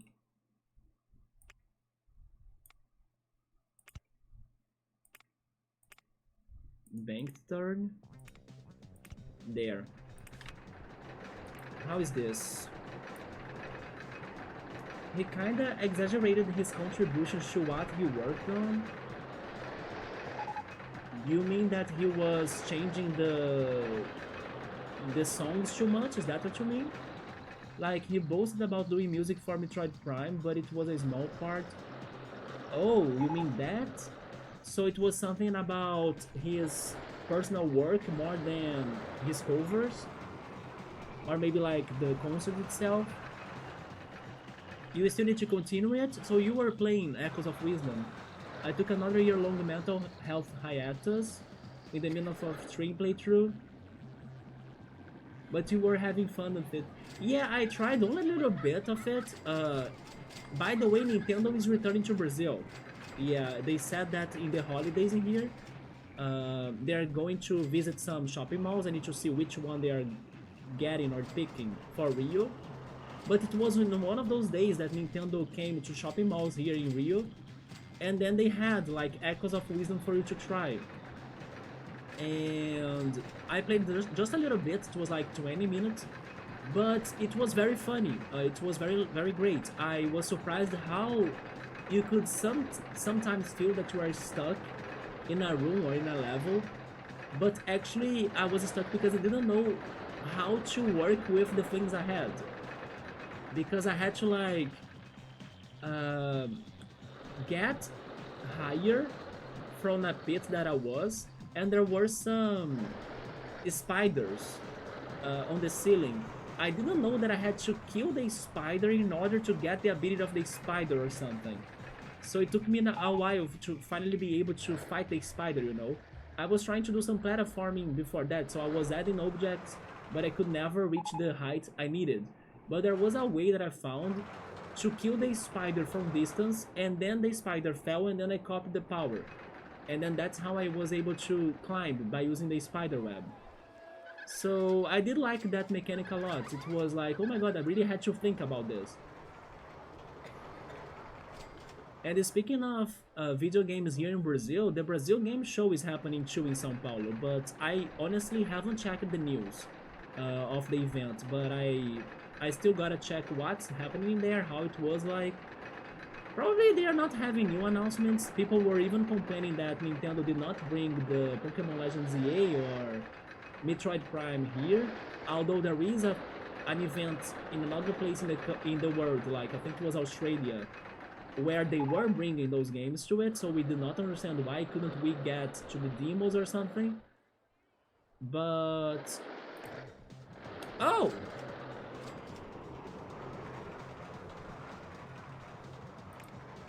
We got him! Yellow coaster fixed! It's only the wooden one! That's like, it's still at 5.85.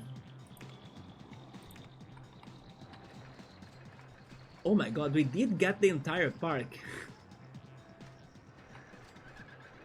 Oh my god. What do we do about this coaster then? Let me check the stats of it again.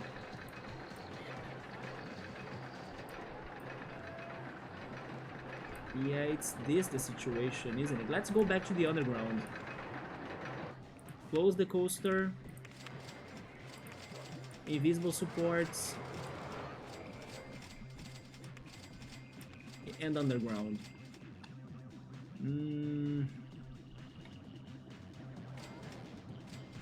We had brakes there.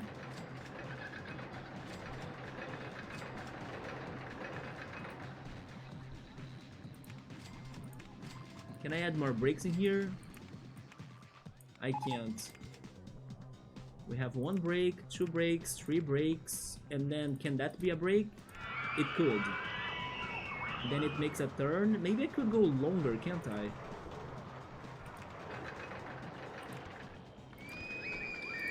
Oh yeah, because there is the coaster. The purple coaster.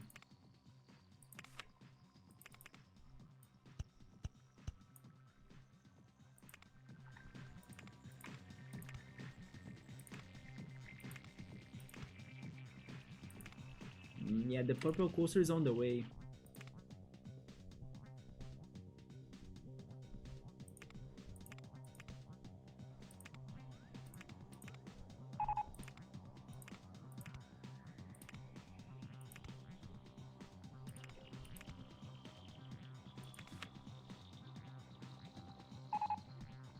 That's not going to be enough. How can I change this even more?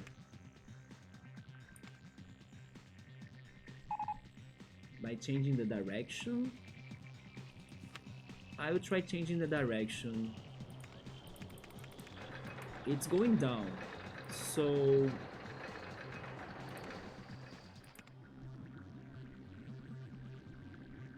But then I'll need to make a turn. Making turns in here will be dangerous because it's going to be too fast. Thanks to this. Wait a minute. It's before going down that I need to stop braking it.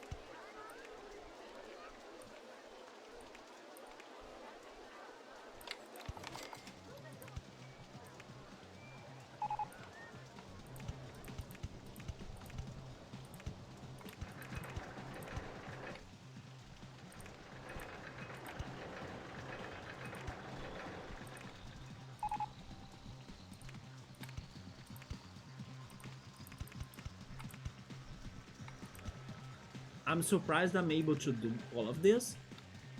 Like, how could I find this spot to build things? But I believe this will be helpful.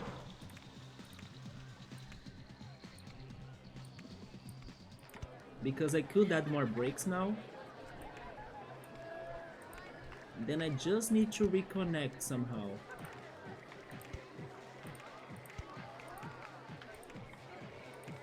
How am I making that connection then? 2 turns maybe? Wait. A short one here and another one there. Can I do this? Almost.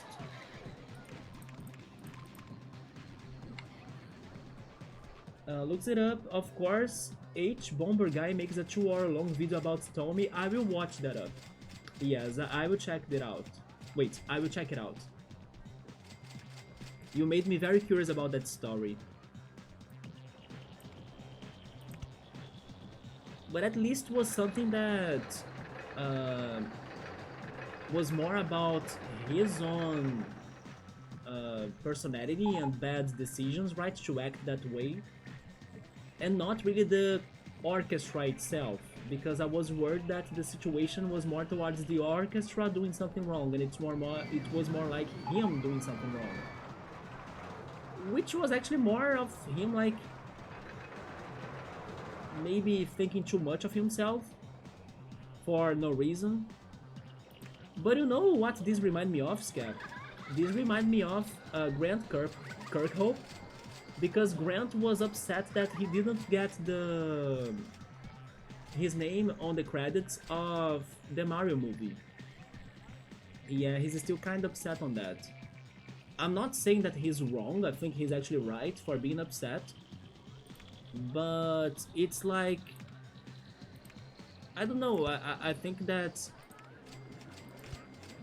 the way the games that get like the composers working for their soundtrack, or even in that case the Mario movie, they really should take more attention to that, or like they should pay more attention to that. They should really, I don't know, give value to the musicians, you know, especially when they are a big thing like a Metroid Prime game or a freaking Mario movie game that's a big hit in the theaters. It I don't know, only them that worked in those songs could really tell how it feels like to not be credited in the end when you're seeing the credits. But it does feel a little bit like a bummer, right? That they were not rightfully credited. But I'm thinking that Tommy probably exaggerated in his reaction, while Grant kept it more to himself. You know, if somebody asks, he kinda says what he thinks, but at the same time he did not do anything too crazy over the situation. I think I still have a photo from when I saw it in the theaters. You were looking for his name not being there.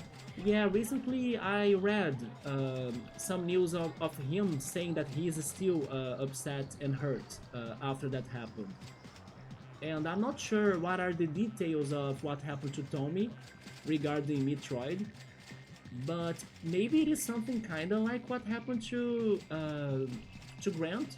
Although maybe the way Tommy reacted to that was worse, right? It was maybe more rude or like more aggressive or something.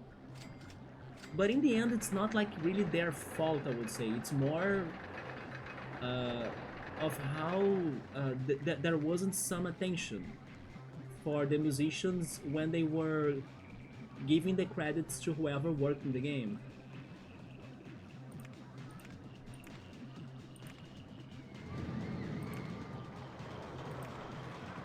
I think that at least they should apologize, you know?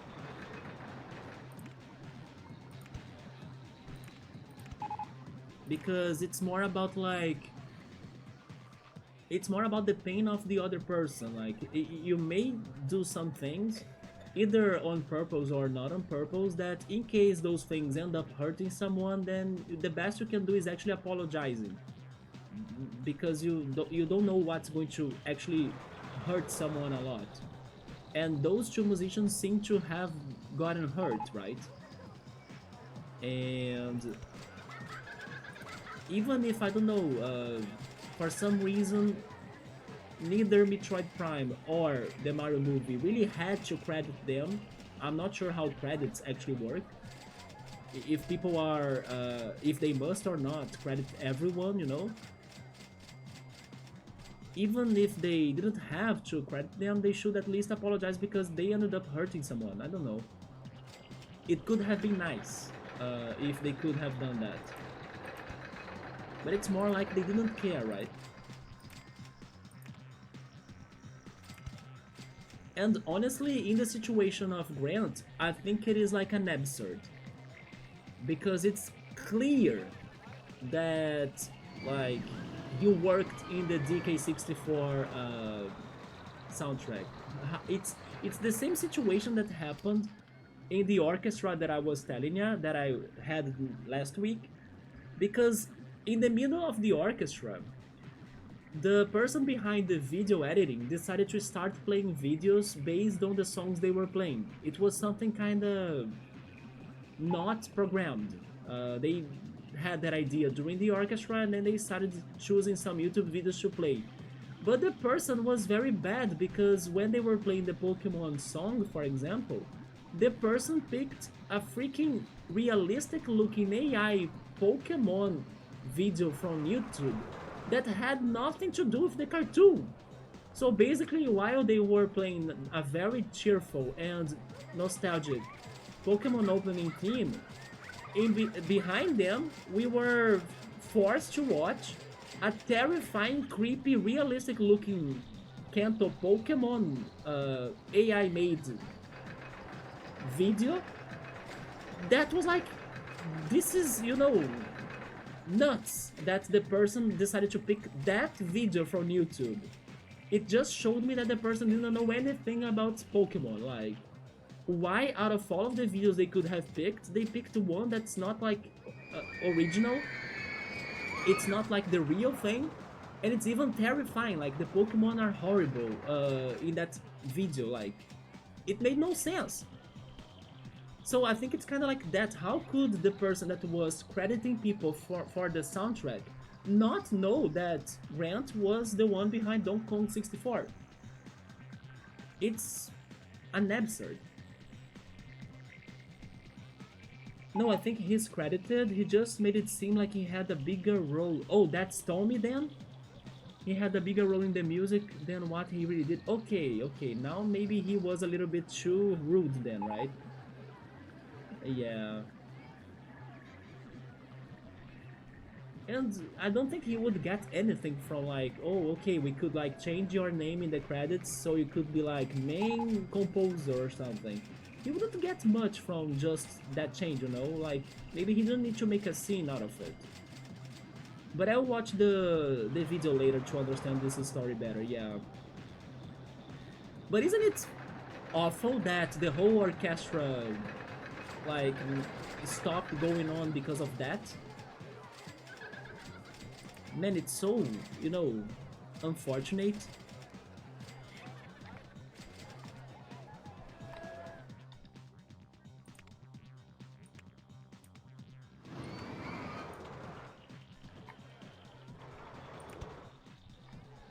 Can we make this connection somehow?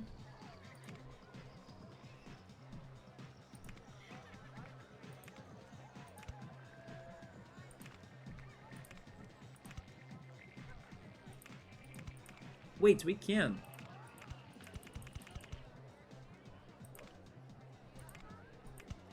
Oh, wait a minute. S band left. We did it. The track is not complete. Wait. Invisible supports. Oh yeah, the underground. Breaks.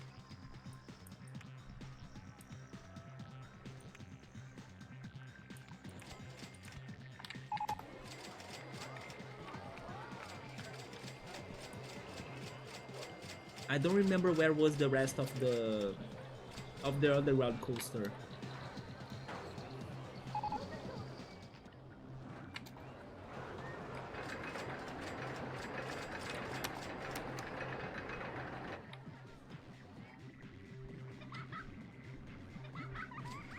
I can't see anything.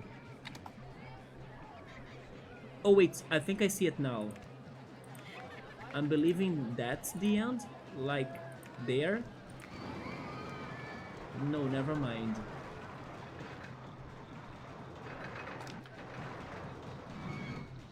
One more maybe? One more breaks?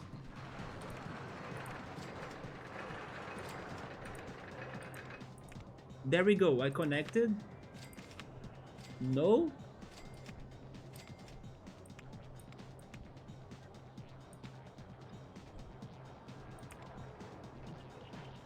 I thought I did connect.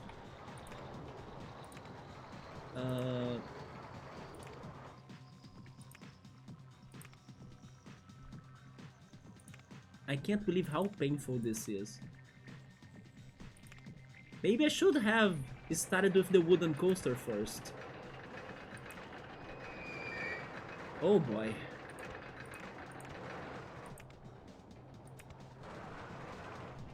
Go back. This is the other end, isn't it?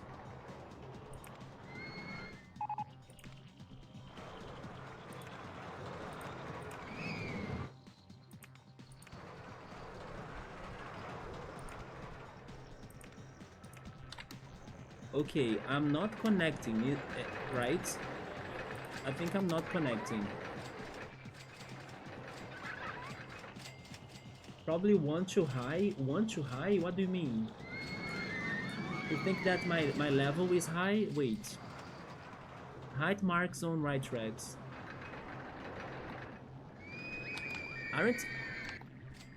Aren't we at 1? I think we are at 1, but we are like distancing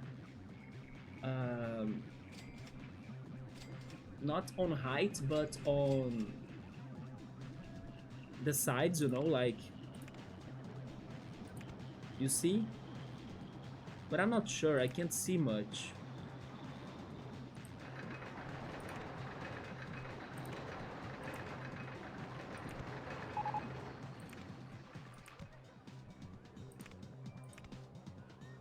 It almost looks like I connected, but I didn't.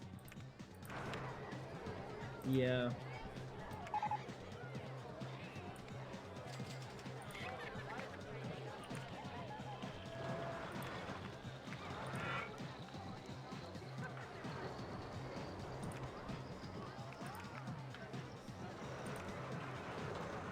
I need to do an S-bend. Let me go back to the station. It is... wait. This one. Go to the other direction. No, that's up, so go. It was the right direction. Yeah, there.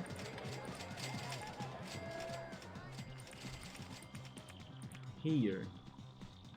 Go back, go back, go back. Can I do an S-bend? I thought it would have been right. It doesn't connect to the S-bend.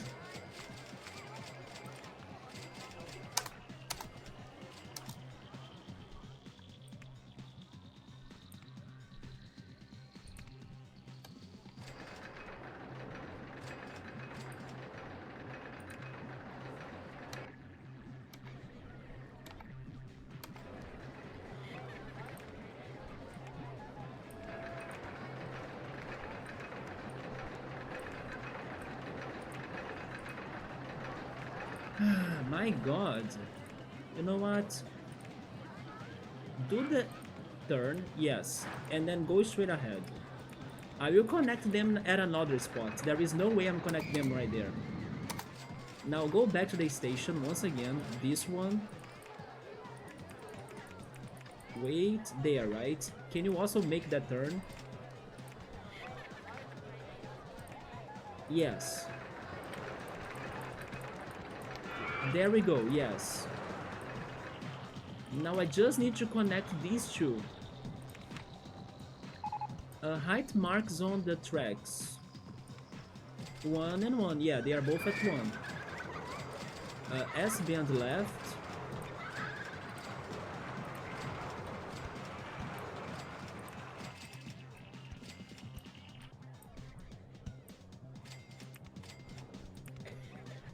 Do I need another one? Another S-bend, maybe. S-bend left, wait. There we go. Banked turn.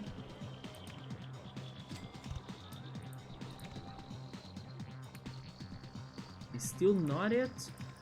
Maybe I went too far, wait a second. There we go. I think not. But maybe now I can connect. There we go, disconnects. What about this?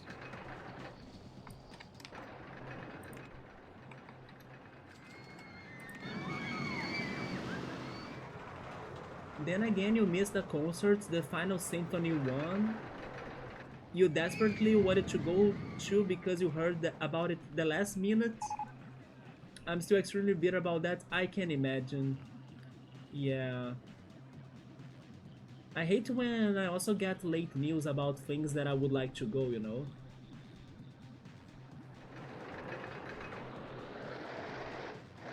And because, I don't know, I imagine the US is so large, then probably it will take a good amount of time for them to return too close to you, right? Like, maybe it's not too hard for them to go back to the US, but they could be in all sorts of other cities.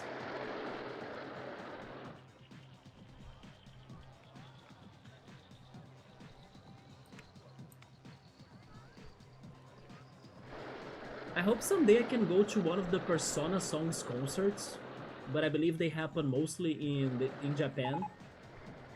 Hopefully one day they start traveling to other countries.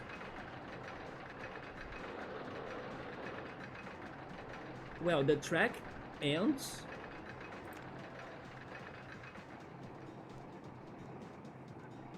The lateral G is not too bad, but I don't know if this is exciting enough.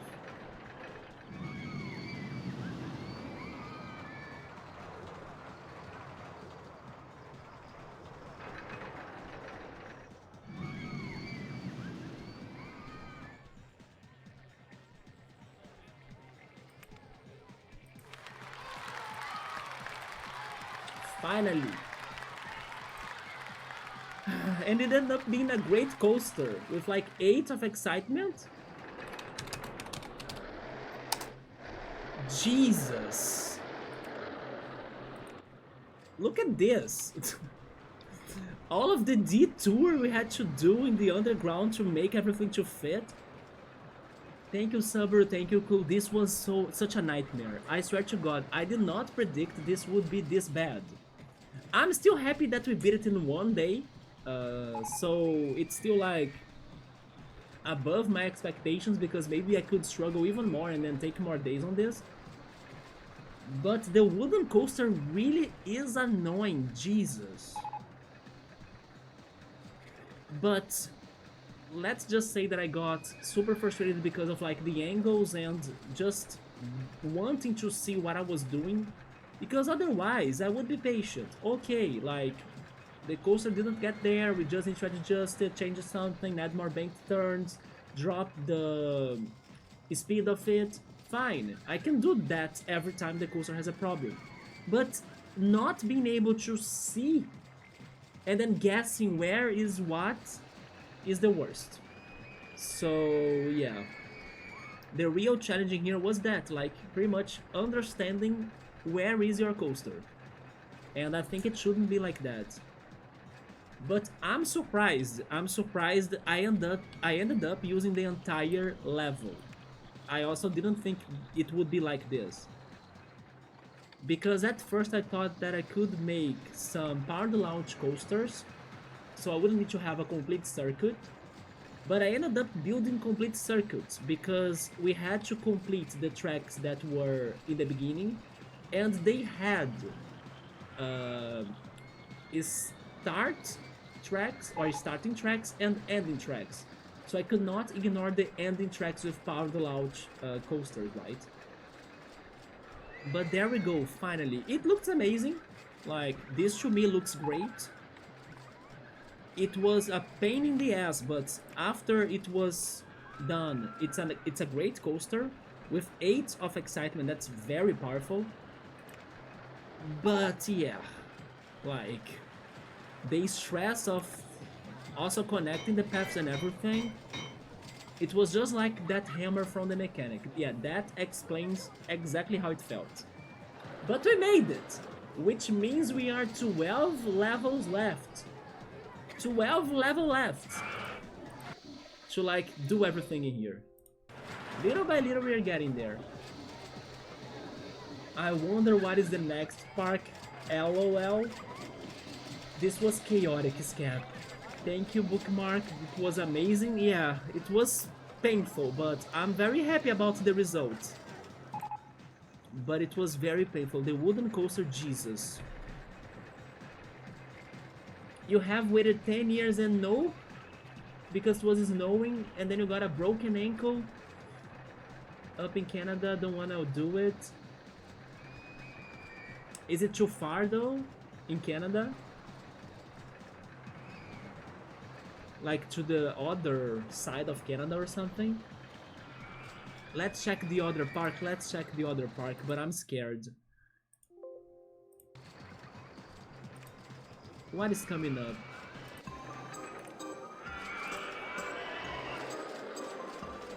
Nevermore Park.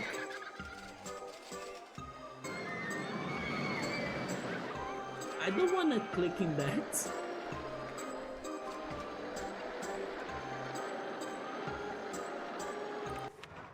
What is going on in here? Nevermore Park. A large park with a novel transportation system around its edge. To have 10 different types of roller coasters operating in my park. Oh my god. Each with a minimum length of 4,593 feet. It's so specific. Why not just say 4,000? No, it needs to be 4,593 feet. Why so specific? Is there some sort of, I don't know, luck charm behind that number? Is it like the number of the planets? You know, like, is that what I need to pick at my lotto? Why is that number so like... And an excitement rating of at least 7. But they said it's a large park. That makes me happier. We have area. Oh! Okay, they were not lying. This is actually very large. But it's 10 coasters, isn't it? And they need to be super long. Is this longer than the other park they were requiring the length? It is, isn't it? Was it Octagon Park actually? I think it was. By the way, I don't know what this is, but I like it. I did like this crazy... you know what this reminded me of? It reminded me of 2 things for some reason. This reminded me of Mist and Riven, because of like some metallic structure in the middle of an island and the ocean and stuff. And water. This made me remember Riven. And also this reminded me of the freaking horror movie Midsummer. Yeah, because of the shape of the building. I got some Midsummer vibes from that. For some reason as well. But I did like that, actually. Some sort of, you know, crazy chamber going on. That could be creepy. Yeah, kinda Midsummer vibes. It starts... Wait, it starts with the... It does. People need to get to that in order to reach the rest of the park. How's the underground in here? How's the underwater as well? Oh, shit. Okay, I do give some credits for this level for it to be original. By the way, how is the land here? Like, I do not possess this. The lake is not mine, isn't it? I cannot build anything in the lake. That's what they are telling me. I cannot. Oh wait, it's because it's paused. You see? The lake is theirs. The lake is from the Midsummer movie. So the guests, they enter in my park from a land that's not mine. And then this is my area. That's wild too. But okay, this is going to be one of those levels that will take some time. Because it's 10 coasters, they need to be with excitement of 7, then super long. I just wonder if this is as long as the other level, like Octagon Park, wasn't it? Let me go back. No, it's worse.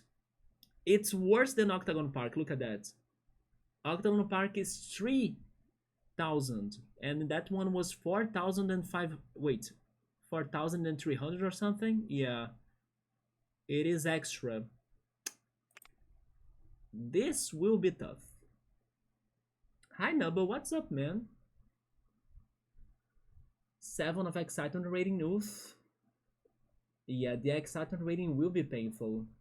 At least again, the the park is huge.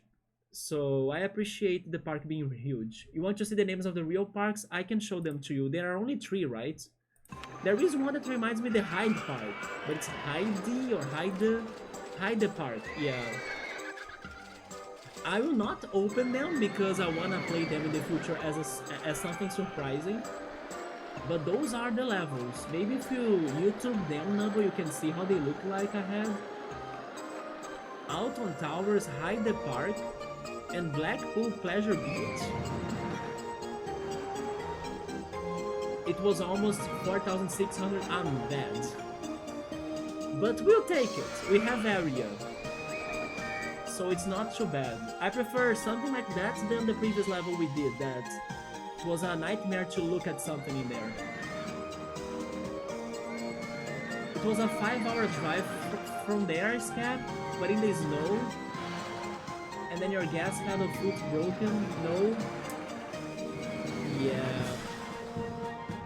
Because 5 hours drive is not too bad, but if your foot is like with bad ankle, then it's not good for you to do it. You can see Riven with that. Yeah, I got that Riven reference because Riven also had those bridges that connected the stations, wasn't it? And then there was like that long bridge getting to the building. So I got some Riven vibes from that. I still need to go back to Mist, by the way. But I need to buy the 3rd game. I need to buy Mist 3 still. Out of Bounds, yeah, they have the lake out of Bounds. I wonder what they are based off of. Never heard of any of those parts. Maybe if you Google them. I mean, they actually say real parks quotation marks. You know what else surprised me? It surprised me that the Mega Park is not the last level. What the hell is Fort Anachronism? What the hell is that? I actually think that when we get to the extras, I will play the Fort one first and save the Mega Park for the last, because the Mega Park is my childhood's dream, and I started this whole playthrough saying it would be the last thing I would do. But what the hell is Fort Anachronism? I guess time will tell, as we are only missing this level right here. Nevermore Park, Pacifica? Pacifica? Is that a reference to... Wait, where is it?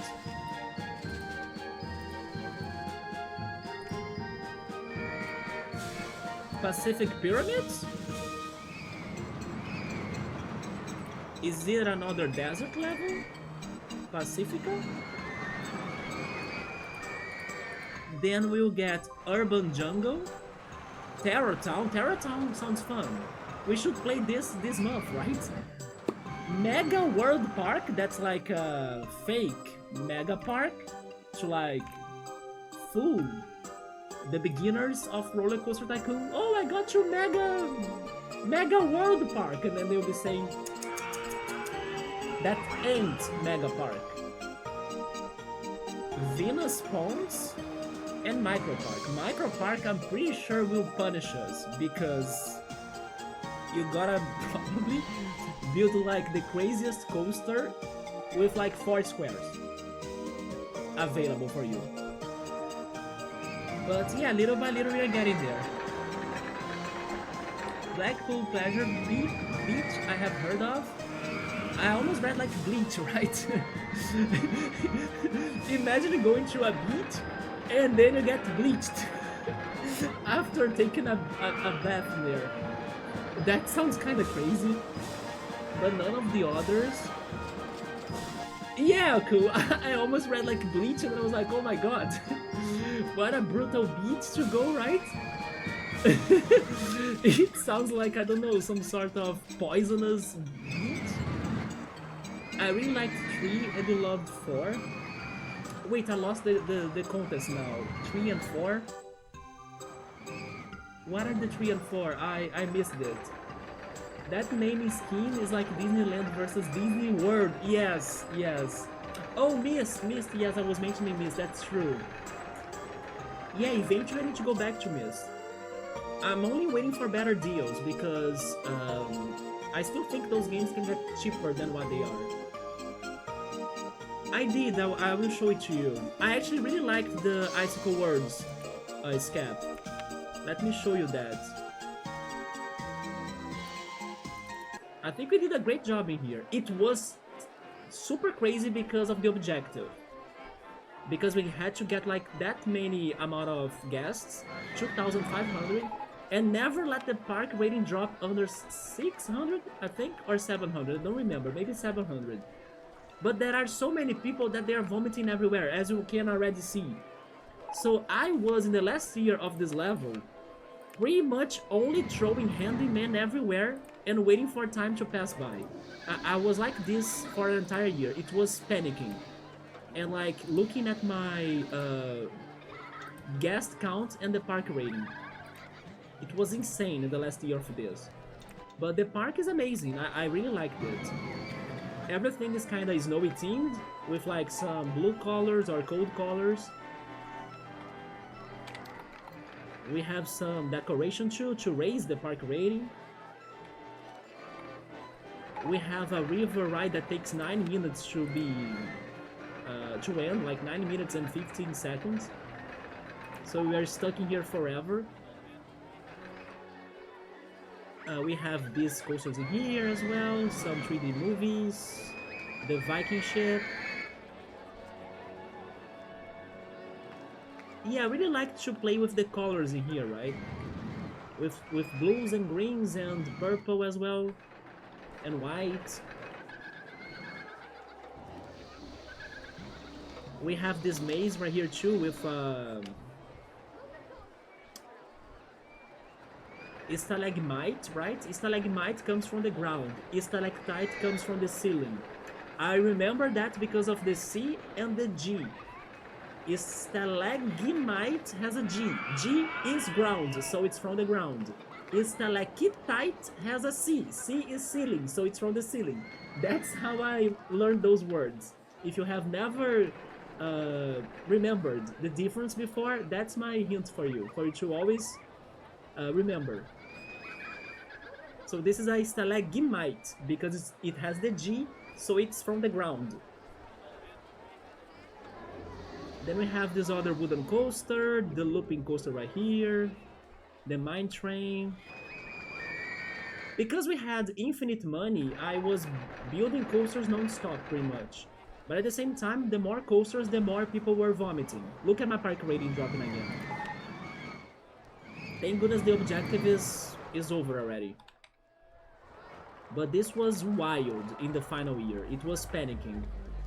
But we made it, thank goodness.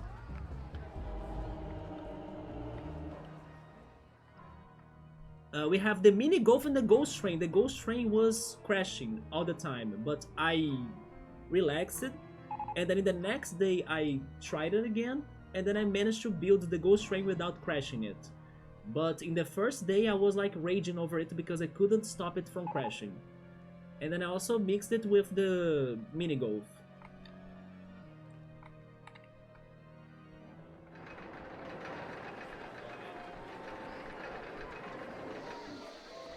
But yeah, that's the Icicle Worlds. I believe this coaster right here is probably one of the... Yeah, RollerCoaster 16. It's one of the last ones because I was building it fast and quick, so I didn't change its color even to match more in the park, right? Because I was like in a rush to beat the level. But that it is. I really like the park, but the guests are annoying, like... They cannot behave in this park. Oh yeah, this coaster was insane, like, look at this.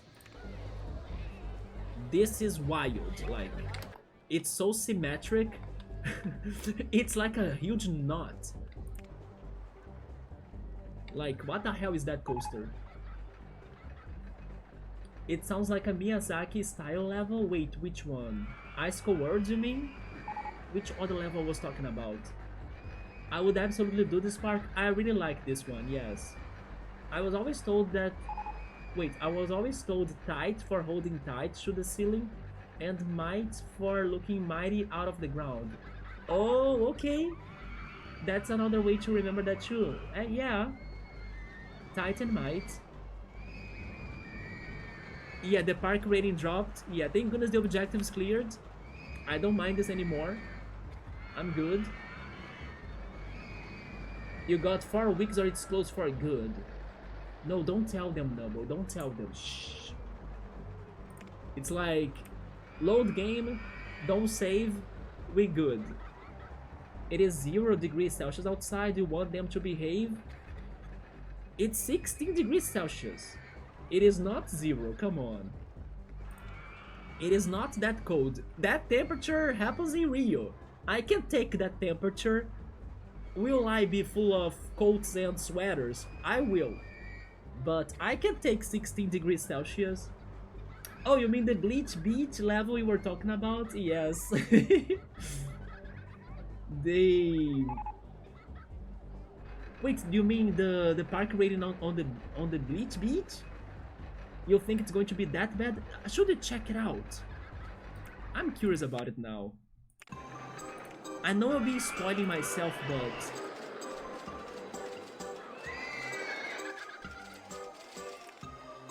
Oh, never mind, we can't.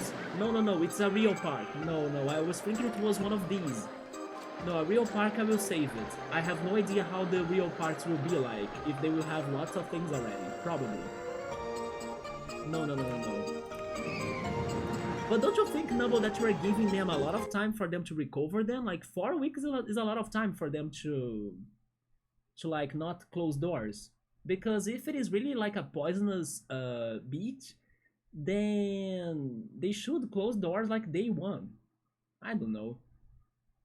But haven't you found the parks on Google? Like, I believe they were probably based in a real thing. Like, who has heard of the beach?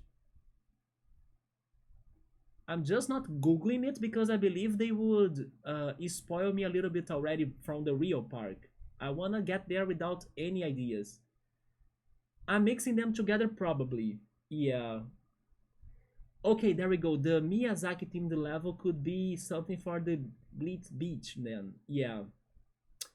Because of what? Because of Spirited Away that they had the... I'm trying to connect to the Miyazaki movies now. That they had the bathing houses, or because of some other level that I'm not remembering. I mean, some other movie that I'm not remembering. Blackpool is a real park in the UK. I see, so that's in Europe. Because it is 60 degrees Fahrenheit in an ice cold world. Don't you think it is too hot for... It is too hot for that level now that I'm thinking about it. And then the park rating was to my level that I had opened that I died. Yeah, if that was under the time for the objective, then I would lose it. But then, yeah, which Miyazaki movie were you thinking? Or maybe just like a new idea for another one?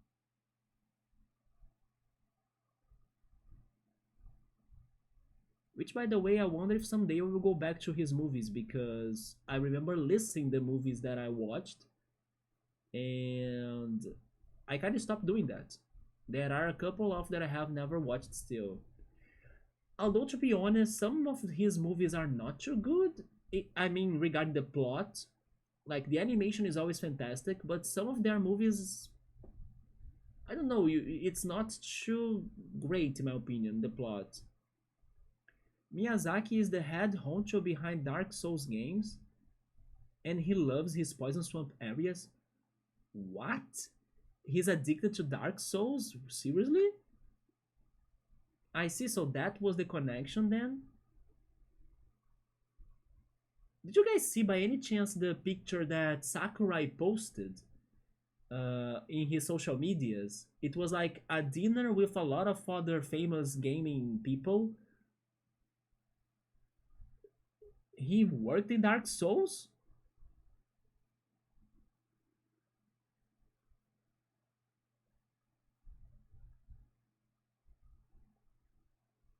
Seriously?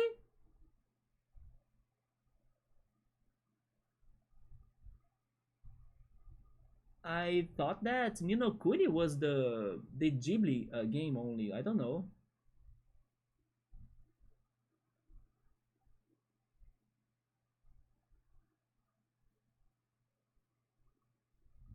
I would never have guessed that. So basically, he we are. No, but what's going on? This is like such a miscommunication. I'm talking about Studio Ghibli's Miyazaki, isn't it him?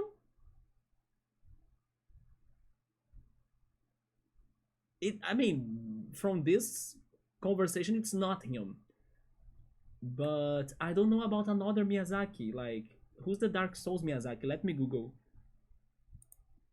Now that I close the game, I can check things in here. Miyazaki. Miyazaki Dark Souls. Hidetaka Miyazaki. Yeah, he's the creator of Dark Souls then. From from software, right? He's from software. I didn't know about him. Yeah. Because to me, if somebody says Miyazaki, I can only think of Studio Ghibli. I'm not a Dark Souls person. But the more you know, right? So basically, he's addicted to adding swamps to his games. I mean, anything that kills, he will be adding to Dark Souls and Souls likes, right? All right, now I finally got the reference. What a confusion we had in here. Because I was like speaking of Studio Ghibli movies, like which one? Which one do they have some sort of poisonous beach, right? Oh, BS in bullshit. Yeah, I agree. Like it was not too cold in a nice world. That Poison Swamp was my least aesthetic favorite part of Dark Souls 1. Is it that bad? Let me Google that too. Dark Souls Swamp.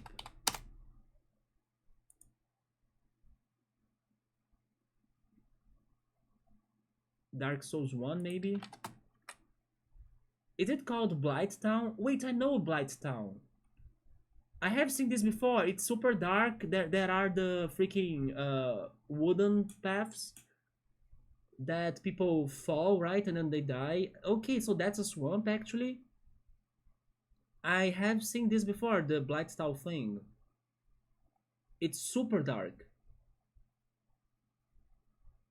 Never knew it was a swamp. See, while anyone says Miyazaki, I instantly think of the troll that is the Dark Souls creator. And then Blighttown is the bane of any Dark Souls 1 playthrough. About that, then I can say that I have seen it before, yes. It is above the swamp, yeah. But it's so dark, isn't it, that I never could see what was down there. Although sometimes some players could fall by accident, and then they would still die.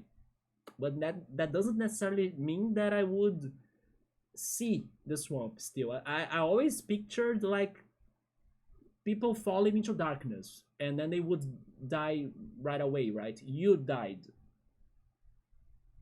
The fall damage was brutal in Dark Souls 1. Isn't it still like in any Dark Souls, don't you think? Did they actually change it to like a little bit better in the other games? Because normally those very realistic kind of games, to me, they will have like a very punishing fall damage.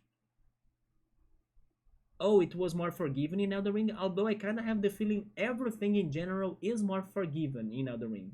In general, I'm not saying the game is easy, but I kind of believe the game is kind of more friendly than the Dark Souls. Yeah, at least from what I hear people saying. Although if you go to another run of Elden Ring, then the AI will be learning from your playthrough and your techniques and become smarter. I also remember you hating that in Elden Ring, wasn't it, Nubble? That the AI was super predicting your attacks and then you hated that? But they had to make it more forgiving. Yeah, it's in Elden Ring because they have way more vertical traversal in that game. That makes sense. I also remember from the trailer the characters kind of, isn't it like riding a horse vertically? I remember seeing something around those lines in the trailers and being like, what the hell?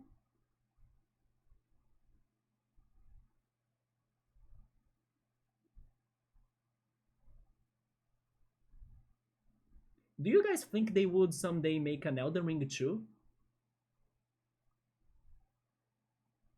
Using Torrent to go up a Spirit Spring jump. So there is no horse? Maybe I didn't remember that right then.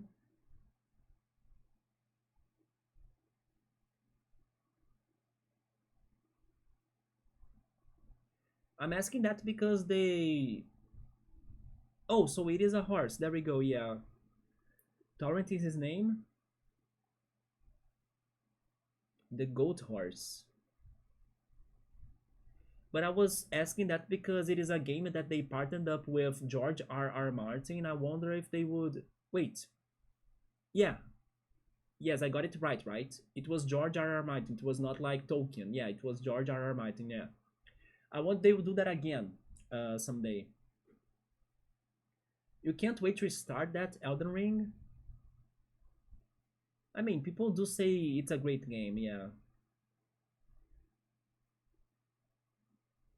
About me or regarding me, the one that I wanna play is another Crab's Treasure. Because of the graphics of it are much better to my taste than something Elden Ring or Dark Souls like. Although that tree does give some Tolkien vibes. Yeah.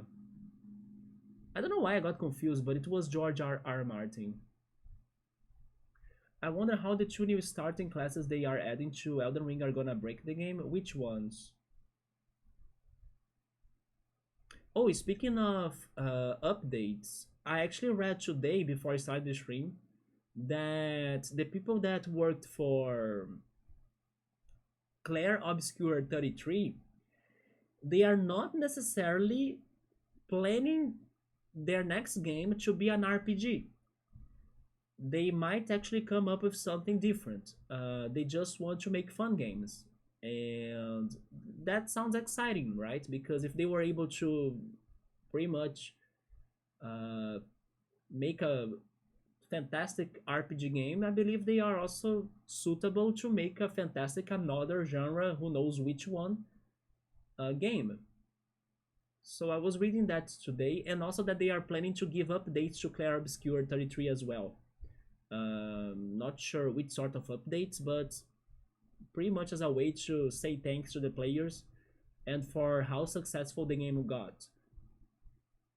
But I'm curious. I'm curious to see what they are going to work on next. They also said that they do have plans to like keep the franchise alive.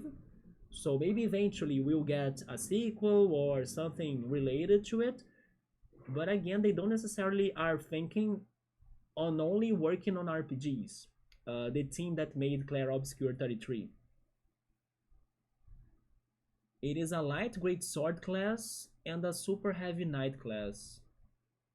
Light great sword class. It sounds kind of conflicting to me, like a light great. Because when I read great sword, I think of those swords that you need to hold it with the two arms, right? Or the two hands. And how can it be light? Maybe thanks to magic then. That's the only answer. And then a super heavy knight class. But alright, everyone. It is 1 a.m. already. I didn't see that until now. I think that's going to be it to me. But thank you so much, everyone, for stopping by. So, tomorrow, we'll be trying this silly game. This Japanese only game translated by a fan.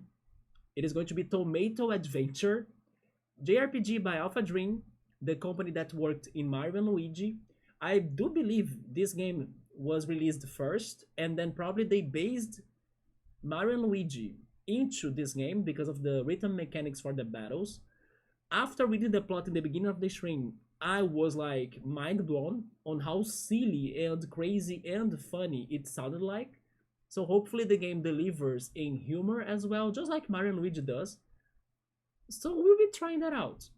I'm sorry Golden Sun 2 for like holding you for longer.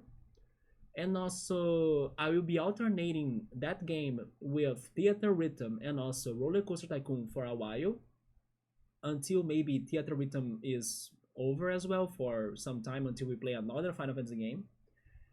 But I don't know what to really expect from this game. I really hope it works. I really hope it's going to be fun. I really hope the translation goes well. But let's see. I'm kind of curious, and it's going to be good to like play a new RPG, right? As we have been stuck in freaking Golden Sun for so long. But Golden Sun will be back, yeah. I need to know what's going to happen, when they're going to kill Jenna, and all of those things. You need Shadow of the Air Tree DLC to get access to these classes, since they use stuff from the DLC which the Switch 2 edition of the game is gonna come bundled with, so they don't have to worry. I'm hoping that the game really runs well in the Switch 2, right? Although I kinda have the feeling I read something that the frame rate of the Switch 2 for Elden Ring might not be 60 FPS, or was it 60 FPS? Maybe it was 30 FPS, I'm not sure. Alrighty, please rest up well. I'm out for eating something. Yes, I'm feeling hungry. Thank you so much everybody for coming, and hope to see you next time. Hope to see you guys maybe learning about this game, this tomato adventure game. Let's go into some silliness. At this point I just want a Steam Deck. They have never released an upgraded Steam Deck so far, right? Don't you think it could be coming up at some point, like a Steam Deck Pro of some sorts? Oh, the minimum of the Switch 2 is actually 60 FPS for everything? I didn't know they had that, but that's actually very good. So never mind. Maybe Elden Ring will play great in there then. Thank you, Bookmark. So guys, I'm out. Have a good night. Take care, and I'll see you then. Good night.